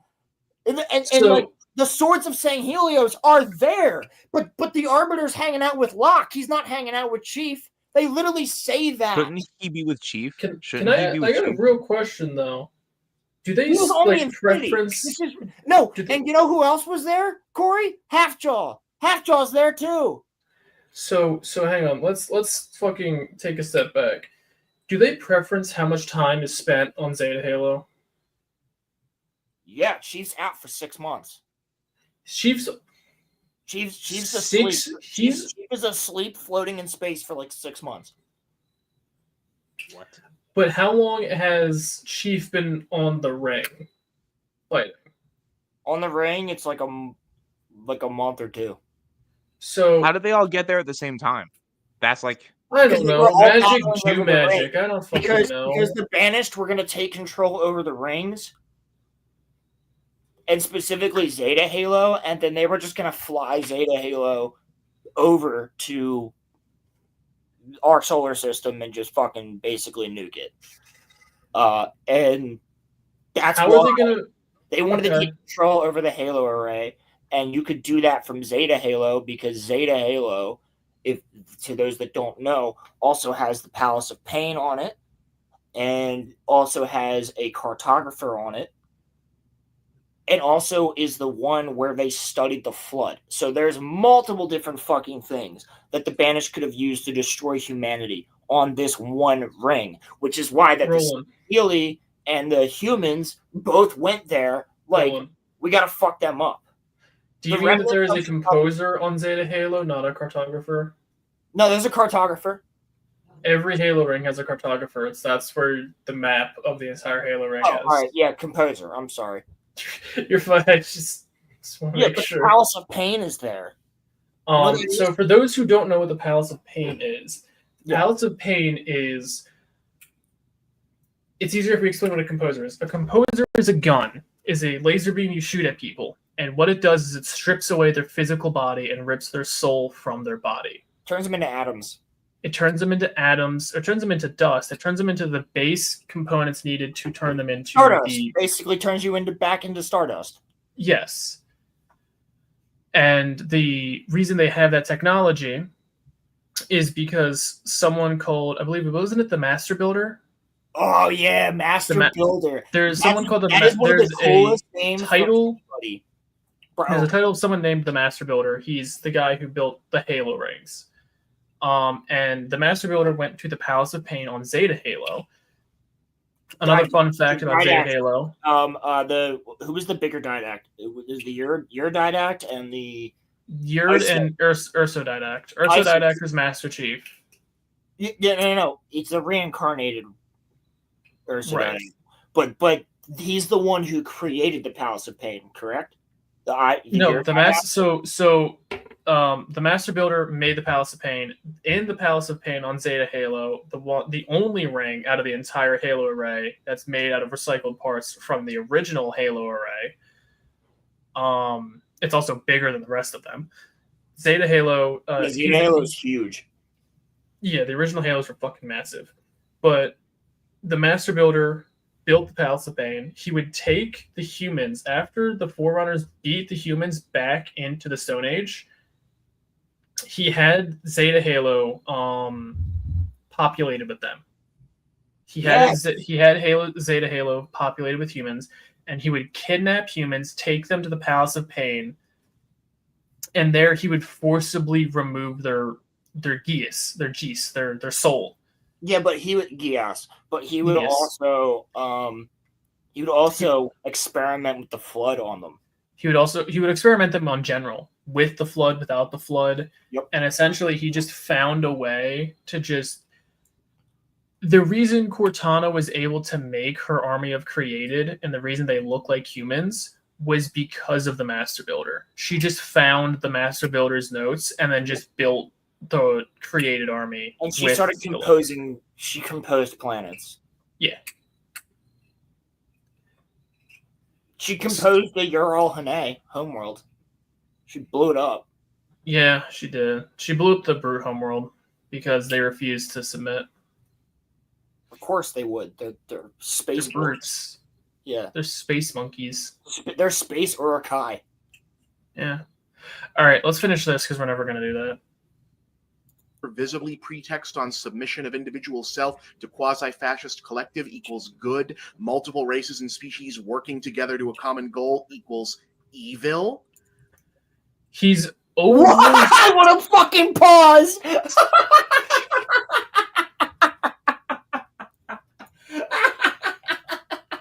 Is that Cammy's profile picture? I guess.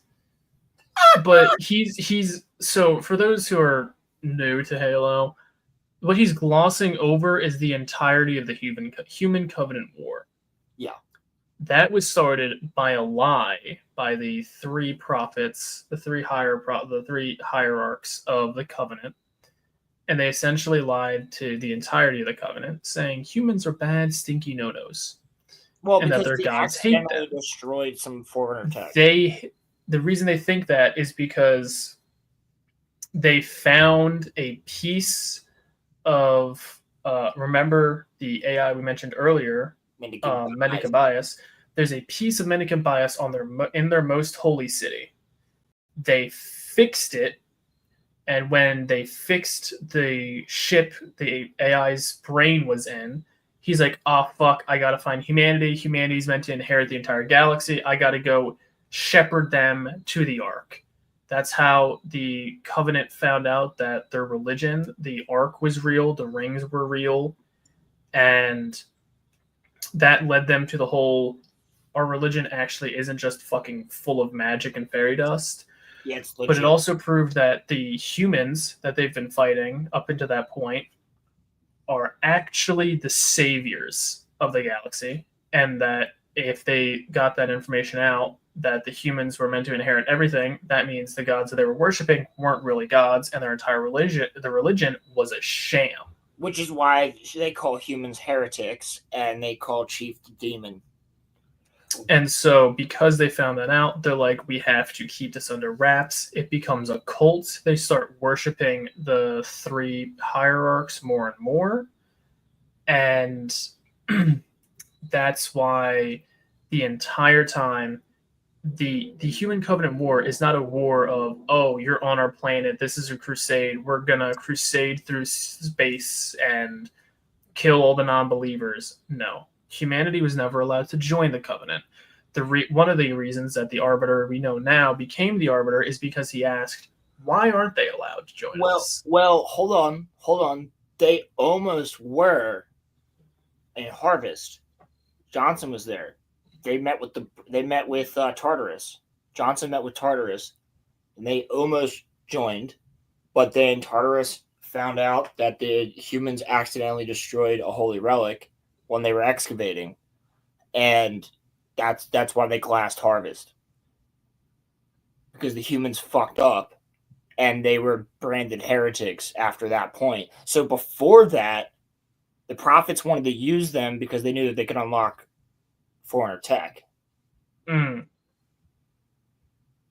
So the prophets wanted humanity to be part of the fray, but then after that happened, it was like, oh shit, we're at war. This is now a crusade.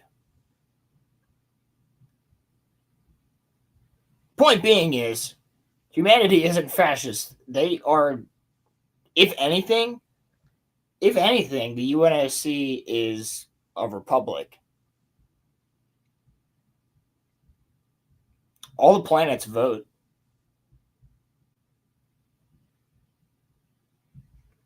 United Nations Space Command. Yeah, I think, you're right, they do. They all do. Yep. Equals evil.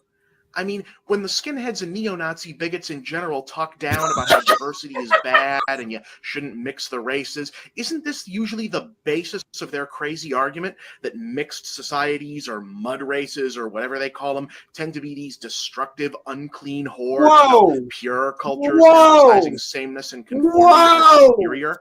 Bob! Mud races? Whoa! That's going on a list. I think Movie Bob is the race. Bro, this is 14 years ago. He's ahead of the curve. Look, I'm not here to accuse Bungie of promoting fascism, especially since what we do see of Spartan creation does cast the whole thing in an air of morally ambiguous gray, and holy crap! Wait, can we go back to that? Did his eyes just turn blue? So hold up. Oh You my got this God. young guy with the conspicuous. Oh my God, blonde hair, blue eyes. That's what he's going for. Carter. Seriously well-shaved head getting turned he into said the that. ultimate human weapon, and you know it worked because his eyes are blue now? Bungie, that's some pretty scary unintended symbolism there. This is some kind of self-parody, right? Right?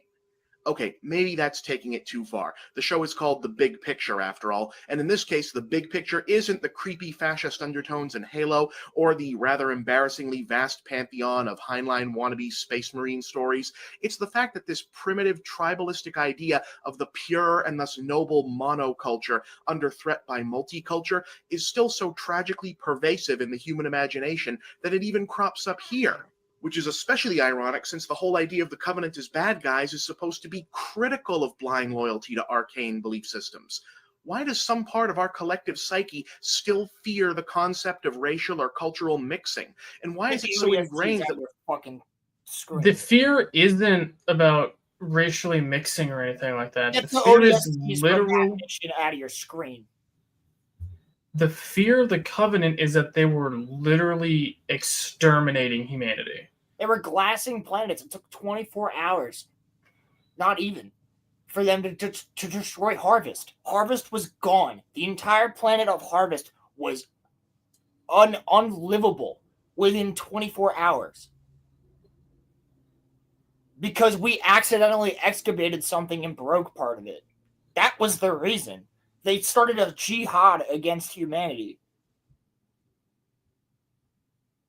They literally call it religion. They literally call it a crusade in the books. That's fucking crazy.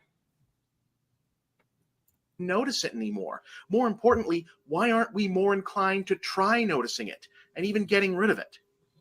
I'm Bob, and that's the big picture. No, you gotta let the music play. You gotta let it play.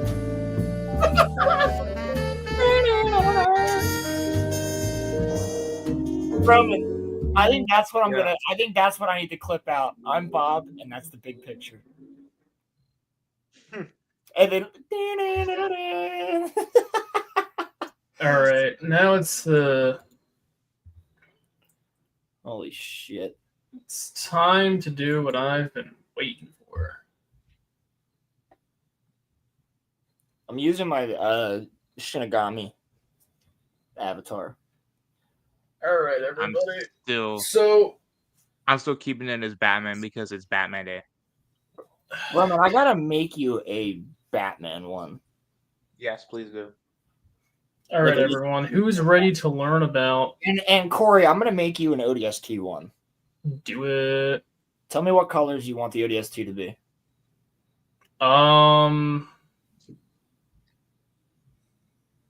Right now, or I mean, you could just tell me whenever, but I mean, I'll make you one. I'll make you a profile. By the way, I have to use somebody else's. Like, this is mine. This is me as a Shinigami from Bleach. I'm a Soul Reaper. That's my sword, Rizahime. I also have, before we get into the next thing, I'll show you the other ones because I have 3 versions. Ooh, I thought of something that's gonna look fucking sick. So that's regular me as a Shinigami. And then I have the Shikai mode. And then I got Bankai mode. With my soul, with my the spirit of my sword behind it, Rizahime. I thought of something. Then Make me a Jedi opening the holocron. I have me from Burn Notice. I got my alien jaw. I have this one that Roman's gonna bust the nut over. Yes, sir. I heard it. Roman's like, don't change it. Don't change it. Let me look at it. Let me look at her. That's the female version of Rolo films. I have the OG. This is the OG one from regular show. You see that one. You see that one in this clip right here. I got pussy. Hell yeah, I did. All right. You did. I also have this one, Corey. I think you'd appreciate. Oh fuck yeah! In that one, don't change it. He said, "Don't change it." Don't change it. All right. Also, this one you probably like. Ooh. That's Revan. This is my OG one. That's still your Instagram, ain't it? Bro, the old days, bro. Yeah, it's not my Instagram anymore. My new Instagram one is the other one, but I also have. I love the lizard. Bro's just chilling. Yo, I love him. I love him. He's the best.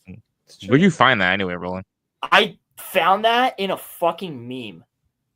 It was a fucking Instagram video, and somebody was just like recording a concert, and this like you can't see it in this picture, but there's like 100 people around this lizard, and he's awesome. just chilling, bro. He's literally just fucking chilling, and like the whole video is like this big concert. Everybody's freaking out and dancing and having a great time, and then the camera pans down. There's a lizard with a cigarette and a Coke, fucking iced tea, chilling on a backpack. Like it's just fucking awesome.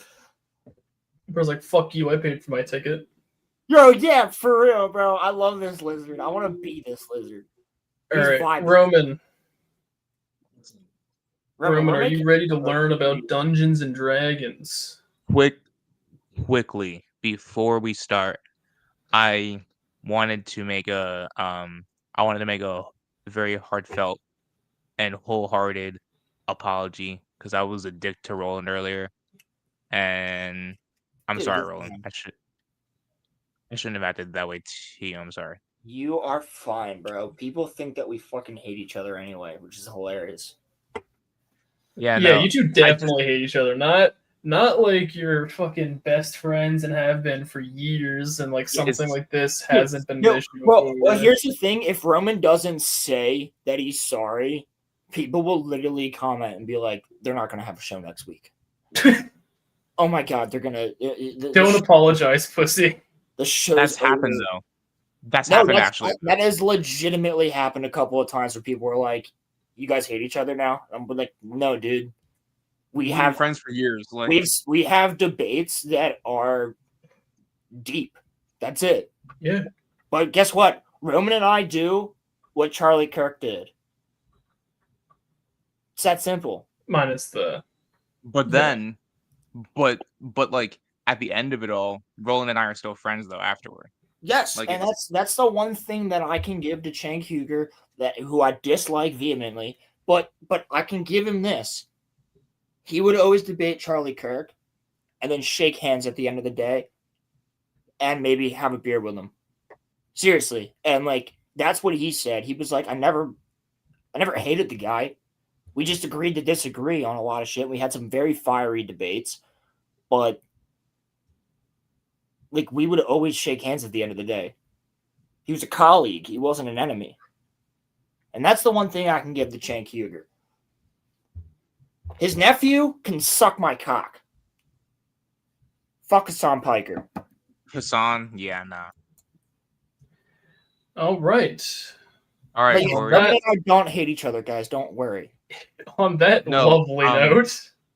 No, like just no, in all seriousness, it would take Roland or me screwing like getting with each other's wives to end our friendship. Oh yeah, I would like this is not gonna end our friendship.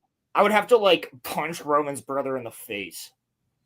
Yeah. Or something like that. You know what? That actually might not even be the thing. No. I would have to punch his mom.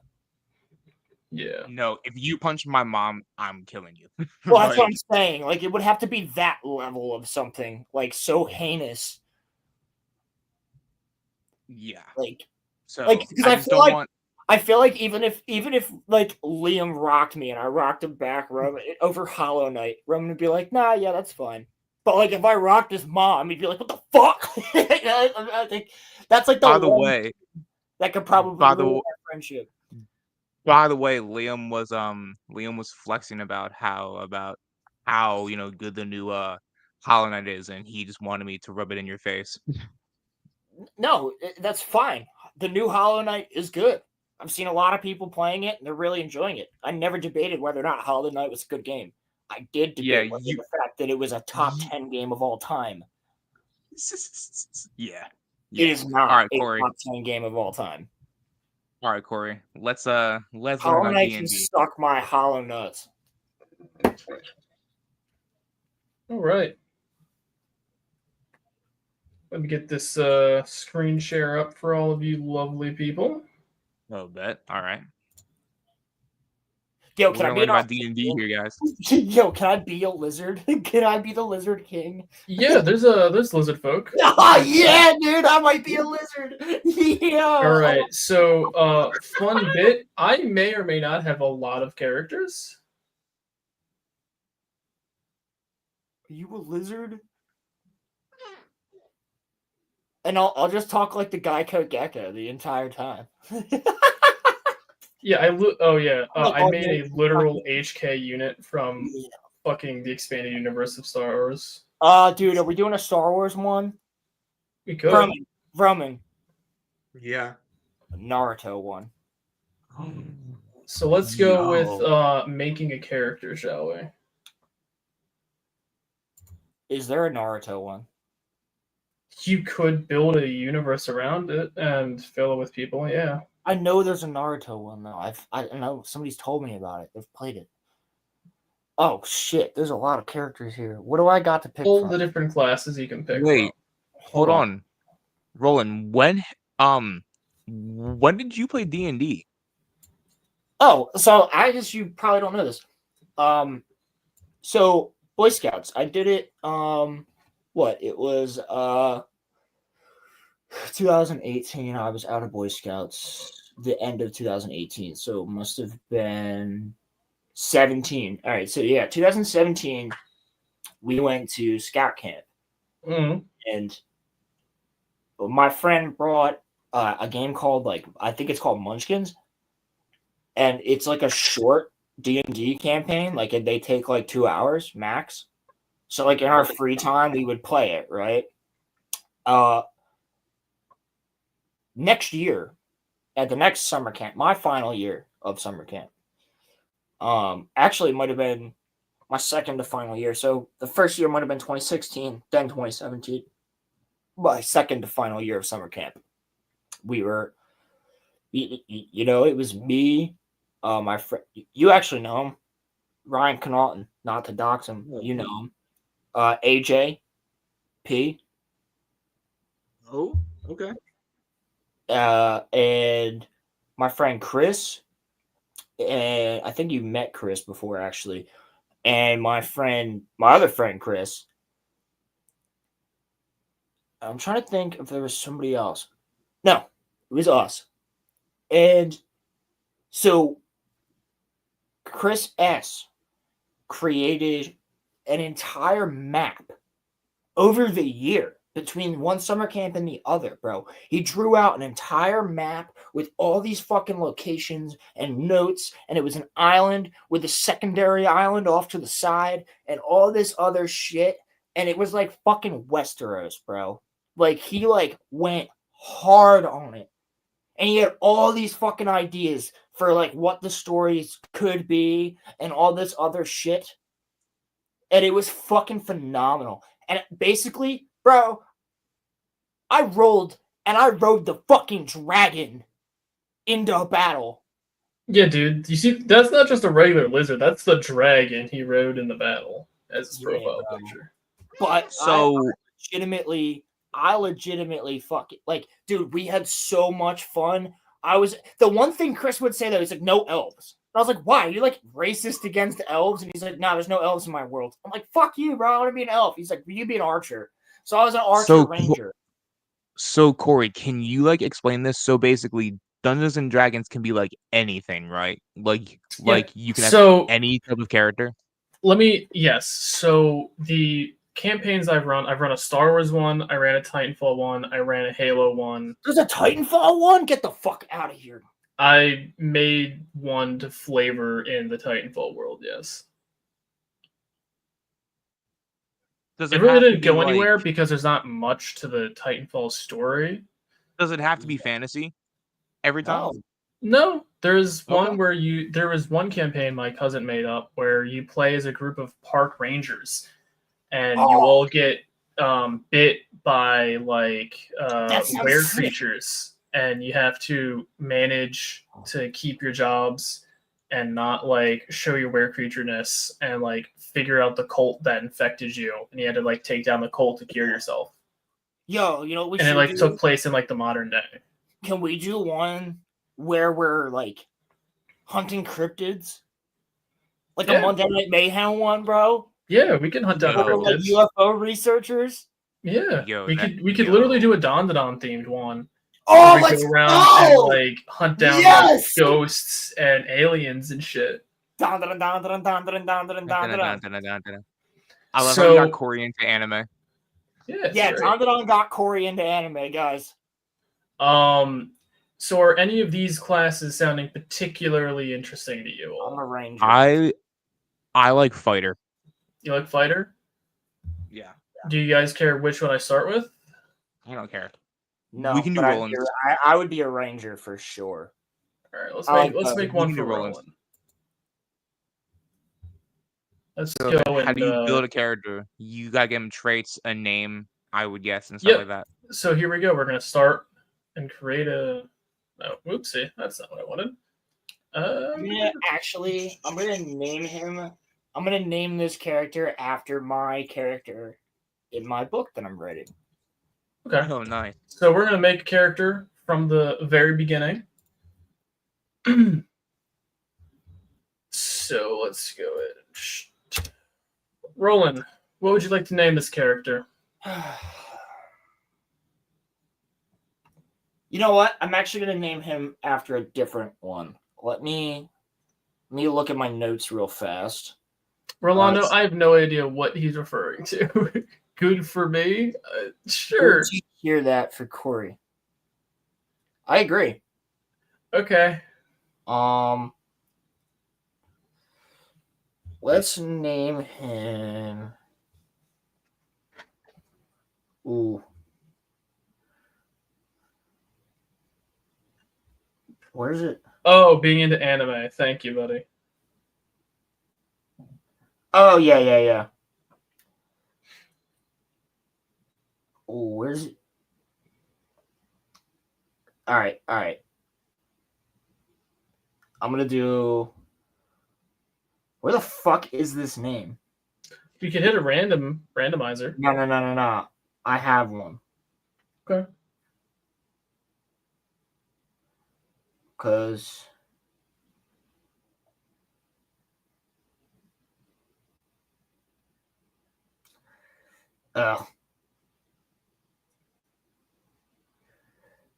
All right. Mm-hmm.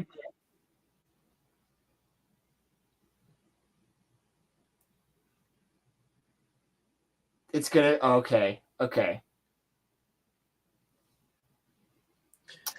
Should it be? Fill it out. Okay. Should it be? Dude, I'm. All right. Tier. Like the thing that comes out of your eye? Yes, but it's Tyre.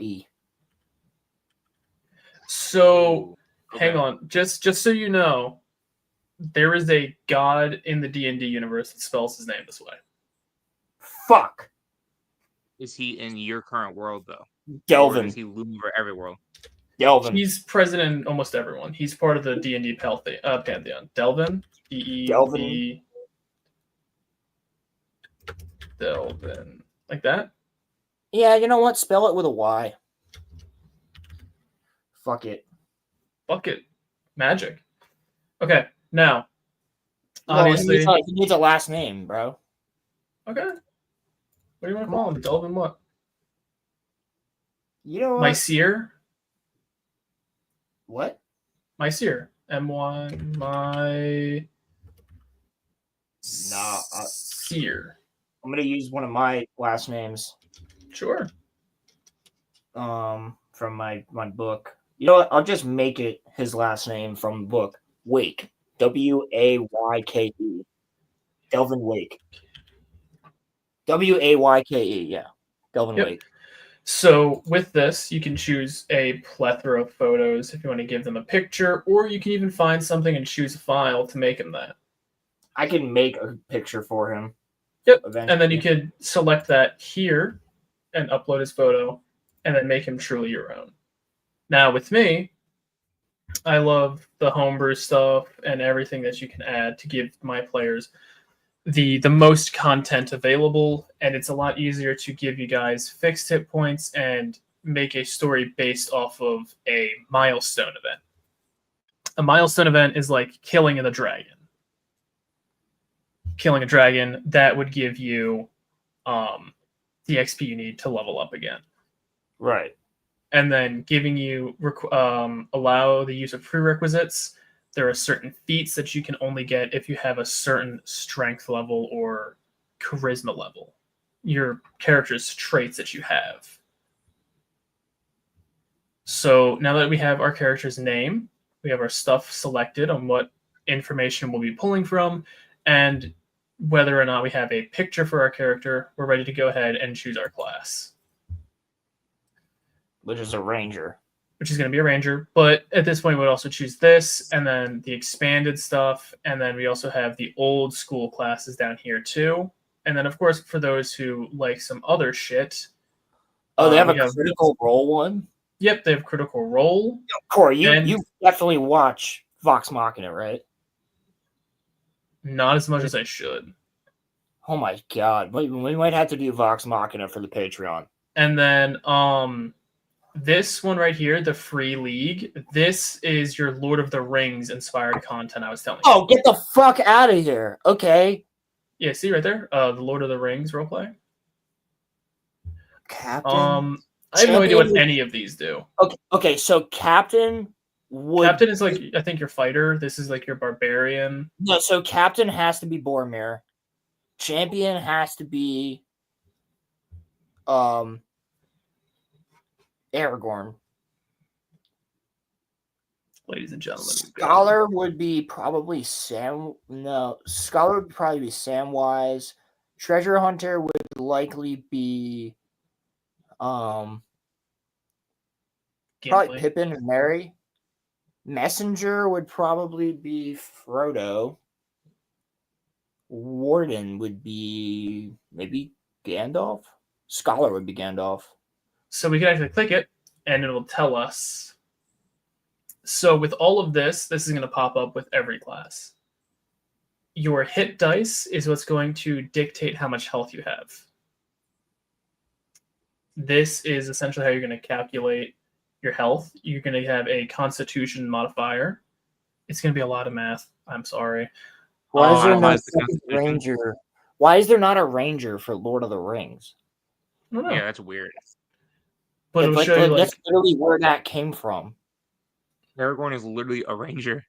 The word ranger came from Lord of the Rings. Not the word ranger, but like the class of calling ranger somebody came from that. The character archetype ranger came from that. Yeah. Yeah. So would you want to use any of these classes, or do you want to go up and use the actual ranger? I'm probably gonna just use the ranger class. Okay. So we'll go up, click on him, and it gives you a little snippet of what they're supposed to be. So our primary abilities, when we go to roll our stats or select them, we want our dexterity and our wisdom to be the highest so that we get the best bonuses for our weapons and our skills. Yeah, for sure. And the stuff that we can do that's special for our class are going to be based off of dexterity and wisdom. Saves are something entirely different. They're more of stuff you have to do if someone's going to be casting magic at you and other things like that. For example, if you're on a boat and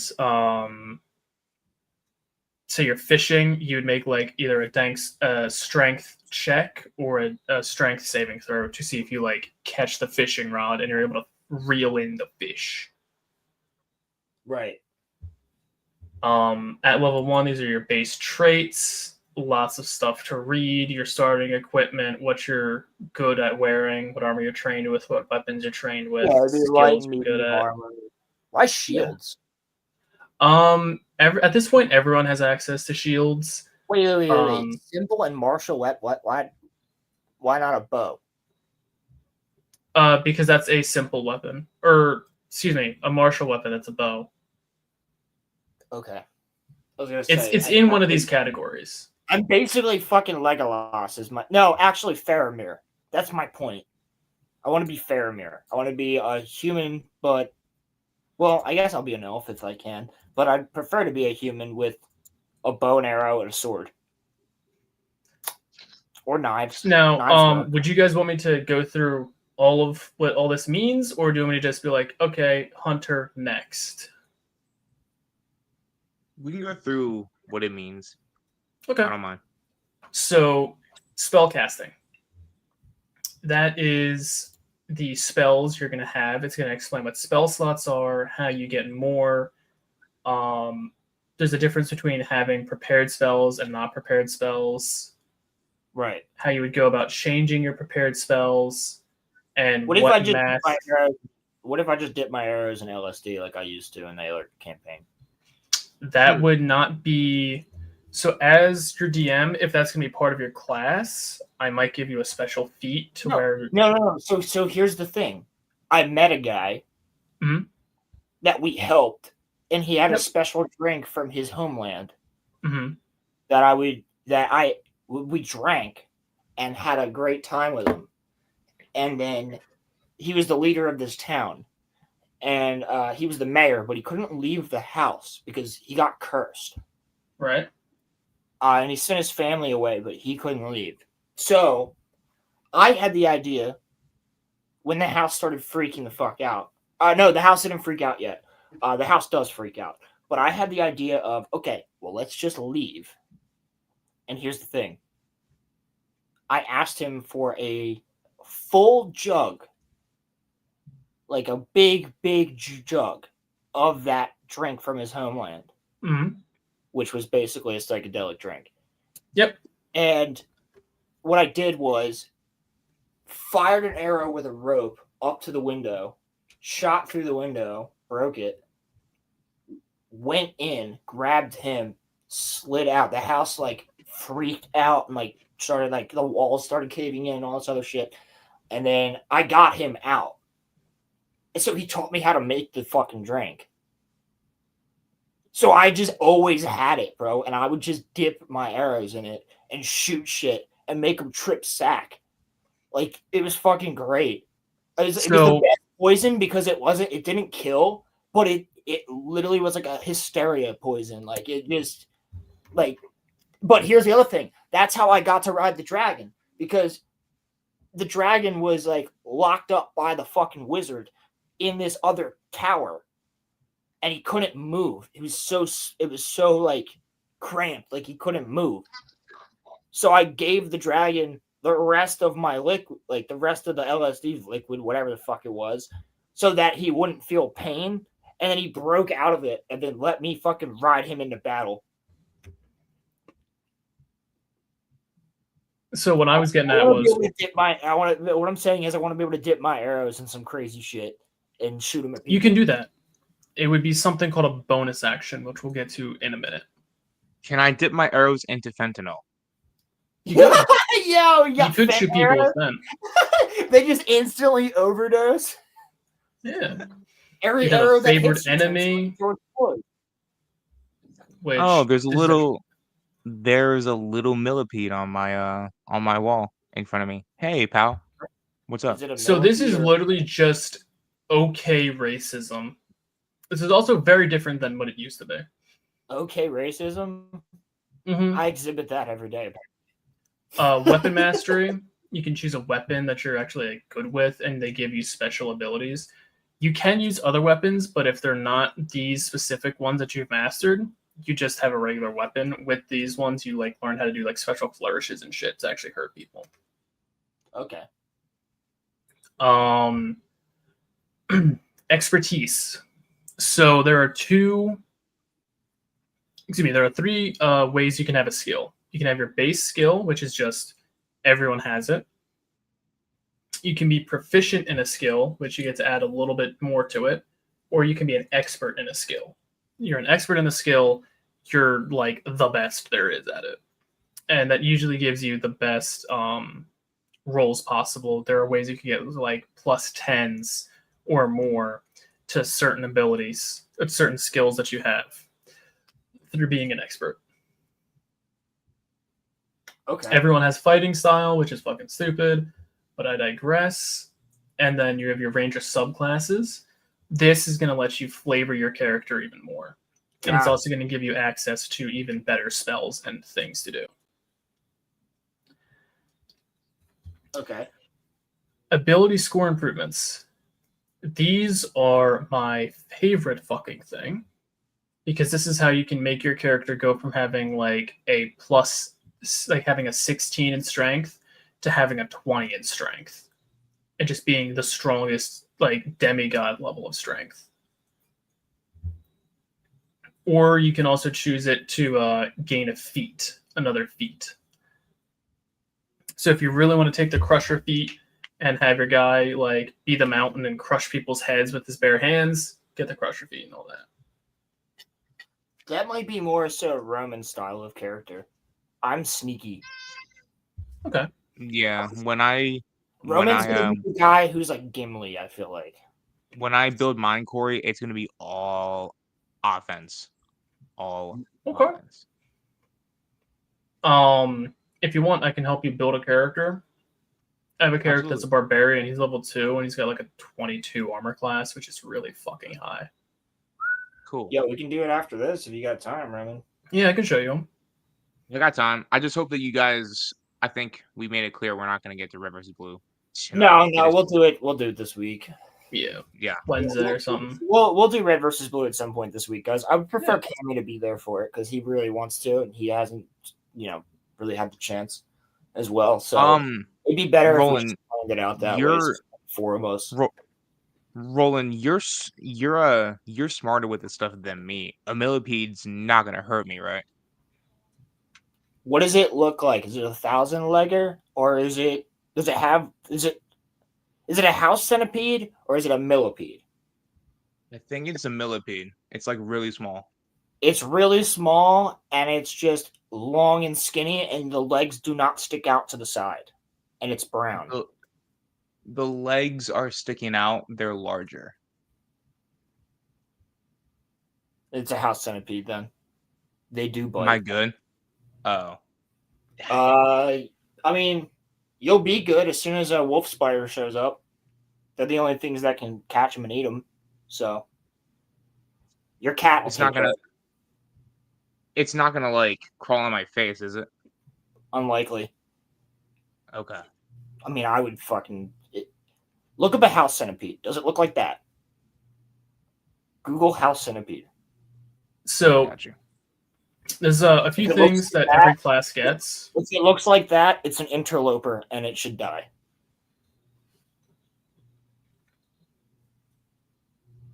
Sorry, yes. I hate to say it. If it looks like that, it's an interloper. That's what I call them. I fucking hate them. Beware, they're fast as fuck, and they will literally just jump off the wall and drop to the ground. They also attract spiders because that's the only thing that can hunt them, other than a mouse or cats. Sometimes garter snakes, but they're not going to go in your house. My cat will get it, I'm sure. Birds eat them. Like blue jays love them. Same with earwigs. Blue jays love earwigs. Sorry, Corey. You're good. I got graham crackers right here. I'm chilling. Fuck yeah, bro. I'm chilling. There's an interloper in Roman's room, and I have a problem with that. That's what I say. My parents know. Whenever I say interloper, like loud, they know that I mean there's a bug in the house. That's one that I don't want in the house. Because usually most bugs I'll just put in a cup and put them outside. If I say interloper, that means you're an enemy. I don't want you here. Even spiders, like all spiders get to chill. I don't know. I fucking love spiders. They get to hang out. As long as they're not one of the biters. You can tell the difference. They go outside. I put the biters outside, but the other spiders, they're doing their job. Why the fuck would I get rid of something that's going to sit here and kill all the bugs in my house? Sorry, ladies, you're going to have to deal with a spider in the corner of the bathroom. Oh no, what a shame. His name's Killer. He don't hurt nobody. Except for the bugs that I feed to him. Yeah, no, he's not going to bother you. Nah, bro, we used to have one named Killer that we had for like 2 years. It was a spider that just vibed. Like, he was just in the top right corner of the bathroom, and my dad would feed him like box elder bugs and like stink bugs and shit. Like, and then we got rid of them because we were getting the bathroom repainted, and we were like, they're gonna kill him. So we put him in a cup and put him outside into a tree. We saved him, but like. So here's Killer was. Sorry to cut you off. You're good. Killer was the tits though. To get back on track here. One of the things that is special about the hunter, you get something called Nature's Veil. And you can use it to magically hide yourself. And you can give yourself the invisible condition until your next turn, which is fucking big. And you can do that once, as many times equal to your wisdom modifier, which is why you would want something like a really high wisdom, Corey, like we saw earlier. What's up, Corey? I just made my character. Okay. I literally just made him. So this is what I can do for you and Roman. I'm gonna do it. I already created one that's Roman and I as what's it called? Actually, you know what? I'm just gonna send him to Roman. I already made one of Roman and I as pirates. But I'm gonna DM him right now. Just so I can send him my own picture. Just to fucking redo it. There we go. I want to save this. Chiquita. Roland, what level do you want your character to be? Level 1. Okay. I don't want to fucking start easy. Why? What's the difference? I prefer him to not be. Between like level 1 and 3, you get a lot of character developing shit. Well, then 1, because that's what every game is. You always start at level 1. All right. So now we get to choose proficiencies. These are going to be the things you're like actually semi-trained in. You're starting to learn. Charisma, speechcraft, archery, tracking or investigation. Okay. So investigation. Do you want to be good with animals? Yeah. Fuck yeah, I am good with animals. Aminals. Okay, for your last one. Aminals. Do you want to be good? I'm great with animals. Okay, so with athletics checks, you'll be able to like run on walls. Insight, you'll be able to tell if people are lying. I'm definitely a wall runner. Just hang on, hear the rest of them out before you pick that. Nature, you'll be able to be like, oh yeah, I can find food. Or, well, actually, no, it'd be more survival. Survival is going to be, can I find food, water, make sure I don't get lost. Well, I'm a ranger, so yes. Stealth is, how easy can you hide? Perception is your ability to look and see things. Well, Legolas, what do your elf eyes see? Basically, I mean, dude, what is a ranger? They're good at tracks. They're good at perception. They're good at animals, and they're good at archery and swordplay. So pick one. Like, I would either go with those. I mean, it's as the guy. I mean, speechcraft is also one. Speechcraft is also one that I prefer. that could be a feat later on down the line, to where you can get proficiency with persuasion and stuff like that. What the fuck? What's up? I'm trying to fucking save this. Trying to save this fucking image. Where did the interloper go?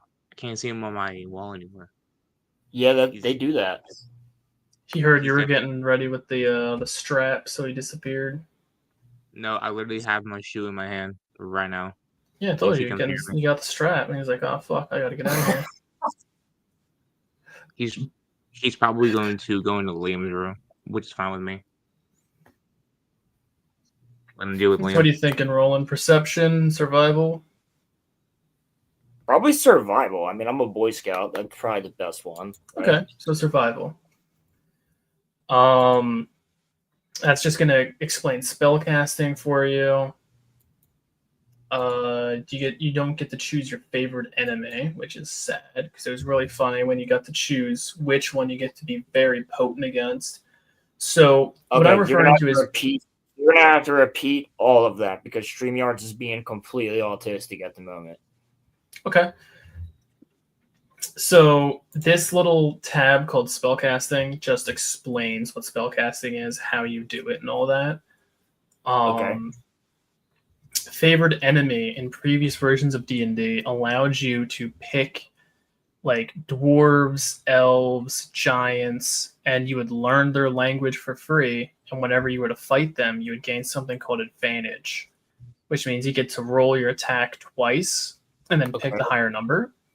And then you also get to deal extra damage to them. You literally found, like, with favorite enemy in old school versions, you became like weaponized racism against a certain group of people. I see. And then they just changed it to where it's like, now you have Hunter's Mark, which used to be a spell. Now, weapon mastery. Okay. We're not going to give you an anti-material rifle or a automatic rifle. So, I don't want any type of weapon like that. This fucking computer, dude. I swear to Christ. Shit is so fucking stupid sometimes. God damn you. God damn you, technology. Yeah. Do you think you see your character using like a crossbow, or are you going to go for more of a longbow? When Benjamin Franklin discovered electricity, he didn't count on them inventing StreamYard. No. That's fucking fact, bro. Where the fuck is the image I just fucking uploaded? You piece of shit, dude. Fuck off. It might not, did it download as a web file? It may not show up. Yeah. Might Why not the show fuck up either. did it download as a web file? It depends on. I'm gonna have to fucking Gmail this to myself. Fucking autistic. Yeah, because whenever I look There's been for multiple times tonight that I've almost said a fucking slur. whenever I look for thumbnails, and I find a cool image, I can never find it because it downloads as a web file. Like, it doesn't give you a choice. Bro, I can feel it. Like, I can feel it building up inside. Hey, yo. The slur. I literally have stopped myself like 6 times tonight for fucking saying it. Are we talking about the F slur or the N slur? Oh. Nicaragua. The planet. Roland. The planet. The country. Why are you niggling, bro? Bro, you're yagging right now. You guys are really walking a fine line. It's a joke, YouTube. Calm down. Oh, I know. Not you. Just YouTube. Just so they know. I'm joking. I'm not. I don't actually feel it welling up inside. It's a fucking joke. I do. But I have to fucking tell YouTube that because otherwise they're gonna be like, "What the fuck? He's fucking." Nah! They'll be like, they'll be just like Bilbo Baggins when he sees the ring on Frodo's neck. Yeah. I'm so sorry, my boy. I never should have given you this burden. I can't wait for December when we're all watching Lord of the Rings together. That's gonna be so fun. I know, right? It's gonna be a by the way, guys, grand we're doing time. that. Lord of the Rings, Fellowship of the Ring. Yeah, the full Fellowship of the Ring watch party for Patreon I gotta for the 20th anniversary. I gotta make See, sure it's- that I it's I gotta the make sure that I gotta make sure that I have off the next day, for sure. Because if we're going for 8 hours, yeah, you're gonna it'd be crazy. You're gonna have more than enough time, bro. Don't worry. We'll plan it all out. Yo, October, guys, is gonna be fucking awesome. We got Halloween. We have Low Halloween. We have Chainsaw Man, the movie. We have Tron Ares, and we also have Roman, Michael, and I are going to the Aunt Corey will be there. Renaissance Fair. Also, We're gonna make some content. Don't forget episode 150. Yeah, episode 150 as well. Bro, October is going to be huge. That's going to be like, I fucking love October. It's my favorite month. I can't speak for Roland, but I'm putting on a suit jacket for episode 150. Oh, yeah, I'll do it. Yeah, I'll do it. Absolutely. For every milestone, we should dress up. I feel like we did it for 50. Yeah, every 50 we did it episodes for is what we've been doing. Yeah, we did it for 50. We did it 100. for 100. Yeah. So, Corey, are you helping Roland still to build his character? Yeah, I'm just letting you guys have your fun little conversation. Oh, sorry. You're good. Yeah, good. I'm just looking for this fucking image. So, there it is. So, fuck. bow, because you said you wanted to use bows, right? Mm-hmm. Okay. Yo! Thank you, ChatGPT. Full screen me for a second. Full screen me for a second, so people can see it. I just made my character. Would you want him to have a longsword too, or a short sword? Yeah, you definitely need a sword. Roman, full screen. Yeah, there we go. Look at him. Look at that happy guy. Look at him go, bro. He's a ranger of Gondor. Look at him go. Well, no, I'm asking, did you want him to be good with a longsword or a short sword? Short sword. Short sword. All right. Always short sword. Long swords are only good for paladins or warriors, wardens, things like that. Also, if you're ever in a cave, you don't want a long sword. Long sword in a cave. Corey, you've never watched this show, but bringing a long sword into a cave, especially in Goblin Slayer, means you die, and means that all the chicks you're hanging out with get raped. Yeah, that's fucked up. Yeah, that's the first episode of that show. It is very brutal. But the reason that guy dies is because he brings a longsword into a cave, and then he goes to swing, and there's a stalagmite on the ceiling, and he hits it. And it just kills him. No, he hits it. He hits it, and it because his sword's so fucking long, he hits it because they're in a lower part of the cave where the skilling's lower, and he goes to swing, and he hits his fucking stalagmite. Or stalactite. Sorry, stalactite is what's on the roof. He hits a fucking stalactite. And oh my god, it's Trav. Fuck yeah, Jake. And he brings it, he fucking hits a stalactite, and then it blocks his sword from hitting the goblin, and they all just tackle him and stab the shit out of him, kill him. That's fucked up. Yeah, then they steal all the girls and rape them. It's literally a D&D crew that just gets fucked up, and then the Goblin Slayer comes in and he fucking kills all of them. By the way, Corey, did you ever see the D&D live action movie? No. Yeah, I did not. I heard it was fun. I heard it was fun, inoffensive, didn't really fuck with shit. It was just kind of stupid, and they knew it was going to be stupid. You know what I mean? Like, if they played into the fact that it was dumb. That's what I heard. But I heard it was good. Like, it was fun. You know what I mean? Like, but it was just like, they were like, yeah, this movie's going to be ridiculous. Like, we're just going to play into it. I mean, just the whole concept of it. So, what are we doing now for Roland, Corey? We're giving him, like, weapons and So stuff? now we're on the part of spells, selecting spells. Spells. So even a ranger can use spells. Even 5 a hours. ranger can use there's a lot of stuff. Cure wounds lets you heal people. Detects magic. Most of these are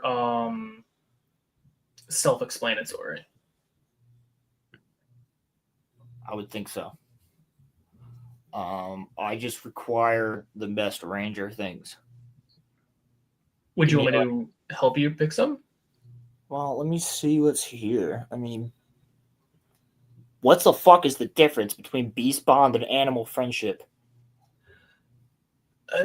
Beast bond. Yo. You can establish a telepathic link between one beast that you touch that is friendly or charmed by you. The spell fails if the beast's intelligence is 4 or higher. Oh wait, so I could be basically a warg from Game of Thrones. Yeah. It can through the link the beast can understand your telepathic message. Yo, Corey, by the way, this is Trabs in chat. Yeah, I know. I'm still waiting for that guy to accept my Discord friendship. Yeah, what the frig, Jake? Yeah, dude. Jake is a busy man, bro. What That he is, bro? And then, what were you looking for? It was Hall of Thorns, bro. What is that? Hail of Thorns. You hit a creature.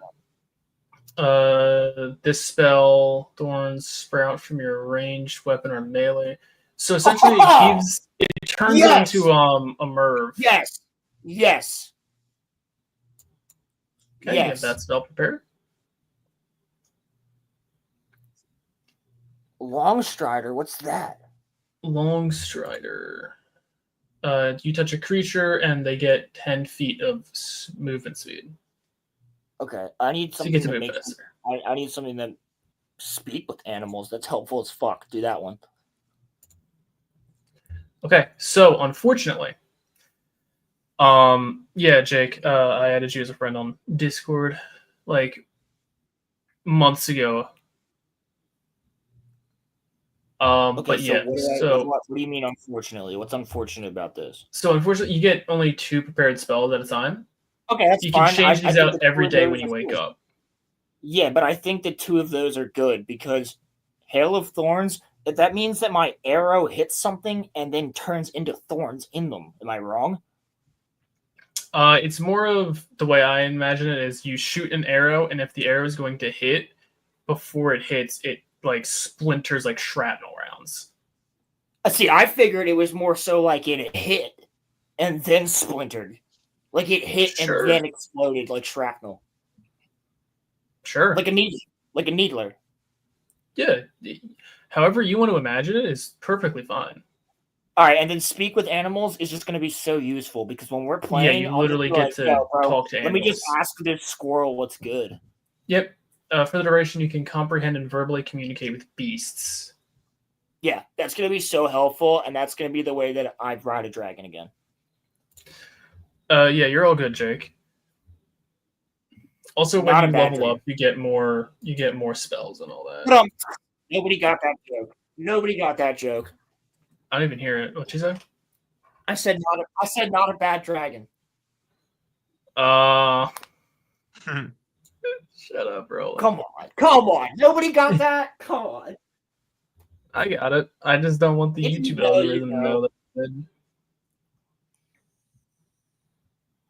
I gotta say, bro, I really fuck with this new profile picture of me as a fucking Gondorian Ranger. I think you should keep that, bro. I am gonna keep this. I'm most certainly gonna keep this. So yeah, So bro, I sent it the picture of me as the Soul Reaper, and then I said, "Can you turn this guy into a Gondorian Ranger?" And it made this. That's epic. That's fucking sick. We should all make our characters on ChatGPT. Okay. If you're really into it, you can actually give your character like alignments. Is he like? Oh yes, I am into it. He is going to be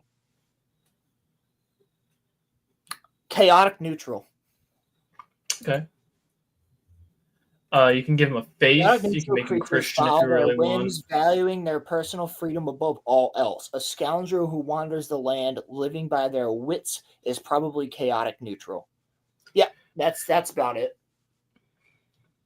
You can choose a lifestyle, how rich or poor he was.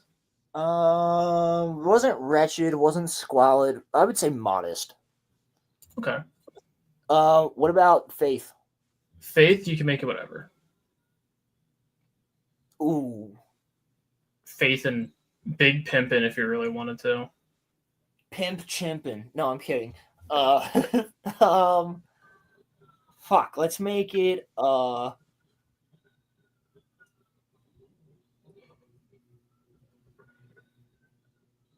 Illuvitarian. I don't know how to spell that. I'll spell it. ILLU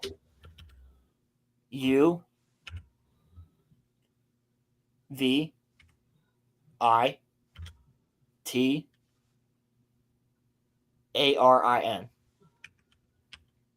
Tarian. Or Terry. Wait. ON, I guess? Would it be Tarian? Or AN? I don't know. Illuvitarian. That's Eru Iluvatar is the god of Middle Earth. Oh, okay. And then here you can give him what hairstyle he has, what color it is, how old he is, his weight, height, eye color, skin color, gender. All right, I'll give him an age. 28. 28. He weighs 165 pounds. Little twinkie boy. His height is 6 foot. I'm 5'11", and I weigh 160 pounds. So, 6 foot. Eyes are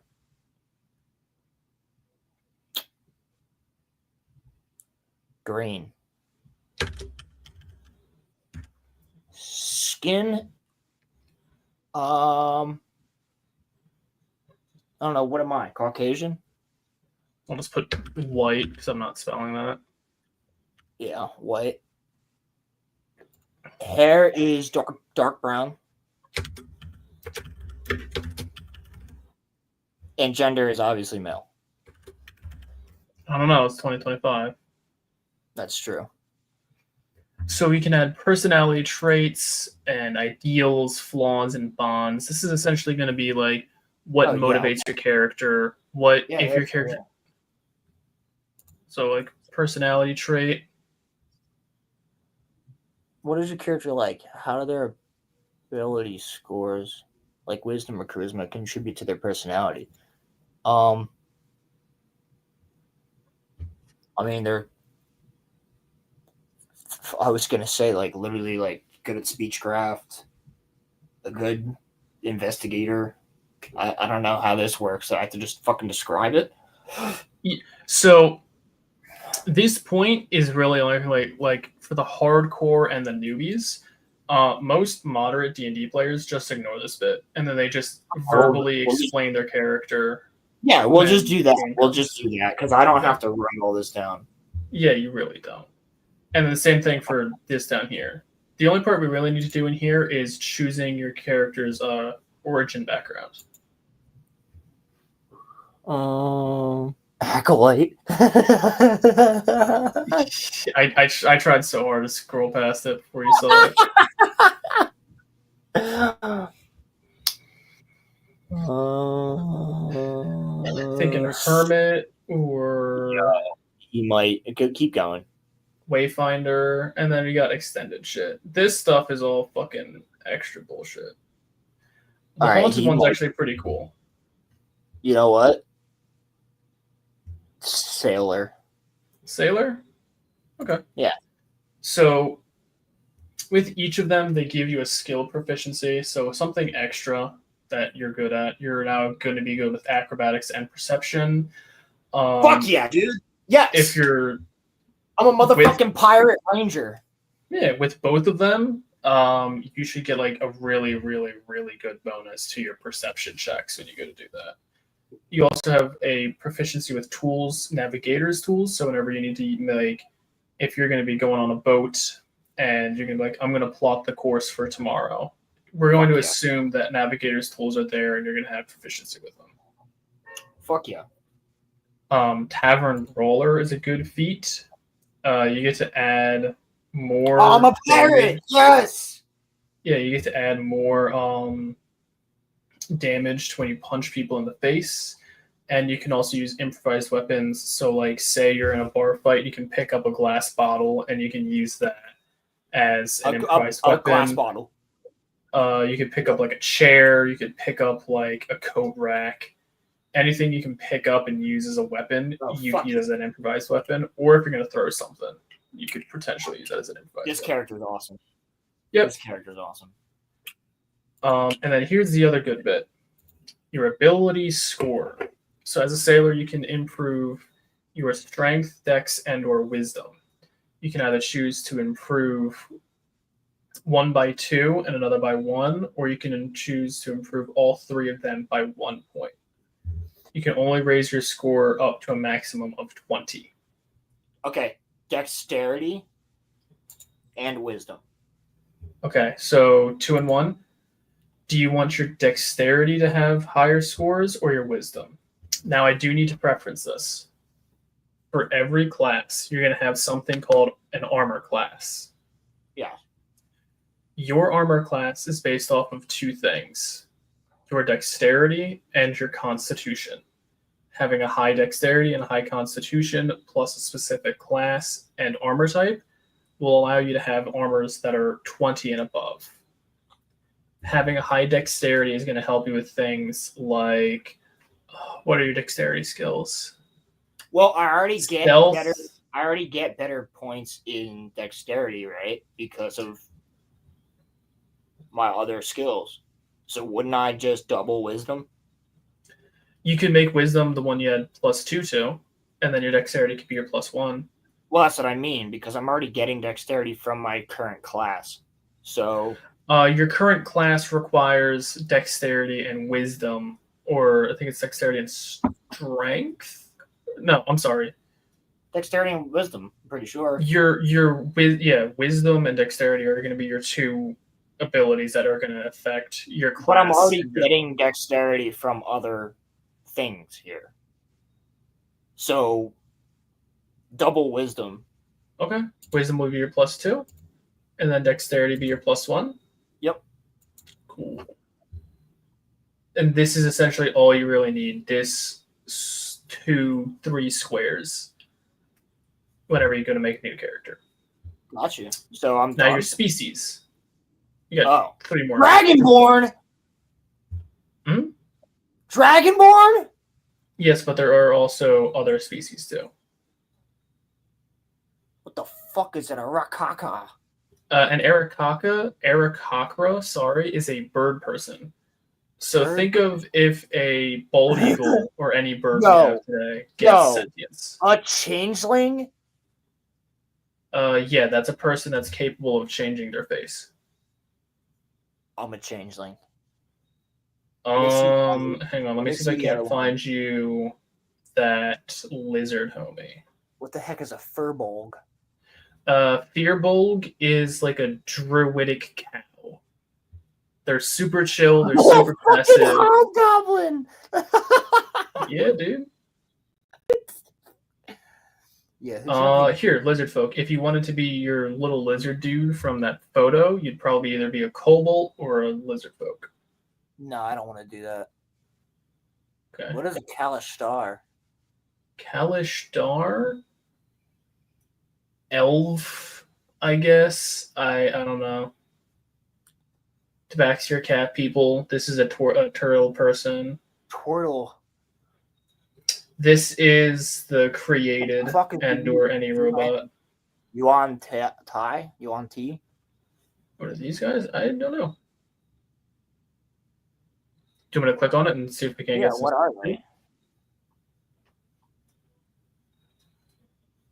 Interesting.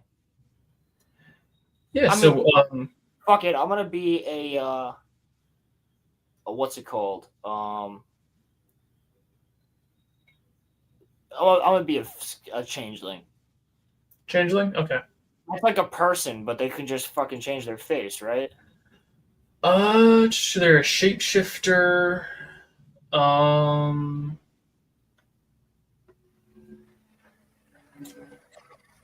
they're coming to abduct me now. I don't know if YouTube's picking this up or not. Yeah, it did a little bit. I apologize. So, as a changeling, you're going to get a buff of +2 to your charisma, and you can improve another ability by +1. You also have the ability to change your shape and size to fit that of other races. Yeah, I'm a changeling. Until you either die or until you willingly change back. With this, you also gain proficiency with deception, insight, intimidation, and persuasion, which would actually give you a really, really well-rounded character. Yeah, I was gonna say this character's sick. So, changeling? Yeah. All right. Bro, Delvin's dope. Yeah, dude, Delvin's turning out to be real good. So we're gonna pick 2 more of these to become deception and persuasion. Okay. And then languages. Yo, just call me fucking Anatar, the Lord of Gifts at this point, because I'm Sauron. I don't get that joke, but nice. That's Sauron's name when he's a skin changer. Sauron loses the ability to shapeshift after he fights Baron and Luthien, I believe. And Sauron is also the father of werewolves and vampires, which do exist in Lord of the Rings. You just don't see them, but they do fight for Sauron. They're in the books and they're in the battles. There's werewolves and fucking vampires. Okay. Choose a language? Yep. Elvish. Wait. Is Draconic dragon speak? Yes. Oh. Unfortunately, it's not like Skyrim, so you don't get any magical powers from speaking dragon tongue. I don't care. I might. No, I'll do Elvish. Because I'm not an elf, so why would I speak Elvish? Well, I mean, you could be in the form of an elf. We'll do. Wait, is this something that I can just speak it? Yeah, you'd be able to speak this, common, and your other language. You can speak it, read it, and comprehend it, as if it were like English, like you can do with English today. Fuck, I don't know what's more. Like you could know how to speak Elvish, but never do. I don't know what's useful. Draconic, more like dragon language or Elvish language? Probably Elvish, because I'll meet more. You can learn both. You don't have to choose. You can learn 2 languages. Yeah, that's true. I'll go with Elvish. Okay, Elvish, and then what else? Oh, the fucking Draconic. Yeah, I literally said you don't have to choose if those are the only 2. But I also speak English, right? Yeah. So you'd be able to. I speak 3 languages. You speak 3 languages. Okay. The Common Tongue, Elvish, and Draconic. Yeah, fuck yeah. Mm-hmm. And now your abilities. God damn it. It's fine. It's gonna be real quick. I always prefer to do the manual /rolled that lets you have the best chance to min-max.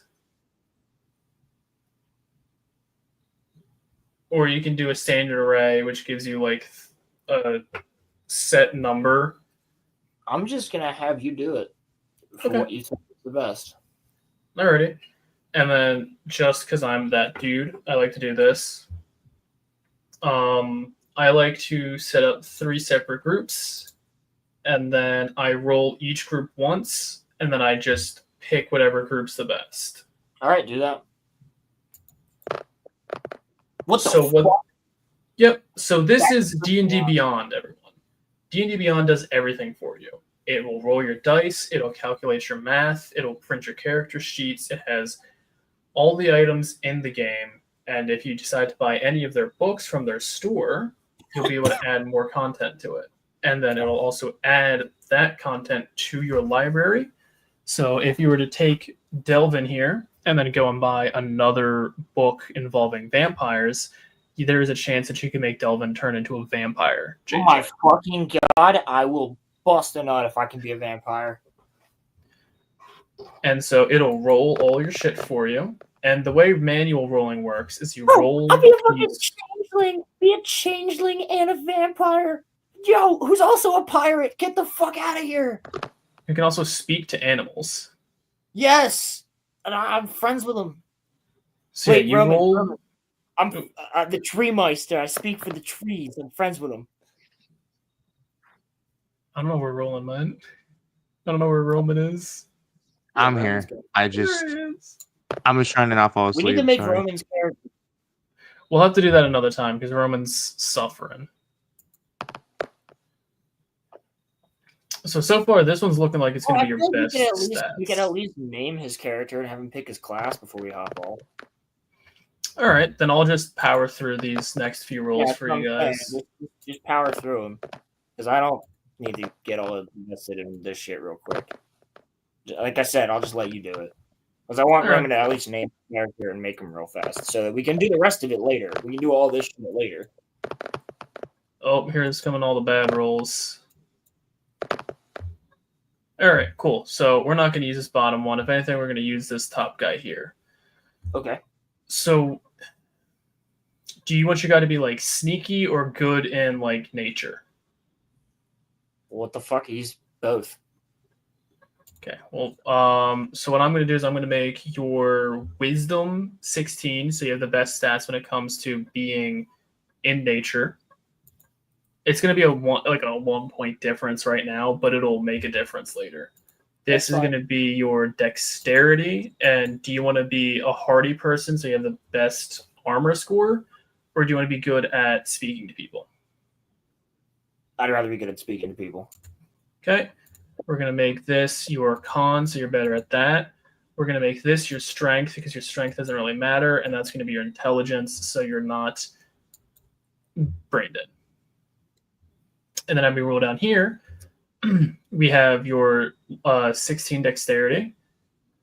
We get that from your base score that you just rolled a 15. Your sailor ability gives you a +1. So now you have a +16 to your dexterity. Right. Yep. Your That's wisdom here. Your wisdom here was base 16 from what you rolled, +2 from sailor makes it an 18. Yep. And then Fuck your charisma. Yeah, yeah, so you guys looking to be pretty well shaped. You get equipment. Do you want to be given equipment or just given money? Equipment. Okay. I'll make money. That. Add starting equipment. And then we're going to go to what's next. We can either view the character sheet here on D&D Beyond, or we can export it to a PDF file. What I'll do later, probably tomorrow, the next time you remind me, I'll go on here, convert it to PDF file, and I'll email it to you so you have access to the character you just made. Sounds good. And when you go to view character sheet, ta-da, this is your guy. Oh, yo, I can DM you the fucking picture. Yeah, or I could just email this to you, and you can. Hold on, I'll send you the picture on Discord real quick. Alrighty. Just so you can get in at some point, but I want to get to equip Romans. These and your short sword. We're also going to equip your armor too, so you're not naked. Should be able to copy and paste that image I sent you. All right. And so, just for like a quick tutorial, say you're you're in a burning house, the walkway collapses, and you were like, fuck it, I'm just gonna run on the wall from point A to B. You would roll a acrobatics check to see if you can wall run. Click it, it rolls it for you. You take your 8 that you rolled, you add your +5 for your acrobatics bonus, you get a 13. You would tell me I rolled a 13, and if 13 is high enough to beat the challenge rating, then your character would successfully make the wall run over. Gotcha. Roman, do you want to try and make a character tonight? Are you do it real fast, at least name them. Alrighty. I already have his name.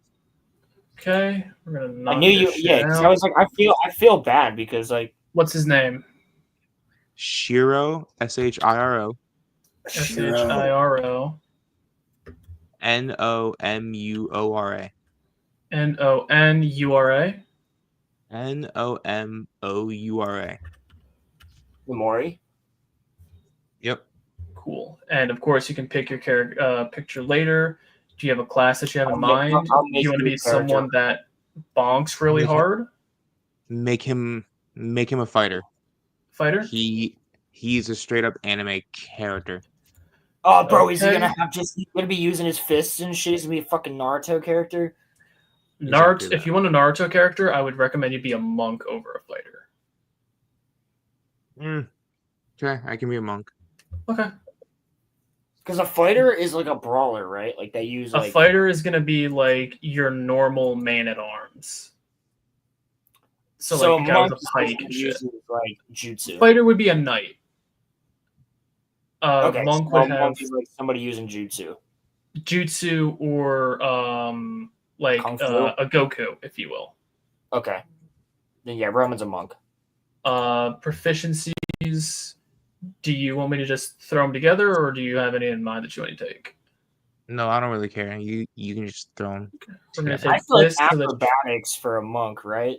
yeah, I already picked that, and then I'm gonna make your guy insightful so he can read people really well. You want bag? We give him bagpipes. Do you want an instrument, or do you want to be good at like? Do you want to make like shoes or beer, or do you want to have cooking utensils so that she can cook food? Oh, bro, you are a cook, Roman. I don't know. Nah, make him a cook. We're making him a cook. All right. So as you level up, you get martial arts, bro. That's sick. Yeah, dude. You get to add more damage to your fists and shit.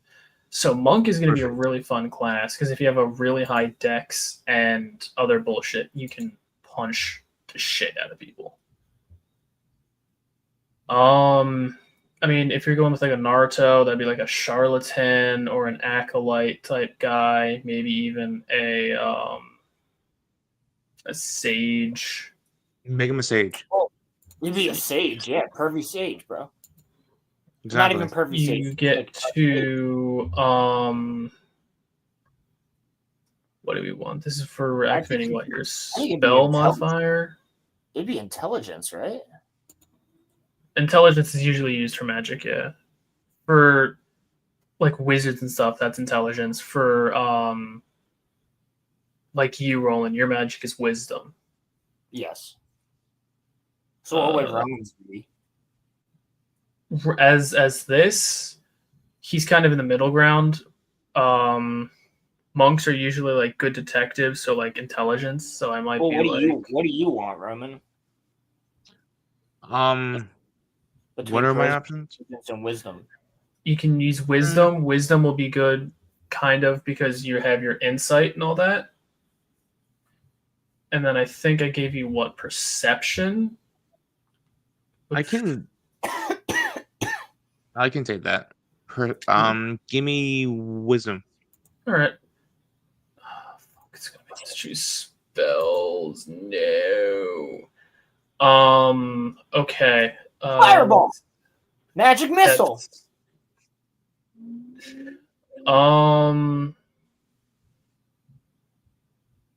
Lightning bolt. Thunderclap would be funny. Thunderclap is just think of the effect the gravity hammer has. Shocking grasp is the taser. Ray of frost is spraying somebody with an upside down can of condensed air.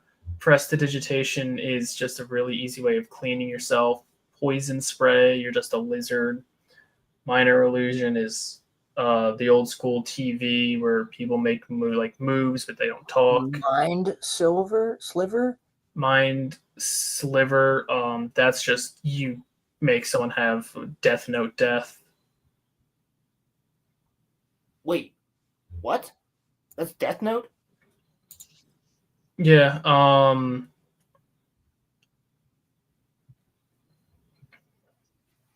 You can make someone take psychic damage. You make them have many tiny little brain hemorrhages. Oh my god. All right, Roman, what do you want as your abilities? This is you, buddy. Give them brain hemorrhages, bro. Brain hemorrhages. All right. Do you want to throw acid at people? You want to just have pocket acid that you throw at them? Absolutely. And then pocket acid. You can be really charmy with persons. You can disguise yourself. You can comprehend any language. Okay, so I would say that yeah, that's a good one. But I would say that he doesn't have to be able to disguise himself because I can do that. Very true. And then ability score of my skills of my character. You know what I mean? Yeah. And then like the other one, I guess what, +2 to one and then 1 to another.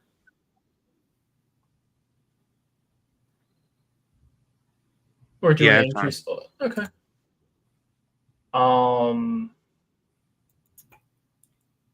So out of these three, which do you want to be the highest? Yeah, I feel like an asshole. I didn't even see what Jake said. I'm sorry, buddy. I miss you too. We'll definitely hang soon. Yeah. Constitution is going to give you more health and better armor rating. Constitution is fine. Okay. And then you can either make it a +3 to Constitution, or you can make your Wisdom better by 1 or your Intelligence. Intelligence for sure. Sweet. Species. Yeah, what race are you gonna be, Roman? ASMR, just angel people. You're gonna be a normal human. ASMR? ASMR. Angel people. Sure. Yeah, make sure, me a Goliath. Alright, Goliath are giant people. Fuck yeah.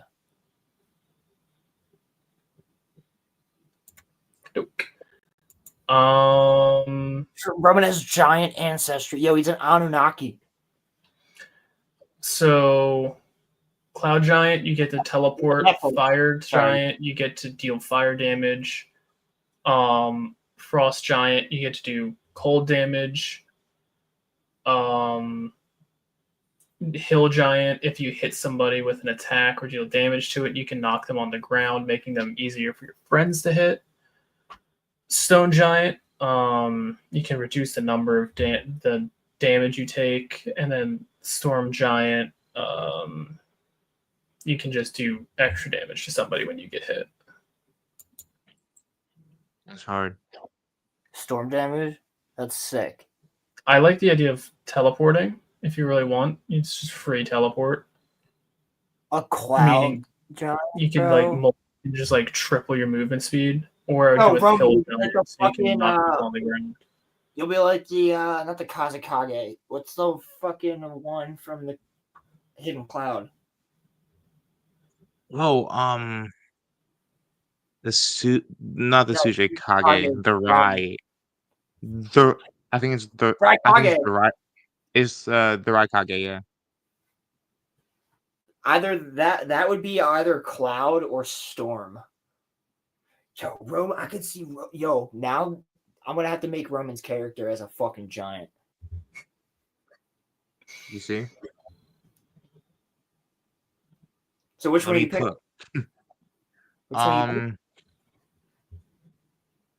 Honestly, make me the thunder. Make me the Thunder? Make me the storm giant. Yeah. All right. Storm Giant Roman. So it's going to be on you to remember whenever you get hit. Storm Giant Shior. Sounds. You could make that target that hit you or a creature that you can see within 60 feet of you can take thunder damage. What languages would you like to learn? English, Spanish, French, if possible. Japanese. You could learn sign language if you want. Sign language too, yeah. Yeah, they have Sanskrit. They might have Sanskrit. Would you want to take like Draconic or Elvish so that you and your buddy can speak in the same language? Absolutely. Roland and I just like speaking in elf language would be funny. All right, we'll make it Elvish. Yeah, then we can just talk shit on people in Elvish. And they won't even know. Exactly. Roll them dice, baby. Roll them dice. Oh, yeah. This is definitely not going to be one I recommend you take.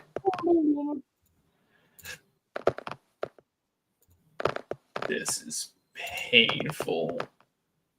I don't understand what I'm saying. You don't understand what you're seeing? Roman's just getting a bunch of low rolls, which is not cash money. No. Well, that one might be cash money. Shit. Okay, this is probably going to be your most cash money. Yeah, that's the best one. Actually, if anything, this is going to be higher. You have one less 14, but everything else is genuinely higher. Yeah, that is better points. You are correct. All right, so we're going to make... fuck it, we're just going to do this because it's going to be real quick. We're going to make that your dex. We're going to make this your pawn. We're going to make this your wisdom.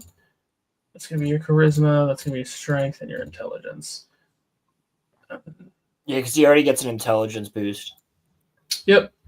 Okay, so your constitution is now going to be a 15. Thanks to your class buff. So your dexterity, so you're going to have a natural +5 to your armor already. So you're probably going to have a higher armor stat than Roland. Hey. Well, yeah, he would. It would make sense for him to definitely have a higher armor stat for sure. Because he's also going to be a guy who's going to be trained in like defending himself, like blocking and parrying. I don't wear armor like that, so usually my characters are light armor characters. Yeah, so that's your skills. Do you want equipment or money? Give him money. Money? Okay. Money.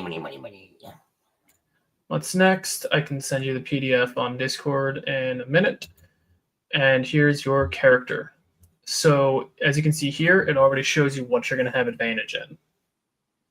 So like I said earlier, if you want to be like, I'm going to decide to run on that wall. Click that. Actually, shit, it did not do what I wanted it to do. Click on it, click advantage, and then we're going to click roll, and then it rolls the 2d20s for us, and then it already picks the highest number for us. So your roll, if you were going to run on a wall, you would have gotten a 15.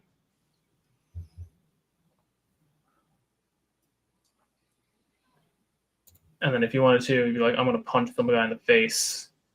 You do that. Plus the 5. That's your roll to hit. You would hit. Roll damage. Already does the math for you. Already selects the right dice. You don't have to worry about keeping paper, pencils, dice on you. Everything's taken care of in one spot. It reminds you what you're good at, what you're not good at. And it has the entire... If you bought the book or your friends have bought it, you'll have access to it. That's cool. This is not an ad, but I can't recommend D&D Beyond enough. The subscription I have with them is like maybe $3 to $10, and I can make as many characters as I want. And they'll keep all my characters. And I have all of their books at my fingertips. I can buy all the books on here. There's if you need more help figuring out how to play better, there's a learn to play, there's forums, there's all different tools that you can use. Here's like essentially their entire library for you to learn guys, more, read more. Let us know if you want us to do a D&D campaign, because I think we're going to do it. And I mean, we don't even need every person every week, but if we were to do it, we don't even necessarily need to do it every week, but if we're to do it, let us know what type of campaign you'd want us to do, but also patrons can be more than welcome to be part of it. Absolutely. And one thing I think would be a good thing that we could definitely do is put up a poll. If there is the interest in us doing some D&D, I could talk to my current group, see their feeling, and we could definitely easily fill out a D&D campaign. Is Insomnia part of that group? Insomnia would be a part of that group. So you do Insomnia, you, me, Roman. I bet you Muffler would be down. Muffler might be down. Muffler will be down. Definitely have my cousin Mike, he'll probably be down. Yeah. We can talk if more we're about also it. doing it, Insomnia's group is myself, Insomnia, and 3 others. Yeah. And I'm pretty sure it could be 4 of us, including myself, coming from that group. So we already have a pretty well fleshed out D&D campaign with a lot of experience from there. Insomnia is very intelligent when it comes to D&D, and so is most of the other players. So if you guys have questions and you don't understand something, you could definitely ask us and the rest of that group, and we'd be happy to help you. Yeah, fuck yeah. I'm super down. And I'm actually like, I can't wait. It'll be fun. It will be. It's going to be a great time. And, you guys get to play D&D with some more experienced people. You guys get to see how the world comes to life. I'm the person that really likes I've actually experienced it before. Roman hasn't. I was more speaking as a whole. Oh, yeah. I'm the type of DM that I like to explain. I like to paint the picture of the world with words. So it's going to take me a hot minute to explain what you see. So but that's at the end of it, I kind of hope you can actually visualize it in your mind. Yeah, that's how my friend Chris was when we did it. And most of us, we might only play for like 2 to 3 hours though. So it might be like shorter episodes than what your guys here are used to. Yeah. And we might only we might not be able to do it every week. We might only meet like twice a month. You know what I mean? Which would be fine. Fellas, if you want to keep talking, y'all can. I'm going to bed. Alrighty, Roman. Well, we're gonna end it in a couple minutes anyway. I'm just glad. I just wanted to get your character made before you dipped. Yeah. Yeah. Oh my God, Roman, you're leaving when Ronnie just showed up. It's okay. What is this, Ronnie? This is D&D 5th edition, my guy. You missed it. I just walked through how you make characters, how you do everything, and I made... Thank you for watching. Yeah. He said, of course, Roman's gay ass leaves when I get here. Oh, they're playing Morse game now. But yeah, so we just went over how you make characters, how D&D works. I went over most of the stuff here on D&D Beyond. And if the interest is here with you guys, if you guys want to watch, I'd be more than happy to take these guys and the members of my other D&D group and run a little campaign for you boys and girls and they-thems. They-thems. I don't know if there's any they-thems. There's definitely not. Oh, okay. They don't like us very much. That's okay. I don't think we like that. That's true. Um, in Minecraft, it's a joke. in YouTube. Minecraft, It's but a I joke. digress. YouTube. Yeah, so like he can do all this shit, and if you build your character right, I have a character. You know what? I'll just show you right now. I'll show you the character I currently run. I might rename my character at some point, but he needed a name, so I picked somebody from my book. Okay. So this is my current character. Barry. Yeah, he's an angel. He's got like a 19 armor class. I'm immune to being set on fire, frightened, and charmed, and you'd be surprised how fucking good that is. That sounds very useful. Just a quick throw out there. Like I have, he's a paladin, so There I are have something. mad people in the chat for how late it is. What's up, guys?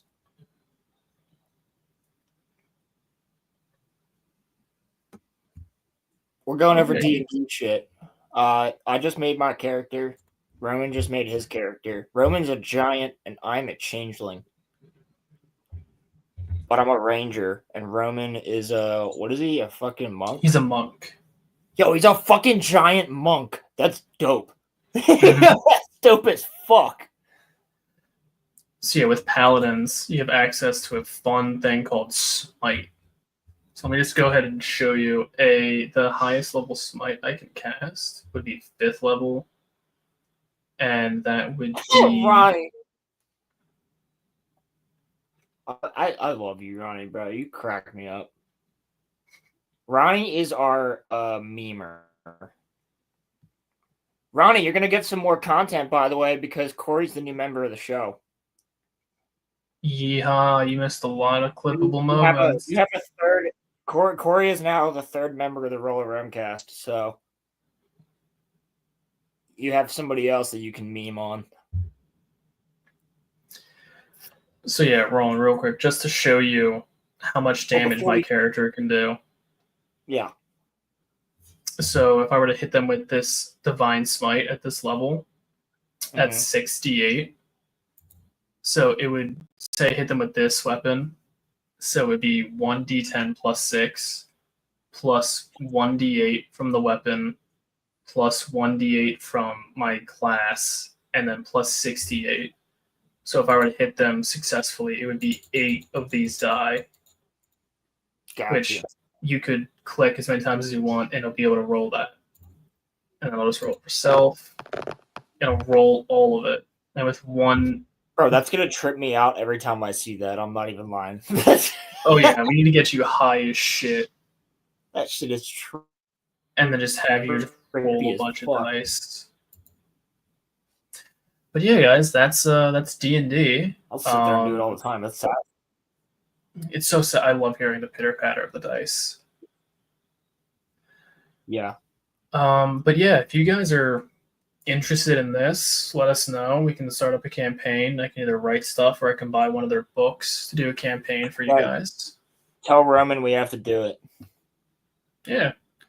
Honestly, guys, just bully Roman. Make Roman do this. Yo, and it's been great too, because tonight, good. I think this was a great first stream for you to be on, Corey. Like as our legit third member now. Because dude, we had such a good conversation tonight between Jimmy Kimmel, the guy who fucking was going after Critical Drinker, Movie Bob, like Halo talk. Like this was great. This was a really good show tonight. And in the D&D thing, I mean, this is tell us what you guys think in the comments, but I think Corey is a great addition. Well, I'm very glad to be here. I'm glad to have gotten over this little personal hump of afraid of public speaking. And I'm actually just super excited to be here and do all this shit. Yeah, dude. We're glad to have you. Corey's been a longtime friend of ours. Rolo Corey. No, we can't ask Roman. We need him. It's still the RoloRome cast, but think of it like Friday Night Tights. When we first started the RoloRome cast, we wanted it to be like that. We wanted it to have a panel, And we basically do. I mean, I have 3 moderators who are part of the team, and that's Crimson, who, albeit, runs his own channel, so he can't be as involved, which is okay. But we also have Corey, who's part of the team. We have Muffler, who's part of the team, and we have Great Pilgrim, who's part of the team. And that's a pretty solid team to work with. Yeah, and like we're making things happen, guys, and we're doing it all for you because we wouldn't be able to without you. So absolutely. it's honestly, it's awesome. It's fucking awesome just to be able to do what we're doing. And the fact that we have a solid fucking team right now is really cool. And we're just getting started. Yeah. Yeah. There's like now that we have a 3rd member as well. Corey's been friends with me since I was 11. Yeah. So over a decade. I've actually known Corey longer than I haven't at this point. Almost. And it's gonna get to the point where it's just gonna be like, was there ever a time where we weren't friends? Well, there wasn't. As soon as I met you, we were friends. Oh yeah. And I just think it's phenomenal that it's the 3 of us now. We're doing this all together. And Corey brings a lot to the table, guys. He really does. I mean, if you haven't already seen it tonight, we're doing a lot of stuff behind the scenes. If you've been watching our Patreon, it's $1. It's 99 cents. It's the cheapest 99 cent. You'll never find anything for 99 cents in America right now. And Corey, honestly, if you have it in you, I think we should keep going a little bit longer because there's a good amount of people here. Sure. But my whole point is Corey brings a ton to the table now. He's a good addition. And he has such a different worldview than Roman and I do. So the 3 of us together has a really great juxtaposition. I was literally keeping these 2 from killing each other verbally in Minecraft during the whole topic of Charlie Kirk. Hey, yo, you know what TDS is now. I'm just. I learned TDS through getting yelled at by these 2. He learned what TDS was. Roman's gonna pop in chat and be like, "What the fuck?" I'm kidding, dude. Roman's gonna pop into our Minecraft server and be like, "How come we're demonetized?" All jokes. We almost got demonetized because of this fucker. Me? Hold on. I have to use it. No, not you. Not you. Maybe in the future, but yes, my mother twitted my fucking temples. That's no, we almost got demonetized because I played the video of him shooting a gun out from the house into the sky like an idiot. Oh yeah. The guy that shows up to his house, who's another YouTuber, is just like, Boogie goes, "Castle doctrine dictates that I can shoot you if you're on my property," and he goes, "Castle doctrine dictates that if I invade you, I get to go in there and butt fuck you." It's so fucking funny, bro. Castle doctrine dictates that I can go in there and butt fuck you. Castle doctrine. Holy shit. Oh, what else was there? This is high quality content creation. I agree. That is amazing content. Yo, Corey, we also have this one. What the hell is even that? You guys have a nice soundboard. Dude, we got all. Level scrutiny. That's my favorite. That's Boogie on the phone talking to CoffeeZilla, and he didn't realize that CoffeeZilla was streaming. Oh wait, hang on, Roland. I'm not really funny. Level of scrutiny. Where is it? What if I turn on my voice mod? Let's see if I can't. So the whole thing behind the "I'm not used to this level of scrutiny" clip is that CoffeeZilla is on the phone with him, and Boogie is mad that he exposed him for lying about his cancer. So Boogie called him to be like, "You made everybody hate me. I'm not used to this level of scrutiny." And he's like, "You're an asshole. You're a piece of shit. I don't feel bad for you. You faked cancer, you fuck. Mr. Rogers of YouTube, by the way, is what we used to call him, the Mr. Rogers of YouTube. That's what everybody used to. Because he was. It was all a lie. I'm a boogie historian at this point. Unfortunately. Unfortunately, he says, not like he's just like, I can stop watching Boogie. I can just forget this information. I don't watch him. I don't watch him. I just pay attention to him. I follow what's going on. However, I have watched Locale Live because it's just it's such a fucking train wreck. You missed last week when we went over the Boogie video. Wait, what about... Wait, hang on. I just thought, what if it's the RoloRome cast? Ooh. So it fits all three of us in it. We'd have to rebrand the entire channel for that. Yeah, it ain't worth it. Oh, it might be at some point, but...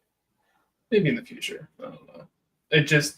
I saw the Rolo Corey, and it's just like... Nah, we gotta keep Roman in it. No, for sure. But that's just a joke from Ronnie. It's still funny. First official episode I'm on the show. Rename it. Fire Roman like Jimmy Kimmel. Indefinitely suspended. Roman has been indefinitely suspended from the RoloRome cast. That was so fucking... How many times did I explain it, guys? How many times did I go over it being like, Roman, it's not political. His show wasn't doing good. They literally got rid of him because his show was dying. This is just a thing that happened at the same time. Pretty much. But they will take it as a talking point, right? They'll steal it, and they'll because right now, I'm sorry to say, they're losing, and they don't. Roland, I literally said to him, the Democratic Party lost like 2.1 million voters, and the Republican Party gained 2.3. 200,000 people who weren't voted or aligned with any political party joined a side after what they did. And every person that leaves the Democratic Party joins the Republican Party. I'm one of them. You know what really blows my fucking mind? You know what really grinds my gears? What really tarnishes your chrome, bro? What really rusts my chrome is is the fact. So, guys, we were talking about Cyberpunk earlier, so that's why I said that. Because Cyberpunk Edge Runners is getting a season 2. But, you say? What really rusts my chrome? No, I mean, it's just like the only reason I was a Democrat, and I said this for the longest time, was because I was told that I was a Democrat. And I joined the Democratic Party because they, at the time, had values for the environment. And that's what I cared about above all else. So I'm an environmental scientist. That's my career. They don't hold those values. Mm. Always been more conservative. I've always been more moderately conservative. That's what I consider myself, a moderate conservative. The only reason I followed the Democratic Party is because they had the same values that I valued in the environment. They don't hold those values anymore. They're no different from the Republicans. So if I'm a moderate conservative, why the fuck wouldn't I be a Republican when I see these people coming out here talking shit on the murder of somebody for free speech? And then you want to turn the Jimmy Kimmel thing into a free speech issue? That's so fucking disingenuous to me. Like, that's a completely fucking different thing. We're talking about being canceled for free speech when a man was literally murdered for it. His body wasn't even in the fucking ground when Jimmy Kimmel said what he said on Monday. Charlie Kirk's body wasn't even fucking cold. Like that's the fucking problem. You know what? You fuck around, you find out. You flew too close to the sun, dickhead. And this is we're past the fuck arounds. We're getting to the point of you're gonna find out. The census is likely correct because it's less than Colbert, and we knew Colbert was doing better, and he got canceled. So the census says 126,000 people actually watch him. That is less than Friday Night Tights. That's soon going to be less than the RoloRome cast. Soon enough. Hey. Soon enough, now that we got a third member and we have a fucking team now. Hey, we got this, boys. But yeah, for me, my fucking point being is like they just used it as a way out from him. And he's been wanting to do the Howard Stern thing forever, and he can try, but it's not going to work because no one fucking watches Jimmy Kimmel. My entire point from the very fucking beginning is that Roman's defending a guy he's never watched. That was my whole point. I'm like, have you ever watched Jimmy Kimmel? Ever? Well, I've seen clips. I'm like, have you ever sat down and watched a full show? No. Which is fine. But it's the same way when my mother tells me, well, Charlie Kirk said all this shit. And I go, have you ever actually watched a full debate with Charlie Kirk? Or did you just watch the clips they clipped out of him saying something that, quote unquote, is hate speech? And she goes, well, no, I didn't even know who he was until he got shot. So you want to hear something crazy? Exactly, mother. And then I showed her a couple things. And I'm not putting words in her mouth. But she was like, maybe I was wrong. I still don't agree with him. And I said, neither do I. But you have to see what he says afterwards and how the people respond to him in order, like, when you clip out something that is completely taken out of context, I have a clip right here. I will play it right now that is taken out of context. This is a clip of me taken out of context. Bestiality should be illegal. Oh, I should not have fucking said that. He did say that, though. I mean, the heart wants what the heart wants. So, that was me reading a fucking quote from somebody. So you could take that out of context right now.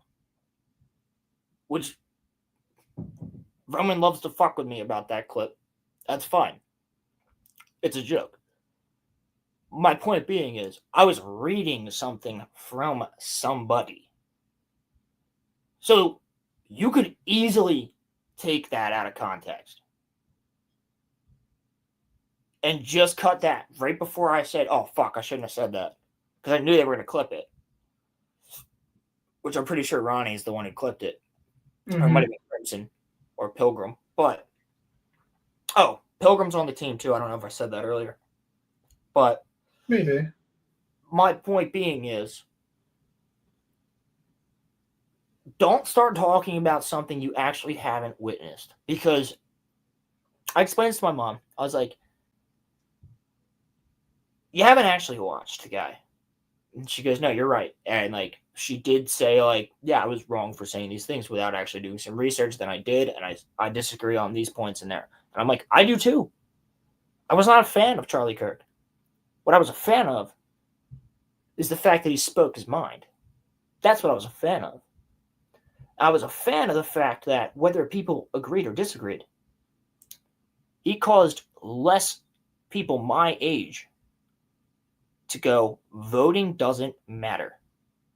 Because so many people, Corey, our age, believe that voting doesn't matter. But what Charlie Kirk did was get a lot more people into voting, whether or not they were on his side. It made them think about it. It made them go out there and actually go vote, which is fucking important. The most important elections are the ones civil, right here, right in our town. That's the one that directly affects you.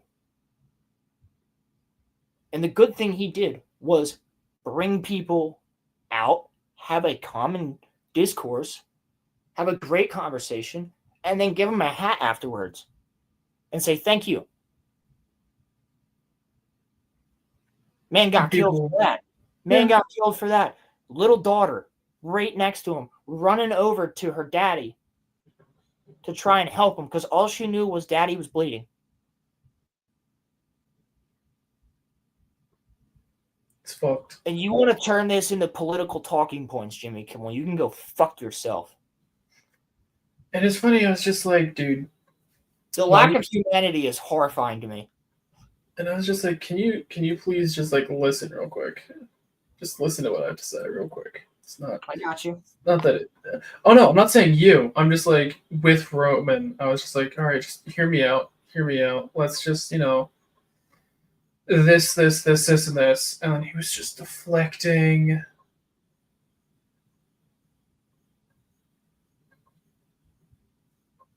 I mean, it happens. And I was just like, bro, I just want to hear what you have to say. I just want to, like, you know, explain this. So, I'm not even talking about Roman when I say this. And I'm not going to disparage Roman. I appreciate his opinions. And I know that he knows and he feels that what happened to Charlie Kirk was horrific. We know that. We talked about this. He's no fan of him, but he has said, and he knows, it was horrific.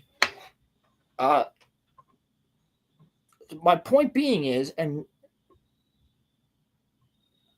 I often see people that are, I guess, just like, I don't know, not conservative, just blow up. Like, as soon as you hit them with a fact, they dip into a different argument. Mm-hmm. Like nothing from nothing. Today, when we were talking about this, when you keep bringing up shit that Trump did in 2017, I don't fucking care.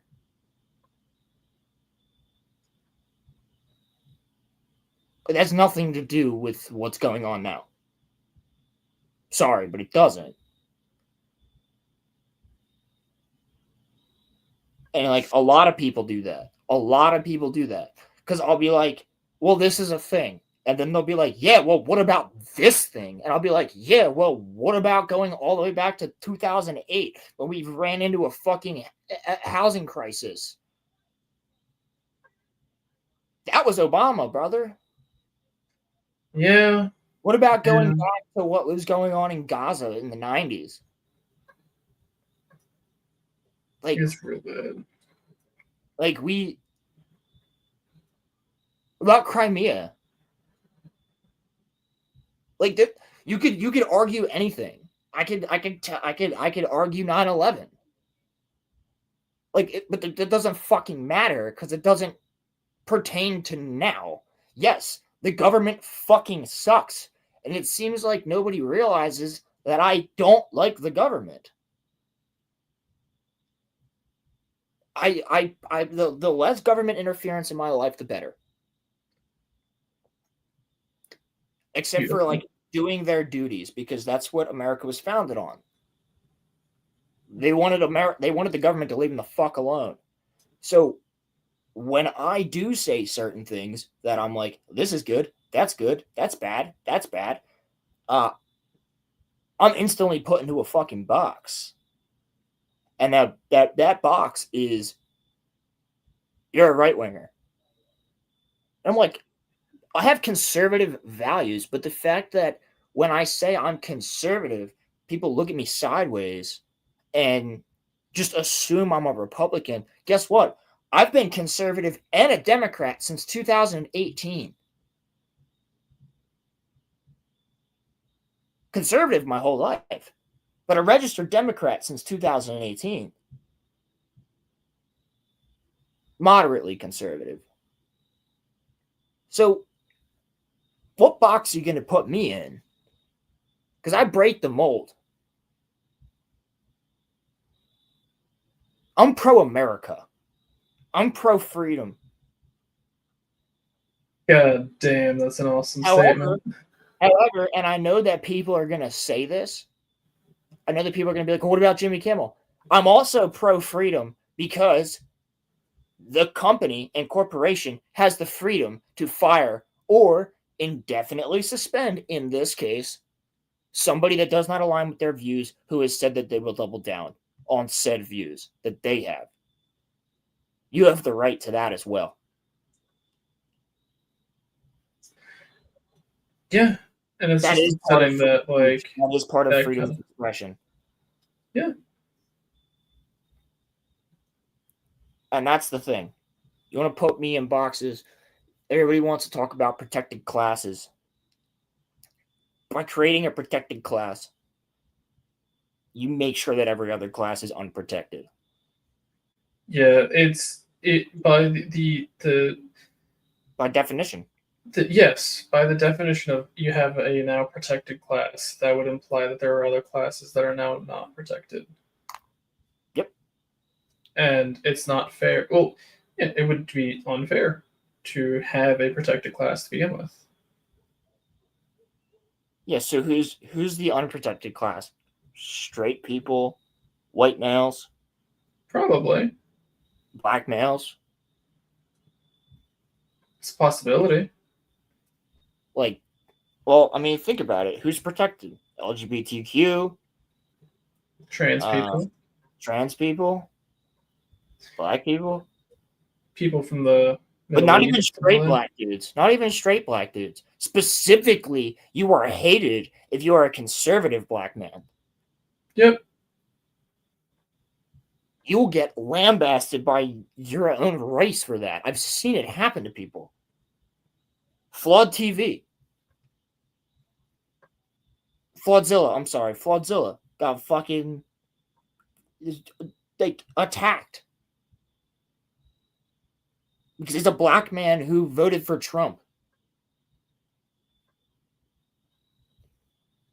Dude's a rapper and a YouTuber. He's also very pro-African American. He just didn't like Kamala Harris and didn't like Biden. It didn't like the way the Democratic Party was going. So guess what? He ended up becoming a Republican. Yeah. And one thing I find very funny is it's just like there's this rapper. Speaking of rappers, there's a rapper. I'm sure you know him, Tom McDonald. Absolutely, yep. Fucking hates him. Yeah, Roman hates Tom McDonald. And it's like, bro, he's literally what you want to be. And he doesn't like him because he's conservative. And he's like, in one of his songs, he's literally like, I'm not Republican. I'm not like left or right leaning. I'm just aligned with the Republicans right now because they're the ones fighting for my freedoms. And it's like that's how most of the Republican Party is. Like most of the Republicans don't want to be Republicans. It's just the fact that it's either with our current broken system, you have to pick between left or right. And the left's all about taking what you have and giving it to other people who are just not supposed to be here. And the right's like, how about since you worked the 60 hours, you keep your 60 hours worth of pay. Yeah. And you can do whatever you want with that. Well, it's not even that. There's a great song, and I wanted to do a whole breakdown of it for Patreon. This song by Samson that it's called Immigration. And he dropped it like a couple months ago, and I really wanted to do a breakdown. But it's just like Roman didn't want to do it. It's okay. Oh, so remember how we were talking about hypocrisy? At the end of it, bro, one of my favorite bars is like he literally is talking about the fact that he's like, I would rather work together with our neighbors of Mexico and Canada to make them better and work together because we're all on the same continent. I'd rather give them that. He goes, one of his bars is like, I'd rather give you residuals than Ukraine and Israel. And how much do we give to you? How many dollars do we give to you? 3. Talking about Mexico. Like, we don't give a fuck about our own neighbors. And like, that's the whole point of the song, is it's not like anti-ICE or anti-immigrate, like, or like pro-ICE or pro anti-immigration, whatever. It's like we're not doing this the right way. Is the fucking point of the song? Yeah. If you actually sit there and listen to the words, and it's really good. The flow is phenomenal. Samson is one of my favorite new rapper like over the past couple of years because he just spits and he says what he means. And like it ain't necessarily like he's not political at all. But people call him political because he'll make a song about something political. But like he's not. I mean, Eminem was fucking doing that. Eminem still does that. Nobody bitches about Eminem doing that. Like, so remember how I brought up Tom? And Eminem's fucking pro Biden and pro Kamala. Like, if you really want a rap song, which is fine. There's a song by Tom McDonald called Charlie. Yes, I heard it. It came out the day after it died. I almost cried listening to it. Yeah, it's pretty fucked. I don't mean it in a bad way when I say that. Like, it's just like, yeah. It's just a fuck situation. So, I was going to say, there's one thing, speaking of, we were talking a while back about hypocritical shit with the left. And it's that a lot of the people who come here and the instant they don't immediately like bow down and like kowtow to the left, they're immediately just thrown out. And like you have two big names that I can think of. We have Tom McDonald and his girlfriend who immigrated here from Canada. And then we have what's his name? I don't even need a big name. I can tell you somebody right now who did the work, came here legally. My cousin Michael. Did he? He's adopted from Russia. Good for him. And also, you know one. He lives right up the street from you. Gael. Yeah. Gael he came here. His family did the work. They got their papers. They did everything. They're legal. I dated a girl. She, her and her family from Mexico. Her parents came here, did the work, got their green cards. Now they work on a farm. Yeah, and it's fucking insulting to the people that did the work. It is. Steven Crowder. Steven Crowder moved here from Canada. Yeah. And I mean, I don't like Steven Crowder, but yeah. I don't either. But what's important about Steven Crowder is that he and Tom were both in Canada with their universal health care. Do you know why Steven Crowder left Canada? Universal health care. Mm-hmm. And it's funny because my one coworker, I brought him up earlier. He's like, "Oh, Canada's so good. They have universal health care, blah, blah, blah, blah." And it's just like, okay, let's break it down if you really want to think about it. Right. Exactly. As of right now, you can have someone at McDonald's in Canada getting paid $40 an hour, right?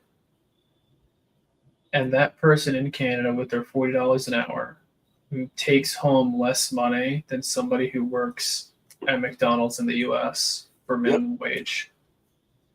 And you can make the argument that, oh, well, they have universal health care if they ever have to go to the doctors or the dentists or the eye doctors. Blah, blah, blah, They also have fucking illegal suicide.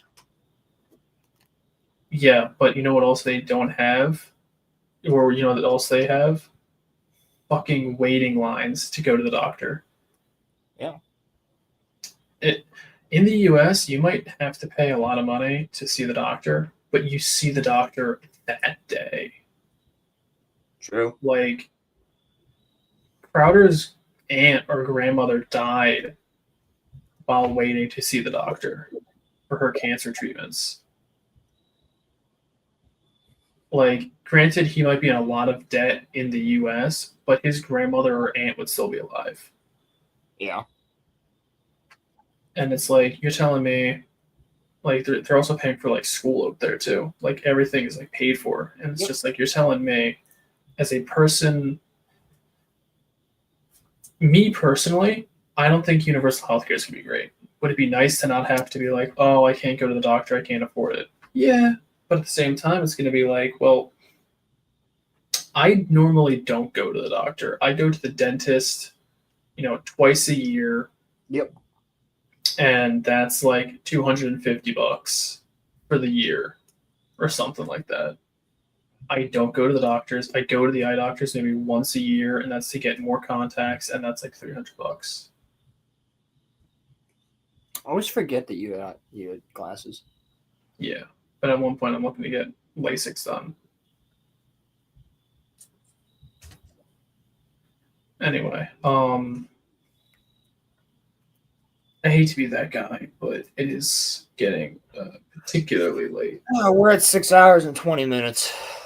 I got work. I think it's a good little stream. I mean, how long do you guys normally go for? 8 hours? Not usually this long. Oh, well. I've gone 12 before, but Roman left at like 5 on that stream. Week length. Yeah, I did the full 12.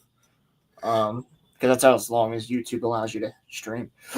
Yeah, well, I'm getting off because I hear my parents like shifting around, and my dad has trouble sleeping, so I want to wrap it up. No, you're good. I'm better. Excuse me. Jesus Christ, why am I burping like a motherfucker right now? I would also like to wrap it up, but I would like to say thank you to the chat for all hanging out today. Yeah, thank you for coming in. Thank you for letting me talk your ear off about D&D. Hopefully I didn't lose any of you during our beloved little D&D spurt. Probably our Halo lore drop, all that stuff. Yeah. Chat. So if you didn't hear, Corey is the 3rd member now of the RoloRome cast. He will be here as many weeks as he can make it. And yeah, we're making things work. We're going farther. Things are going. It'll be the 3 of us now. Yeah. Things to look forward to. Roman's excited about it. Corey's excited about it. And I'm excited about it. So. And just to refresh your guys' memory, so it's on the tip of your tongues, our Patreon, 99 cents, they're 99 cents, whatever it is. You can pay the $10 one if you want to. I have 3 people paying the $10 one because they're cool as fuck. Shout out to Muffin, Lily, and Rolando. But you could also do the 99 cents one if you would prefer. We make it cheap. There's nothing wrong. Whatever you can, whatever you can't.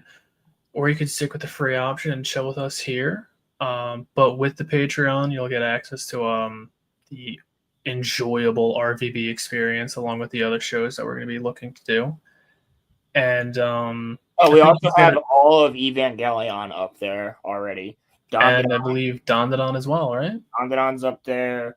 And the first, 5 seasons of Red vs. Blue plus Out of Mind and Recovery 1 are up there. We're working on season 6 this week, maybe season 7 if we have the time. And then I think the next show that I was talking about doing was going to be Black Sails, possibly. But you guys tell us what you want us to do, because we're definitely going to have to be. I'll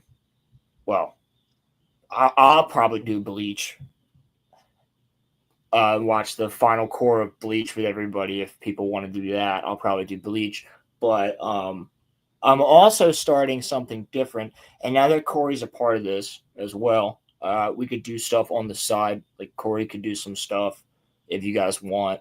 But I was I'm going to do it. I'm going to read Treasure Island for everybody.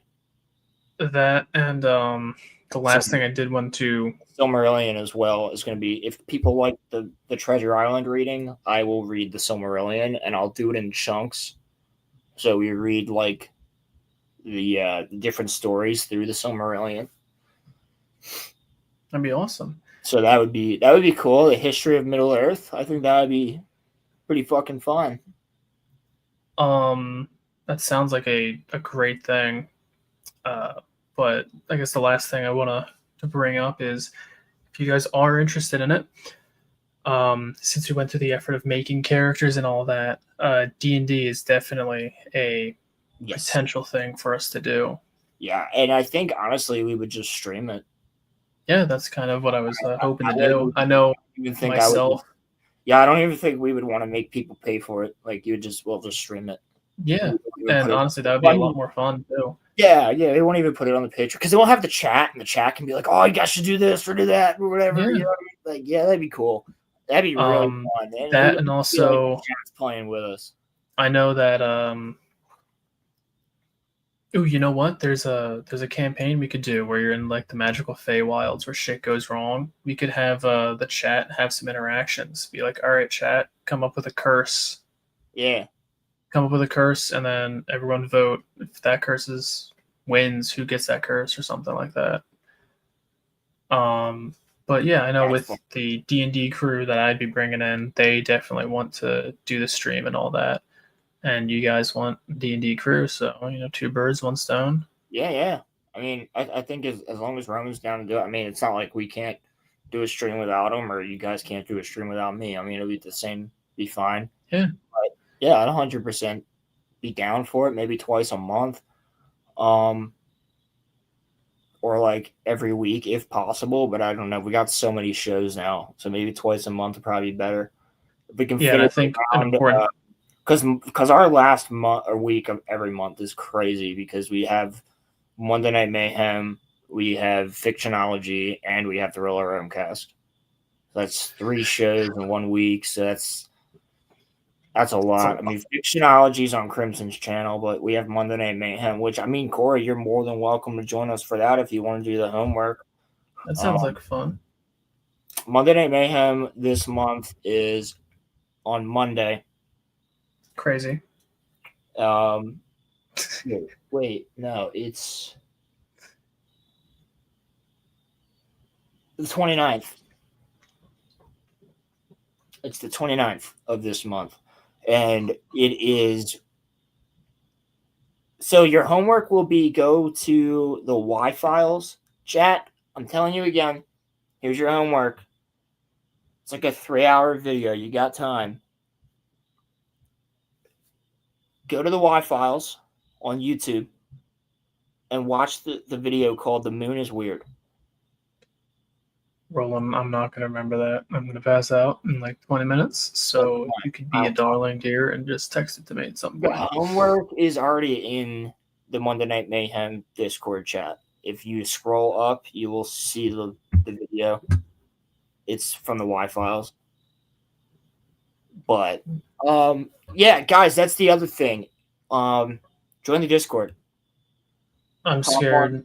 The link should be around, but I don't know if Pilgrim's not here. We can put the link in the description afterwards. But actually, I don't even know if Roman's going to want to do that. Hold on. Let me just do this for the chat. For the chitty chat. I love you guys. Oh, Muffler Tape's in the lounge just hanging out. Yeah. I sent him the link earlier. How the fuck did I just invite people?